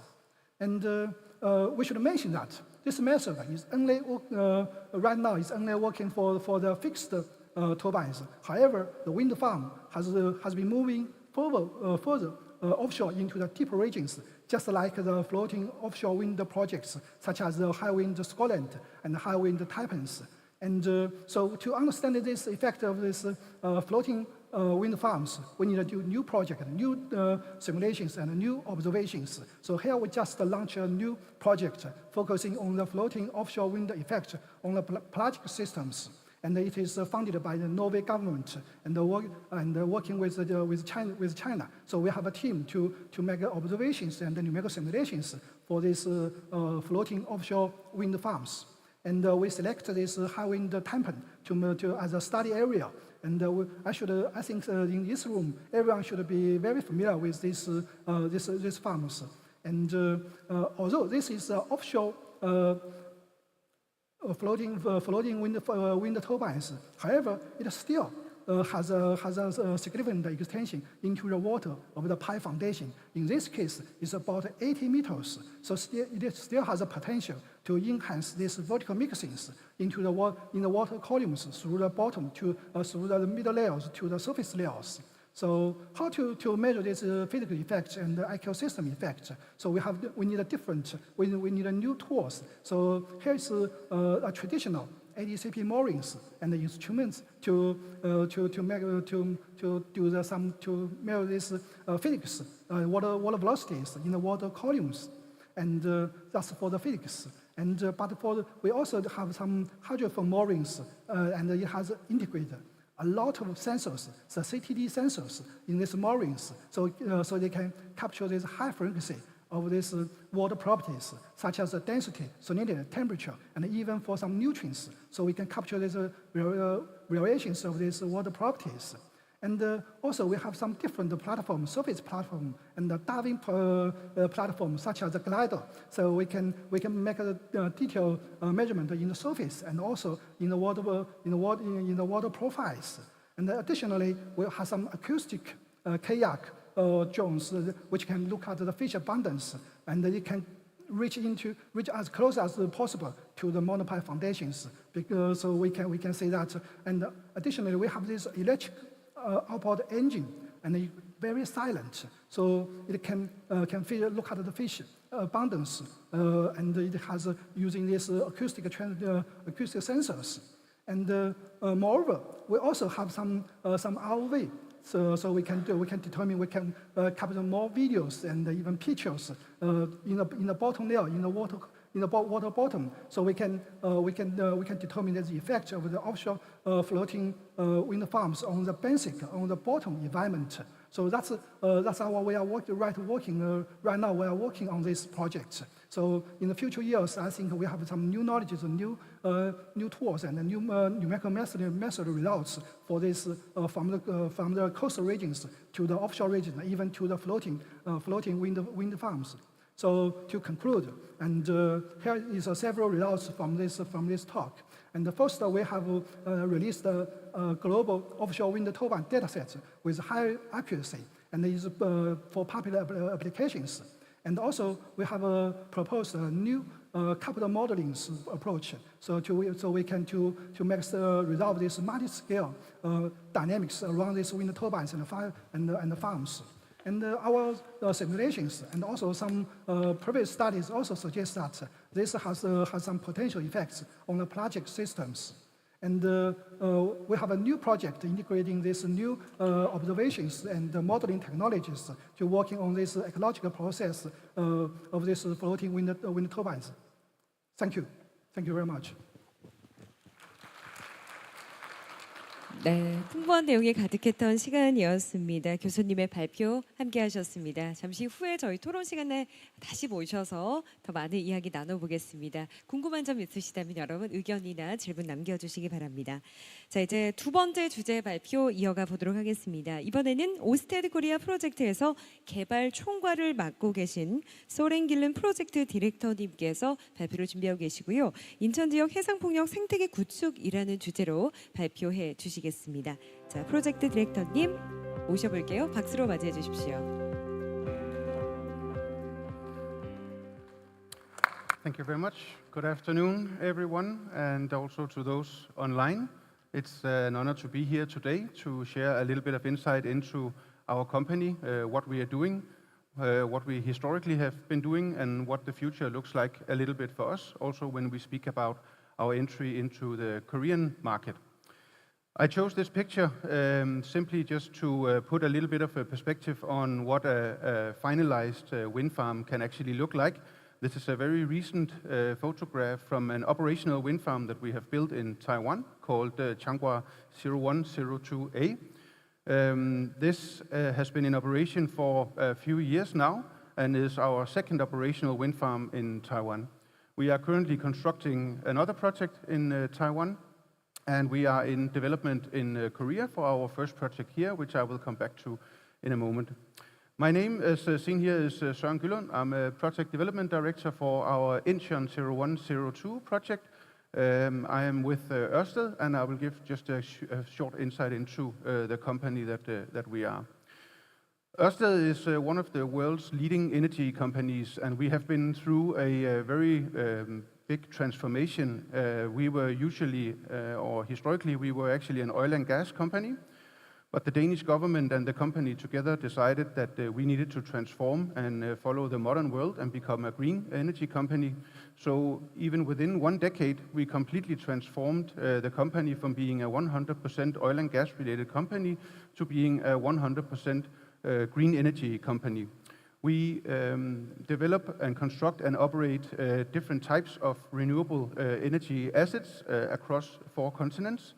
And when it comes to offshore wind, we are still and will probably be for many years the undisputed leader. We are also a globally very well recognized sustainability leader, and we are recognized by many different associations. And latest the science-based targets, which means that we have committed to become 100% sustainable by the end of 2025, so this year, and we are well underway to achieving that. For the zones or the targets 2 and 3 that comes next, we will expand that to all of our own supply chain and all of the companies working for Ørsted, and that target will be met before 2040. Ørsted at a glance, we are the world's first, largest and most experienced offshore wind company. We are around 8,000 employees in the company spread over, again, 4 continents. We have more than 30 years experience in offshore. We have installed more than 1,800 turbines. In 25, we currently have 8.2 gigawatts of offshore wind in construction, which is a lot. And for the operational side, we have 28 fully operational wind farms. Very quickly on our global footprint. The global footprint basically spreads over 4 continents. 3 of those are operational. We have 16 gigawatts of operational wind power. We have approximately 8 gigawatts, which is in development, and then we have approximately 4 gigawatts that is still waiting to be awarded. And all of those are actually in Australia. If we zoom a little bit in on Asia, we have around 8 gigawatts of capacity. As mentioned before, Taiwan is for now the only country where we are operational, whereas South Korea is an early market and early development project, which is basically why I am here. So if we zoom in on the project that we are currently trying to develop or developing here in Korea, it's called Incheon Offshore Wind Power 1 and 2. That's a little of a technicality, but we are developing this as one project. The project zone, we have exclusivity rights over the zone for now under an electrical business license, and it's around 70 to 80 kilometers off the coast of Incheon, and we are in the early phase of development here. What we are doing in the early development part is what we normally refer to as our ground game and our route to market. So our ground game is when we enter a new market is basically to understand the full picture of who are the relevant stakeholders, what are the relevant regulatory requirements, how do we map all of this out, and how do we then start to engage it so we can get the project off on a good foot and work in a very good collaboration with whatever market we are in, and that of course also applies in Korea. When we talk about route to market, it's basically to secure or maintain that we can actually that we have a place for the wind farm, that we have a route to POI, which is a point of interconnection. We basically need a place where we can plug in the wind farm, and that the regulatory requirements in the case of Korea, Ocen, is something that our company can work with. Those fundamentals look very promising here in Korea, as well as many other things that also looks very promising in Korea. So we feel we are off to a very good start, and we very much look forward to continuing development and hopefully ultimately take an investment decision on this project here. Ørsted is no stranger to Korea. We have actually been deeply engaged in Korean supply chain for more than a decade now, around 12 years. We have only been physically present for a little more than 5. But we have already in the last decade invested more than 3 trillion Korean won in building the local supply chain within our industry. The companies that are listed on the side here are all companies that we have been supporting on the development. We have made contracts with them, and these companies have actually made global support for us, so also expanding their network outside of Korea. Very successful partnerships, and those we are also still trying to honor very well. The interesting part about the bottom of the site is many people don't really know what offshore wind actually is, especially when we meet with potential smaller businesses that want to become a supplier to our industry. Because what people normally see or hear when they think about wind is that they only see the turbine. And I think that's a general principle that we very often are confronted with, but actually the infrastructure project is much, much bigger. It takes much, much more than just to purchase a turbine and place it in the water. And it takes years and years of development of the project and understanding the full commercial aspects of the project, and also understanding the environment that you are working in, and making sure that end to end that you actually see a very good case for this project as a whole. So there is many, many elements to this, all the way from the turbine to the foundations, to the array cables that connects the turbine power into the offshore substation.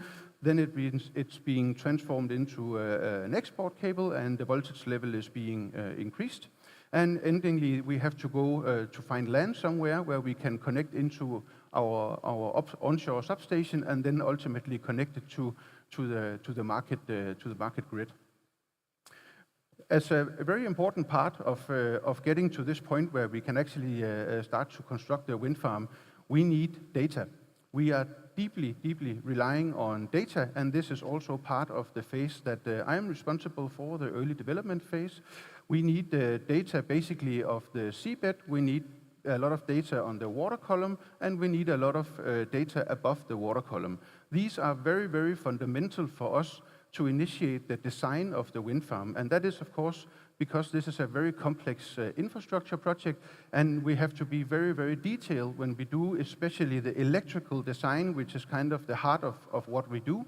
This is of course to ensure that once we have fully commissioned and put the wind farm into operation, this wind farm is supposed to deliver green energy to Korea in this case for anywhere between 20 and 40 years. So the design is instrumental to us as a company to be successful, but also to deliver on the promises that we give to here in the Korean government in case we are successful in the auction and we take financial investment decision on the project. A little bit a case study that I have taken with me today from Taiwan, and I have taken it from Taiwan because we can look at wind farms that are actually operational. We have around 2 gigawatt in Taiwan, whereas 1.1 is operational now, and the last 900 megawatts are currently in construction. We engaged with a national university or something like that to evaluate what would be actually the full social and economical impact when we have implemented our current pipeline in Taiwan. And I think for me those are very impressive numbers, and there's nothing I would rather do than achieving the same thing here in Korea, But of course, this is something that has to mature over time and not something we can just do from one day to the other. These development projects can take anywhere from 7 to 10 years, and then you have a couple of years of construction, and then as mentioned before, you will have 20 to 40 years in operation. Taking a step deeper, when we entered the Taiwan market, I think back in 2017, there wasn't really a supply chain or a knowledge base in offshore wind. It was very much driven by the government that welcomed in these developers and wanted to really implement this green transition. So a very big part of our journey, besides developing the project and the wind farm as a whole, was of course also to create or support creating a local ecosystem from scratch. That entails many different things. It can be anything from supply chain, so on components or services, but it can also be to secure that we actually get the local talent educated so that we can use local educated technicians and other very key functions for the future of the wind farm. So there's a whole pool of things that we need to go through when we are entering a new market. This is not different in Korea, although I would say that, as I showed before, at least on the supply chain level, Korea is probably at a different place than when we entered into Taiwan. Then, as I also mentioned, people first, community engagement. We spend a lot of time and effort on engaging with NGOs, with universities, with fisheries. We are very mindful of our own presence and coexistence with the local society and environments. That means a lot for us, and that's also something we prioritize very much throughout the life cycle, obviously, but it's a very big part of entering a new market, that you get a holistic understanding and how can you best coexist with the society or the country that you enter into. So we also spend a lot of effort on these things here. Then the last part of this case study is also on the more sustainability and biodiversity part. We are the first renewable company that has committed to a net positive biodiversity impact ambition. We generally refer to these kind of things as net zero, but we are the first global operator who have committed ourselves to leaving the world a better place, or the site a better place than the one we take over. And this is also something that we take very seriously. And as mentioned before, we engage a lot of NGOs, universities for finding different ways of how we can collaborate. Different countries have different priorities, so this is also something that we spend a lot of time and effort on in the early phases of the project. Then I will take the journey here some years forward, and then we can imagine that we have now constructed and completed the wind farm, and we have to build the wind farm into our whole operations. Ørsted is a type of developer, as mentioned in the beginning, that both develops and constructs and operates our assets, which means when Ørsted enters into a project, we are committed to the lifetime of the project. Other developers, they have different ways of doing it. Some they only want to develop, some only want to construct, some want to develop and construct and then divest the asset of them. But our approach is different. We want to be there for the full time, and we want to ensure that we get a lot of course, we get a lot of data and feedback from those operational wind farms, but it's also a commitment to the community that we are in, that we are there for the long run. So that's also why we are asking for the local support when we are entering a market. The picture here shows on the left-hand side more our, you can say, corporate or global support functions that are based in different very centralized areas. Because we operate our all wind farm, we of course get a lot of raw data in from all of the different sites and all of the different wind farms that can then be interpreted and used through different systems in our corporate functions. So on the right-hand side, you can imagine in the green area, that could be an area like Taiwan, it could be South Korea. These would be kind of the operational hubs that we would have in the different areas where the wind farm is. That's very important that we have that. And they all communicate with a more centralized function. So of course it gives us a range of advantages that we believe, especially compared to our competition, especially that we can work with data and life cycle feedback in a whole different way, which of course ultimately is with the aim of optimizing performance of the wind farm. It's to optimize maintenance campaigns. On the next slide, I will also show some of these very high-tech technologies that it allows us to implement once we can build a very, very strong database. AI is also one that is up and coming also in our industry, and we have a whole department in our company who looks only at future technology within AI based on all the data that we collect, raw and also managed data. This is the slide that just gives some examples about some of these advanced technology concepts that we have currently developed and are actually in operation or in use on different wind farms in different areas of the world. We have done different studies, especially around drones. We have done a lot of study, and that is, of course, something that we look into the future very interestingly because it's very expensive for the operational part of the wind farm that you have to send vessels to the turbines every time something happens. So if you can deliver small pieces or make small adjustments using a drone, that is of course a future we are quite keen to explore. We also do a lot of studies on ROVs. We are running a recoral project on a wind farm in Taiwan, where we are trying to support the regrowth or the regeneration of corals locally. And actually today, we have a team going out to our Chiangau 1 and 2 wind farm and deploying the second batch of these corals on the foundations of the wind farm. We have done it once before with, I would say, average success. So we have changed some things in the setup, and we have also developed a specialized drone only to deploy, underwater drone only to deploy these kind of things. Then we are looking a lot into green CTVs. I think that is something that could be very, very interesting for Korea as well. And of course, remote monitoring, as I was alluding to before. On the last slide here, that kind of encapsulates all the things that you don't see when you look at a wind farm. This is a lot of the things that happens behind the scene. I touched upon it a little bit before. It's very much related to what we can do when we are an end-to-end renewables company with all the data that comes in.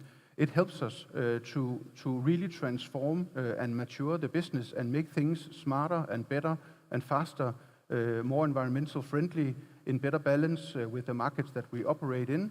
And I think that is one of the key advantages of being an owner-operator model and allows us to look at all these kind of things here. Yeah. That was my last slide, and I have 1 minute, 2 minutes left. So if there's any questions, I'm very happy to take them now. Otherwise, thank you very much for your attention.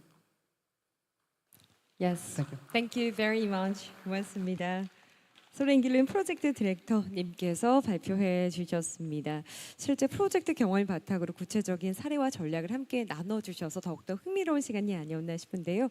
한국형 해상폭력 모델을 구축하는 데 있어서 정말 좋은 시사점이 되지 않았나라는 생각을 해봤습니다. 역시 이후 토론 시간에 다시 모셔보도록 하겠습니다.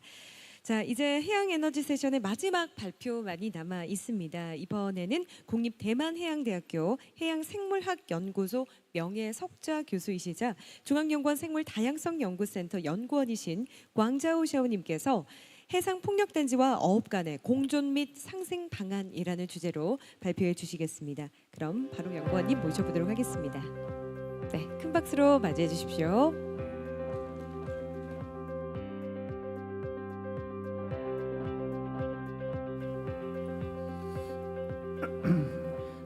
Good afternoon, ladies and gentlemen. I'm honored to have this opportunity to give a talk this afternoon to share with my experience on the almost 10 years when I engaged in this environmental impact assessment of the offshore wind farm in Taiwan. Many of them, it was in charge in the fish and the fisheries. So today I will share you some of my the viewpoints about how to solve the problem, the confliction between this offshore wind farm as well as the fisheries, how to get the win-win solutions. So the one advantage, the main reason that Taiwan want to promote this green energy offshore wind farm is because the topography of the Taiwan Strait. Taiwan Strait is very special. They have the kind of the wind tunnel effect, which they said that that place, Taiwan Strait, occupied 16 of the world's 20 best wind farms in the world. So that's the one main reason the Taiwanese want to do that. Another reason is because, Taiwan, this year, we will phase out all the nuclear power plants. So we need to some other power source to compensate that. So the government in the very first beginning, they choose the 36 potential location to set up these farms, especially in the middle part of Taiwan, including the Great Changhua that Austin, they developed. They have 4 farms over there. And this map shows you that there are maybe about 7 to 11 farms already finished the construction and already operated. The color here shows the deep green color. Then in the past 9 years, the government, they said that they already have some kind of good, establish some key measures, such as the offshore wind policy, environmental impact assessments, marine spatial planning with sensitive area mapping, across any ministry joined the site approval mechanism and the fishery compensation and the coast prosperity arrangement and so on. Some of the data in my presentation I choose is these 2 wind farms in Miaoli County, Formosa 1 and Formosa 2. Because I choose them is because they are very shallow. I can dive in and to take some underwater investigation and the photos. And also they are the 2 earliest, developed the wind farm. One is on the 2020, another on the 2023. And the above one is kind of monopile, the foundation. The lower one, which is the kind of jacket style, different. So this is when we policy went into the 3rd phase. The 3rd phase, we, Taiwan want to develop more this wind power. And they have 3 different phases. In the 3rd phase, they have to tell the developers which area is the sensitive. You cannot touch it. So for example, like this one, on the northern Taiwan, a square, all gray color, it means that they are very important fishing ground for the fishermen. So no wind farm can be built up in that places. So this should be the first, we call it the marine spatial planning in Taiwan. Before that, actually we do not have that, so that is a good thing. And however, some of the issues that are still frequently questioned by the NGO or even the EIA committee members. The first one is that there are so many offshore wind turbines that fishermen cannot catch fish. Second, set up the wind turbines will change the sand and muddy benthic ecosystem change it to the reef ecosystem, and will let the original salt bottom fishing resources decline. And the third, even these farmers have the artificial reef effect. They are simply attract or the gathering the fish, not really cultivating that, so that there is no positive gain. The fourth question is that effect of fish gathering and resources in a farm could accelerate the depletion of resources. They will attract a lot of the fishing activity over there. So maybe it is called, we call it an ecological trap. So sometimes they argue for this. So actually I have 2 papers to try to clarify this kind of misleading or these ambiguous problems. So one has been published, another one is under review, is almost accepted. So let me explain the first question. Does the offshore wind farm really hinder fishermen's fishing? actually, as you know, there are many papers already published. And many years ago, they said that actually the positive side effects is much more than the negative side. So those literature, the characters too tiny, I will not read. But anyway, they have two effects. One is so artificially like effect. Another is like the MPA that can protect the fishery resources. For the artificial like effect, there's a paper, 2012, that they calculate that if we dump those kind of the rocks field or rocks under the base, surrounding the base to be kind of the anti-scoring function, so that how many habitat you lost and how many habitat you gain. So net loss was on the left side of this red square. You can see mostly they gain the habitats because you know the rock on the surface, they also have the habitat for the marine organisms.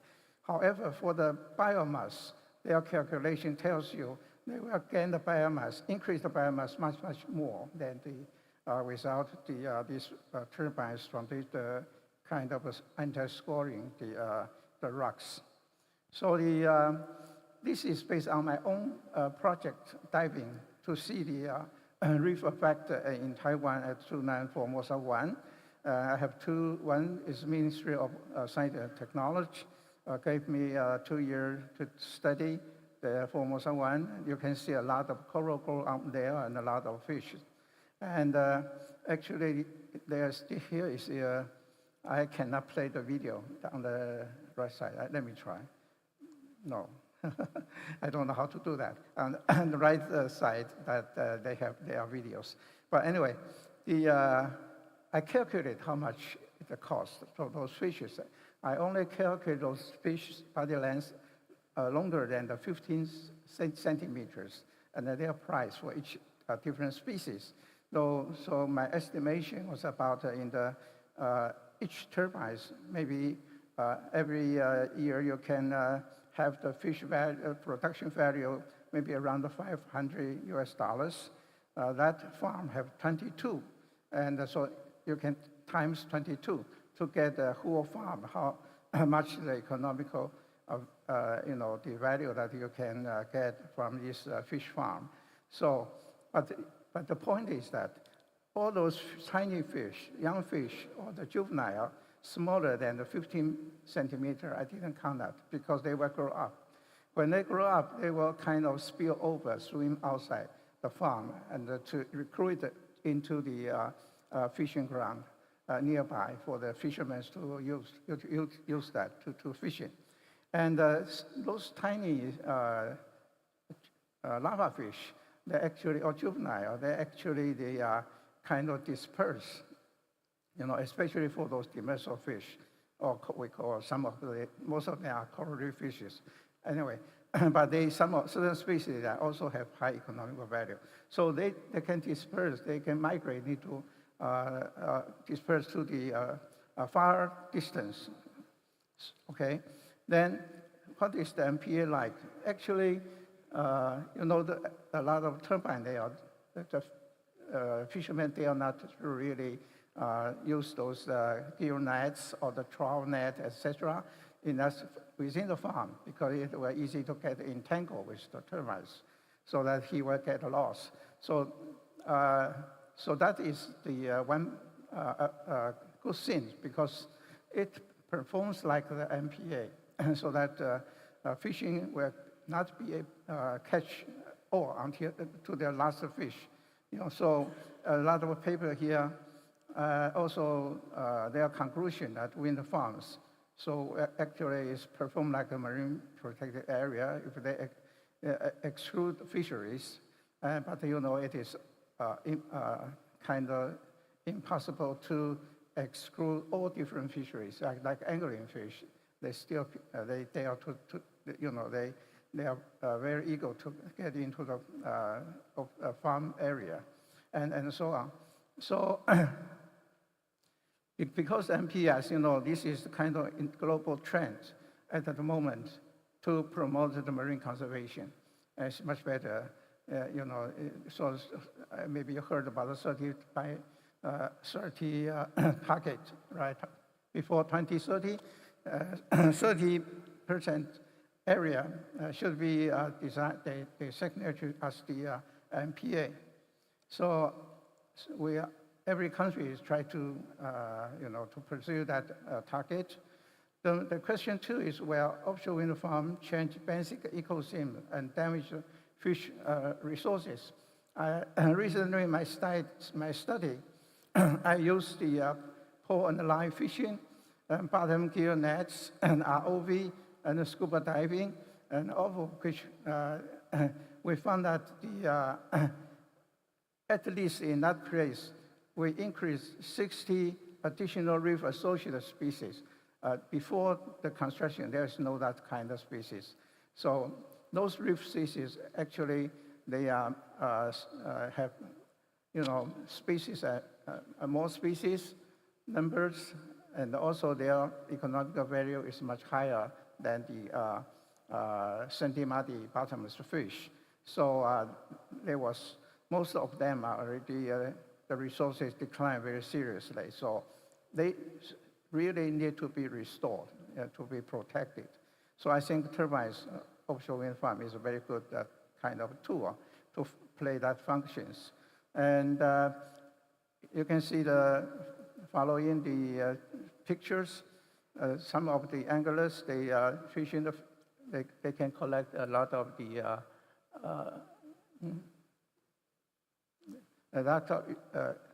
reef fish in the middle. But on the right side, that is a salt bottom fish. They mostly, if the anglers farther than the 50 meters away, they catch the fish is the same as we use a gill net to collect before. But anyway, the salt bottom fish resources was not affected by the wind turbine. They are still there. The long-term trend to monitoring the data show they are not really decline so much. Sometimes they are fluctuated. It's because of the sampling error. But the lower slides show you the RV and the scuba diving underwater photo. See many fishes over there. So I also can try to see which family of fishes they are. Above 8 families, in the middle, they have about 10 families, and at the lower part have 17 families. So different group of fish, they associate with reef, the distance are different. All the reef fish, they're very close to the turbines. Honestly, only 10 to 20 meters, not swimming farther away. But those fish, they migrate daily. Living stay at the turbines, but during the evening, maybe they swim for the feeding outside on the sandy bottom. So we call it the ecotonal species, just like our ecological terminology, it's called ecoton. So in the middle, they have 10 families, and the lower part, the 17 family, they are still the original sandy muddy bottom fish. Okay? So I think this is a very good paper published in 2019. They reviewed all the 13 sites that from 7 European countries, and they have gillnet experiment, have the experimental station inside the farm and the outside farm. So they divided all the fish into soft bottom fishes and complex bottom, means including the reef fish, okay? And pelagicals on the middle waters. So you can see within the wind farm that all their abundance, their biomass increase. And no matter it is a soft bottom or the kind of reef bottom, reef ecosystem. Only the pelagic fish that remain the same. I think this paper is very good to tell you that turbines will not affect your original salt-bottom fish community and as well as their resources. And especially in Taiwan, you know, Taiwan streets are all sandy muddy bottom, almost 90% are there. So they short of the reef bottom. You know, the rocky reef bottom actually is a kind of ecological limiting factor to let the reef fish, their population resource cannot increase. So that is why Taiwanese government wants to install a lot of artificial reefs since 1970. So far, we have 88 different artificial reef sites from different material and from different shape. So mostly they are installed along the western coast. So, but however, that project was kind of the temporary stopped, terminated. And then we feel kind of a little bit pity. So wind turbine, wind farm can make the compensation because they are not purpose to want to restore the resources, but however, they have that side effect. So I think that's very good, you know, so that we think we welcome for this to increase those reef resources, fish resources, okay. So the third question, that even offshore wind farm can gather fish. It has no cultivating effect. You know, you just attract them. And also attract the fishermen, the anglers to fishing them. So it sounds not good, right? But anyway, and so that is the real point that the management is very important. We should have some kind of regulation or rules to, you know, to control those, you know, fishing activities and by some way. So I will tell a little bit more about that. But from this picture, you can see that the juveniles, you know, we see a lot of juveniles of different species. On the right side, they are kind of adult fish. So the rock is the kind of anti-scalding, you know, the structure, you know, construction, which is good. Just performed just like a regular artificial reefs. So this is the photo we just took this last month, very new. So on the left side, you can see a lot of lava barracuda. On the right side, a lot of the juvenile fish, young fish from the economical species like casio, skate, etc. And in the middle on the left two, you can see the damselfish was spawning on the rock. And on the right side, that is the empty shell of the barnacle, and the blennies living there and lay their eggs on the inside of the barnacle. So that in the lower one is the shellfish, their eggs. So that means those termites, their hard substrate also have some good things for the cultivating the fish species, fish resources. The last question, could offshore wind farms accelerate the depletion of resources? This is the same kind of the controversial for the artificial reefs. You know, in Taiwan, the Chinese character for the artificial reef, one is called, people, if you want to write that, and maybe half of them wrote the 人工鱼礁, the fish without the water is radical. On the right side, the pronounce is the same, 人工鱼礁, but that yu has water radicals, 3 points, right? So one is for animal in themselves, but another fishing, the English is fishing, it's not fish. They both are correct, because you install the reefs there. If you want to restore the resources, then you have to, you know, you have to control your, you know, your utilization. And I think I already run out of time, so I will speak faster. So you can see a lot of the anglers, recreational, they love to go to the turbines to fish, because every time they go out, they get a box of the fish very easily. So that, but another problem is a lot of the abandoned net entangled on the turbine, as well as on the artificial reefs, which will decrease the reef effect.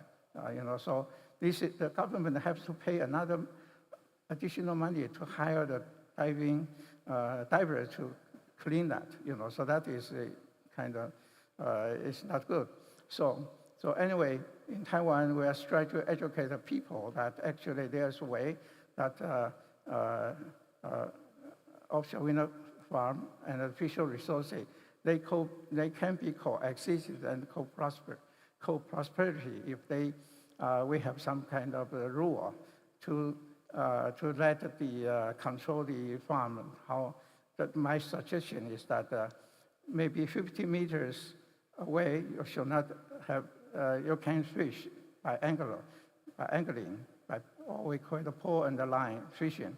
But within the 50 meters, for the turbines, there's no any fish. It's the kind of exclusively no-take zone, so that all the reef fish can have some safe place for them to grow up, to spawn, and so that is kind of MPA kind of effect. So for the regulation, actually, local government in Taiwan, for each artificial reef site, they have the regulation around 1,000 meters diameters that they can only allow line fishing, not net fishing. So if we can apply that rule to the farms, that solves all the problem, right? But the problem is how to enforce it, how to really to can obey that law, so that we need a kind of education. Another very good thing, maybe you heard about the OECM, other effect of conservation measures. So green energy turbine is a very good and best candidate for the marine OECM in the future. So that is a kind of a global trend that I think that the development, the direction should be very good. So that's all my talk. I have 3 minutes more. Thank you very much for your attention. Thank you. 네. Before we finish the presentation, please, would you please come forward to the stage once again, because we have a Q&A session. 잠시 무대 위로 잠시 다시 올라와 주시겠습니까? 안내를 해주시겠어요? 사실 좀 느즈막하게 지금 온라인을 통해서 질문이 올라와 있습니다. So please refer to the screen. So we have some questions from the floor. Yes, please look at the screen. 네, 질문 보여주실까요?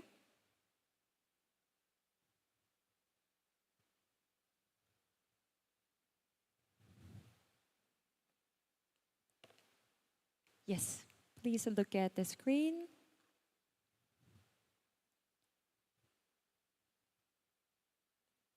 네, 해양 에너지 세션이었고요. 3번째 발표였습니다.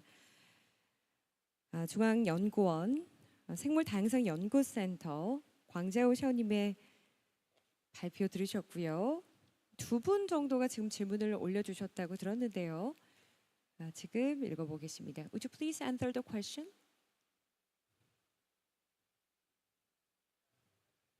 Yes. Okay, but the second question is, yes. Actually, I have one slide show you the ratio of the bottom, sandy muddy bottom, and but I just skip those, all the contents because of the time constraint. So actually, the offshore wind, the turbines, they have the kind of anti-scalding structures like a stone to install around the base of the turbine. But their area, I have calculated that they about one turbine maybe only occupy about maybe very little, 0.001% for the entire farm. And if we use all the farms, their total area, because of this rock, they occupy the whole county. Their marine bottom area maybe 1,000. It's very tiny. So I don't think those kind of change, the ratio is important, and we're not changing the original soft bottom community and ecosystem. So the Taiwan, Korea, that I don't understand your underwater topography. How much percent is the Sandy Marty bottom and how much for the rocky shore? It all depends on the area because like in Taiwan, on the eastern coast, they are very deep. And also maybe some rocky area, but on the western side of Taiwan Strait, they are all Sandy Marty bottom. So that's different. And during the lunch, the Professor Wu told me that you have crab fisheries, which is important nearby this area. I agree, so that they maybe they cannot get the benefit from the turbines because the crab will not like fish will gather to the, swim around the turbines. But however, I think they don't have the artificial effect, but they have marine protected area effect because you have many structure there. Your crab net, or bottom net, I don't know which kind, or kind even the traps. That maybe they have that area. They are not to come into fish, or they less to get in. So it will get some kind of protection. So that's just like MPA. When they have a place like their population can still survive, left over there, it is good for the resources, the sustainability to be used. Just play like the MPA. They don't have artificial reef, but they have it all depends on the marine organism that you have, or kind of fishing ground that you have. I think the Taiwanese case maybe cannot totally apply in your Korea, or depends on your fishing ground and which kind of fishery the fishermen they mostly use. Okay. Okay, with that, thank you very much. 여러분 다시 한번 박수 부탁드리겠습니다. 네, 여러분의 참여 감사드립니다. 세 번째 세션이었고요. 해양 에너지였습니다. 준비된 세 분의 발표 함께 들으셨습니다. 해양 에너지 이제 단순한 기술적 주제를 넘어서 기후 위기 대응과 국가 에너지 정책의 핵심 축으로 떠오르고 있는데요. 이번 시간 현재와 미래를 입체적으로 해양 에너지의 그 현재와 미래를 입체적으로 조망할 수 있었던 아주 귀중한 시간이었다고 생각을 합니다. 이번 세션 이제 종합 토론회 시간이 준비가 되어 있지요. 앞으로 어떤 논의가 더 필요한지, 어떤 방향으로 협력이 이루어져야 하는지를 다시금 더 깊게 이야기 나눠보도록 하겠습니다. 좀 더 실질적인 대화로 이어가 보려고 합니다. 앞서 발표해 주신 세 분, 그리고 오늘 토론자로 함께 해 주신 분은 이영태 인하대 경기 인천 시그랜트 센터 초빙 교수님이신데요. 함께 모시겠고요. 좌장으로는 인하대학교 해양과학과 우승범 교수님께서 수고를 해 주시겠습니다. 자리가 준비가 되는 대로 모시도록 하겠습니다.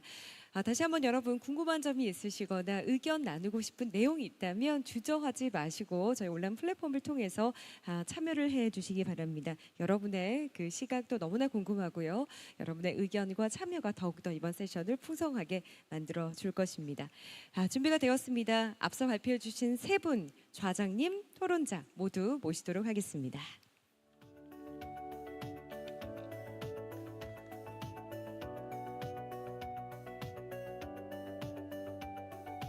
네, 인천국제해양포럼 오늘 첫째 날 포럼 함께하고 계시고요.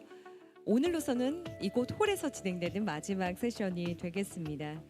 해양에너지의 가능성, 한계, 그리고 또 향후의 협력 방향성까지 함께 이야기 나눠보도록 하겠습니다. 오늘 고견을 나눠주실 분들 다시 한번 모셨는데요. 자, 그럼 이번 세션 역시 박수와 함께 시작하겠습니다. 네, 우승범 교수님 진행 부탁드리겠습니다. 예, 여러분 안녕하세요. 제 6회 인천국제해양포럼 해양에너지 세션 종합 토론회 좌장을 맡은 인하대학교 해양과학과 우승범입니다. 네, 이번 세션은 해양에너지 디지털 전환과 지역 해양산업 생태계 활성화라는 주제로 진행됩니다. 먼저 해양산업 주요 트렌드를 공유하고 미래 비전을 제시하면서 해마다 한 걸음씩 발전해오고 있는 제6회 인천국제해양포럼의 개최를 진심으로 축하드립니다. 아울러 오늘 중요한 발표를 해주신 화동사범대학교 전중거 교수님, 또 오세코라의 소렌 길룬 프로젝트 총괄님, 그리고 대만 국립해양대학교의 샤오 교수님께도 진심으로 감사드립니다. 이번 토론에서는 대표적인 재생에너지인 해상풍력 에너지를 주제로 기술의 발전 방향을 살펴보고 지역 산업과 어떤 방식으로 상생해 나갈 수 있는지를 함께 고민해 보고자 합니다. 특히 저는 해상풍력 에너지가 단순히 에너지 자원 확보를 넘어서 해양의 디지털 전환을 이끌고 또 지역 해양 산업의 생태계를 조성하는 데 중요한 동력이 될 수 있다는 점을 강조드리고 싶습니다. 그런데 이를 위해서 가장 기본이자 또 핵심이 되는 조건이 있습니다. 바로 예측 가능하고 또 안정적인 해양 환경을 유지하는 것입니다. 특히 연안 해역은 기후 환경 변화에 가장 민감한 지역이자 생태계 보존과 수산 양식 산업이 공존해야 되는 공간이기 때문에 더욱 세심한 접근이 필요합니다. 이러한 복잡한 조건 속에서 해양 에너지 개발이 지속하려면 현장의 해양 환경을 면밀하게 모니터링하고 그 변화를 데이터로 기반으로 하여 미래를 예측할 수 있는 체계가 반드시 필요합니다. 결국 해양 디지털 전환의 출발점은 바로 신뢰할 수 있는 해양 정보의 축적과 활용에 달려 있다고 생각합니다. 오늘 이 자리가 그러한 통찰과 경험을 나누는 자리가 되길 기대하면서 각 발표자분들의 의견을 통해 실질적인 논의가 이루어지길 바랍니다. 토론회는 앞서 발표해 주신 세 분 연사분들과 함께 해양수산부에서 주요 정책을 실질적으로 굉장히 오랫동안 이끌어 오셨고 또 최근 인하대학교 경기 인천 시그랜센터의 초빙 교수로 부임해 오신 이영태 교수님도 함께 자리해 주셨습니다. 그럼 지금부터 본격적인 토론을 진행하겠습니다. 먼저 첫 번째 질문을 들어보겠습니다. 오늘 발표를 함께 들으신 이영태 교수님께 의견을 여쭙고 싶습니다. 해양수산부에서 정책을 오래 담당해 오셨고 최근에는 인천 쪽으로 오셔서 지역 현장하고도 활발히 소통을 하고 계신데요. 오늘 세 분 발표를 전체적으로 보셨을 때 특히 인상 깊게 보신 부분이나 추가로 강조하고 싶은 시사점이 있으면 말씀 부탁드립니다. 네, 감사합니다. 앞서 그 세 분의 훌륭하신 그 연구 성과에 대해서 감사하게 잘 들었습니다. 아주 훌륭한 그 성과로 감명 깊게 잘 들었습니다. 오늘날 전 지구적 기후 대응과 에너지 대전환의 시대적 흐름 속에서 해상풍력 발전은 지속 가능한 청정 에너지의 핵심으로 부상하고 있습니다. 특히 연안 지역을 중심으로 한 대규모 해상풍력 단지가 조성되고 있으므로 이 과정에서 수산업 생태계 보존과 지역 경제 활성화에 대한 기대가 동시에 조화롭게 이루어진다고 생각합니다. 그러나 해상풍력 발전 단지 개발이 전통적 수산업과 이해관계가 충돌하여 이로 인해 지역 주민의 삶에 직접적인 영향을 미치는 문제가 부각되고 있습니다. 이는 단순한 입지 타당성이나 기술적 검토를 넘어서 수산업과의 공존을 위한 과학적 제도적 기반이 무엇보다 중요하다 할 것입니다. 먼저 그 광자오 샤오 교수님은 해상풍력 구조물이 인공어초로서 기능할 수 있다는 가능성을 제시하면서 전통어업과의 생존과 공존이 충분히 가능하다는 점을 생태학적 관점에서 고찰해 주셨습니다. 하지만 이러한 낙관은 해상풍력 해역의 철저한 생태 모니터링과 체계적이고 과학적인 데이터의 축적을 전제로 할 때 비로소 실현될 수 있는 요소라고 생각됩니다. 다음으로 젠중거 교수님의 발표는 해양 물리 환경 변화, 난류 구조 및 수온 분포에 대한 영향 등 풍력 발전이 해양 생태계에 미치는 물리적 효과를 아주 정밀하게 분석하셨습니다. 이와 같은 연구는 어장 환경과 풍력 인프라의 공존 가능성을 예측하고 조정하는 데 필수적인 근거가 되는 것들입니다. 그리고 소련 길룬 발표에서 제시된 지역산업 생태계 중심 전략은 단지 경제적 연계뿐만 아니라 지역사회의 수용성과 인적 역량 강화에 대한 방향성을 함께 제시해 주었습니다. 따라서 해상풍력의 지속 가능한 발전을 위해서는 다음의 3가지 정도가 핵심이라고 생각됩니다. 첫째, 해양수산 상생 모니터링 체계 구축이 시급하다는 것입니다. 생태 물리 환경에 대한 장기 관측과 데이터 기반 분석을 통해 상호 영향을 정량적으로 파악하고 이에 따라 정책과 개발 계획을 조정할 수 있어야 한다고 생각합니다. 둘째, 지역사회와의 합리적 거버넌스가 필요하다는 것입니다. 지역 대학과 연구소는 주민교육 및 현장 기반 조사를 수행할 수 있는 핵심 거점 기관입니다. 따라서 이들 지역 대학과 연구소를 중심으로 한 실질적인 협력 네트워크가 마련되어야 한다고 봅니다. 셋째, 지역 주민 교육과 전문 인력 양성이 병행되어야 한다는 것입니다. 해양 에너지와 수산업을 동시에 이해하는 융합형 인재를 육성해야 하며 이를 위한 교육, 연구, 인프라 강화가 뒷받침되어야 합니다. 결국 해상풍력과 수산업은 서로 상충하는 그런 산업이 아니라 올바른 과학적 기반과 지역 협력 체계 하에서 충분히 상생 가능한 파트너가 될 수 있다는 것입니다. 이러한 통합적 접근이야말로 해양 산업의 미래 지속 가능성을 결정짓는 핵심 열쇠가 될 것이라고 봅니다. 감사합니다. 네, 감사합니다. 역시 해양수산부에서 오랫동안 정책을 담당해 오셨던 그런 해안이 답변에 묻어나는 것 같습니다. 그러면 다음은 제가 질문을 발표 순서의 역순으로 질문해 드리겠습니다. 광사우 샤오 교수님께 여쭤보고 싶습니다. 역시 플로우에서도 벌써 질문이 나왔고 많은 분들이 관심 있는 내용입니다. 말씀하셨던 것이 풍력 발전의 그 기주조물이 인공 어초 효과를 통해서 생물 다양성이라든지 어족자원 회복에 기여할 수 있다라는 이제 말씀이셨는데요. 제가 2가지 여쭤보고 싶습니다. 근데 시간 관계상 2분이나 3분 이내로 짧게 답변해 주셨으면 좋겠습니다. 그렇다면은 그렇게 어족자원이나 이런 것들이 풍부하게 됐다는 것 자체를 어떻게 알 수 있었는지, 어떠한 조사를 통해서 알 수 있었는지 먼저 간단하게 여쭤보고 싶습니다. Before the construction, that we have the bottom trauma or use the gill nets. So that is because they are centimeter bottom original. But after the construction, say you cannot use those. You can use the gill net, but it's, you have to. You cannot to get a lot of cables on there. You have to choose your sampling the area so carefully. So otherwise, developer they will get nervous about that, And so, but however, for the reef fish, you have to use angling very nearby. If you fishing, use the pole and line.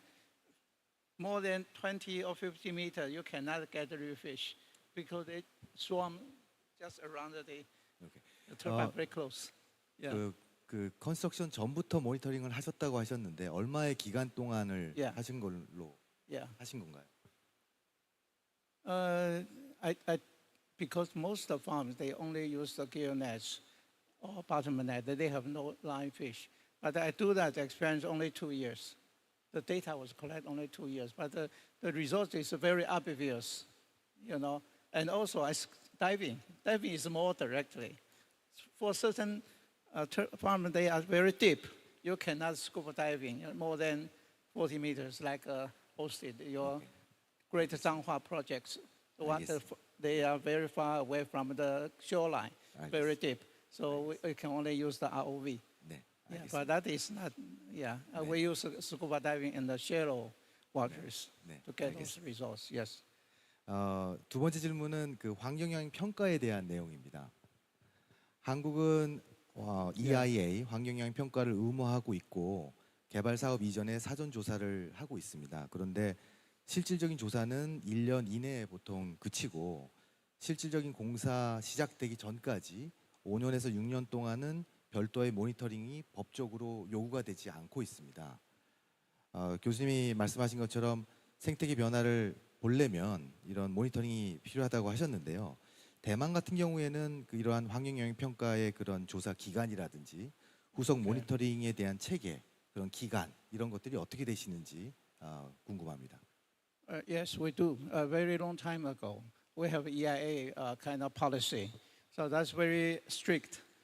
So they ask that all the big developer project you have to have the kind of we call it the BACI, the before, after, control, and impact. That means that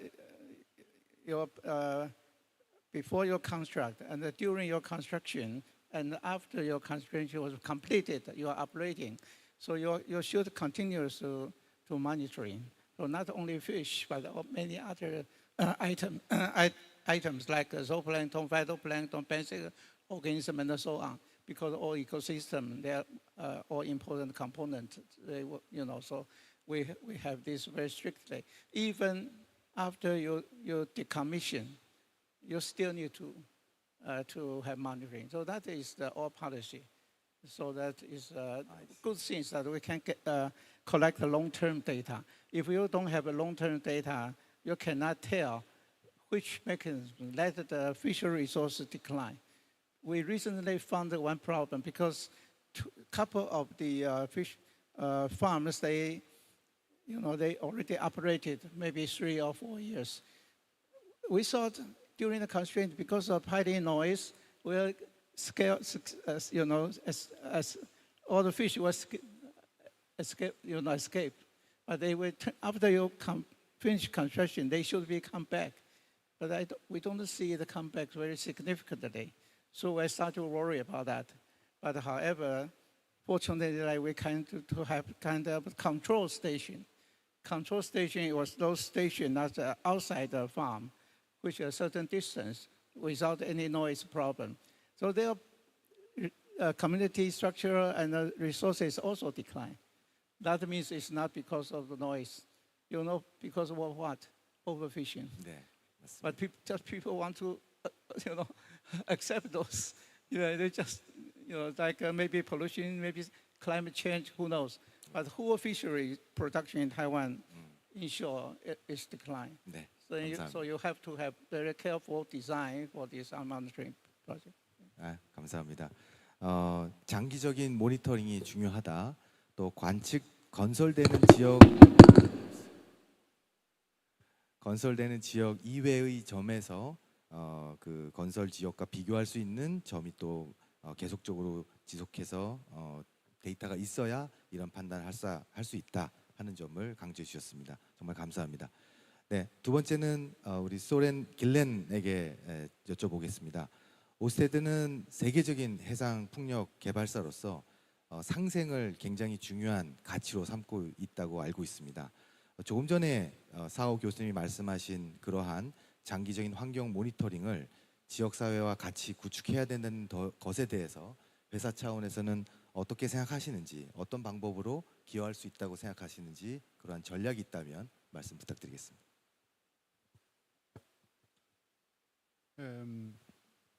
Thank you very much for the question, Professor. I think as I hope it was also clear from my presentation, we consider the project specifically in Korea as a early market development project, which means that we are still establishing what we call our ground game, and that is both when it comes to regulatory, but also how do we engage with the society and the market in general.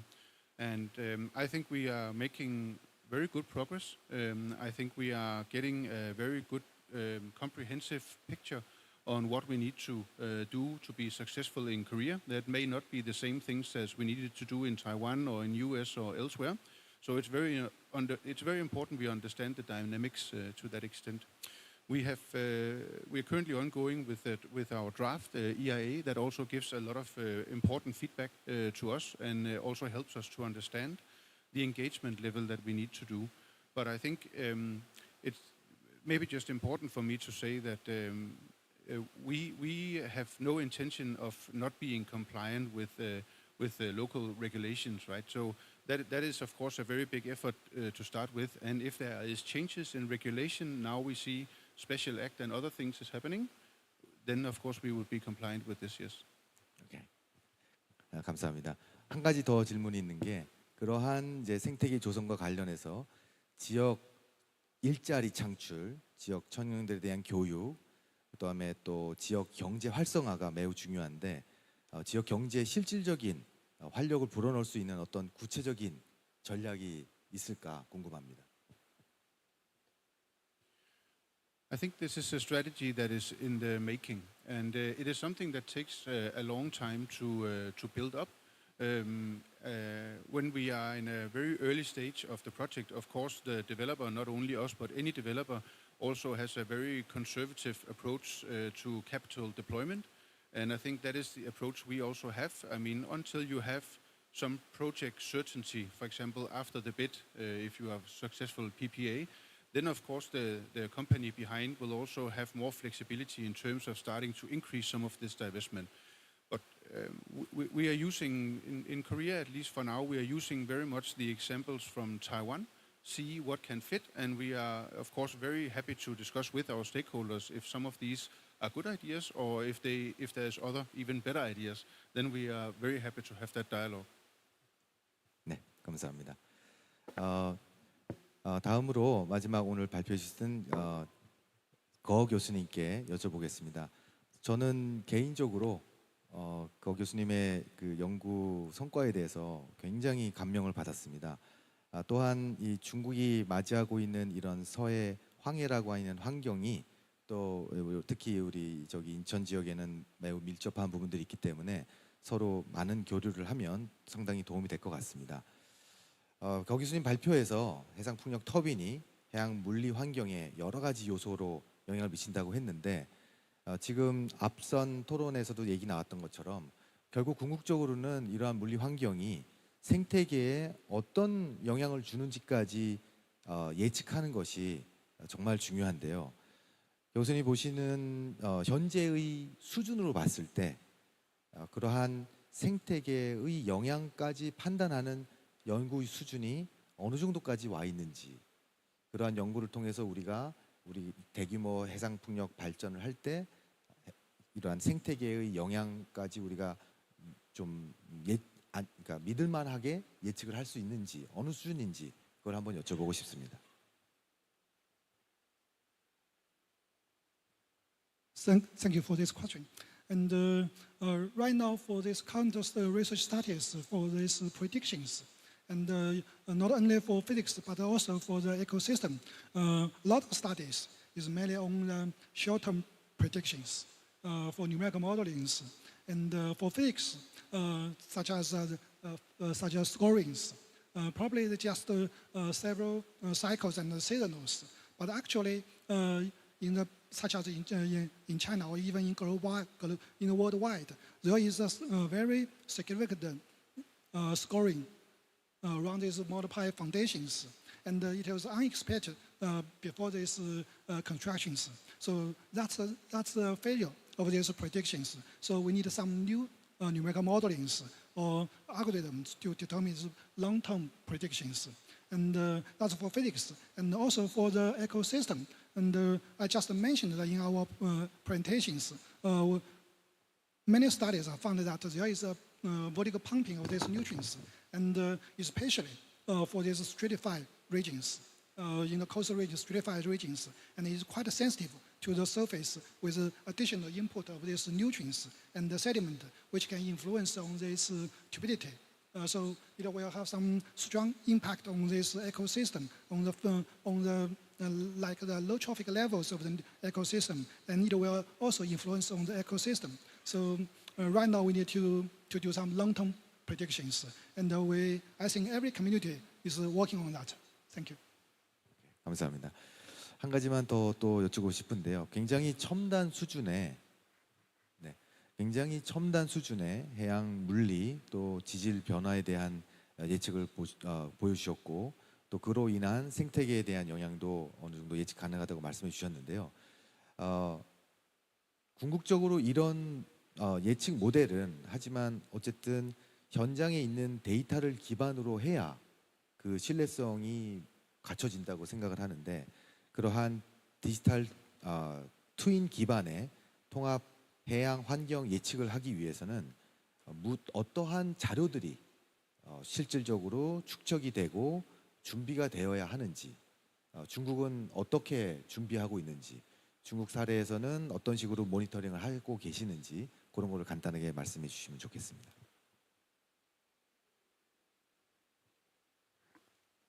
Okay, thank you. And I think the digital twin of these wind farms is our final goal of our research and also of observation. But I think for the digital twin is based on the data and predictions. And for data, I just like the Professor Saw said, we should have continuous monitorings and observations from the surface layer to the bottom layer, even to the fisheries. So that's for the data observations. Speak of the data observations, I think not only for this in-field observations, but also I think remote sensing also can provide very good results. Especially, I think that the Korea has an advantage for that because you have the GOSI 2 remote sensing is geostationary. I think it can provide very good resolution for this observation from the sky with high resolution, temporary resolution. And for predictions, I think right now there is many numerical models, even for AI models, to do that. I know that NVIDIA and the Siemens company they already provide some tools and some algorithms and some models can predictions for these digital twin models, but they are mostly is working on the atmosphere, on the wind. But we can follow their idea to working on the oceans, on the waters and on the ecosystems. So I think as an idea, so we can set up the data observations and also the numerical modelings and the AI models. They are working together. Then we can have our final goal to build this digital twin. Thank you. 네, 감사합니다. 청중분들께서도 함께 해주시는 연사분들께 궁금한 게 있으리라고 생각이 되는데요. 혹시 궁금한 질의응답 궁금한 질문을 남겨주시면 제가 요약을 해서 여쭤보고 싶습니다. 혹시 플로에 질문이 있으실까요? 네, 충분히 아마 토론된 것 같습니다. 그래서 오늘 해양 에너지 디지털 전환과 지역 해양 산업 생태계 활성화라는 주제로 다양한 발표와 논의를 이루어졌습니다. 탄소 중립 시대를 선도할 핵심 청정 에너지로서 해상 풍력은 잠재력이 매우 크지만 동시에 해양 환경 변화에 매우 민감하게 반응하기 때문에 무엇보다도 현장 기반의 지속적인 모니터링이 중요하다고 생각이 됩니다. 이렇게 해양 생태계 변화라든지 수산업과의 공존 가능성을 실증적으로 파악하지 않고서는 기술 발전도 정책 설계도 제대로 작동하기 어렵다고 생각이 됩니다.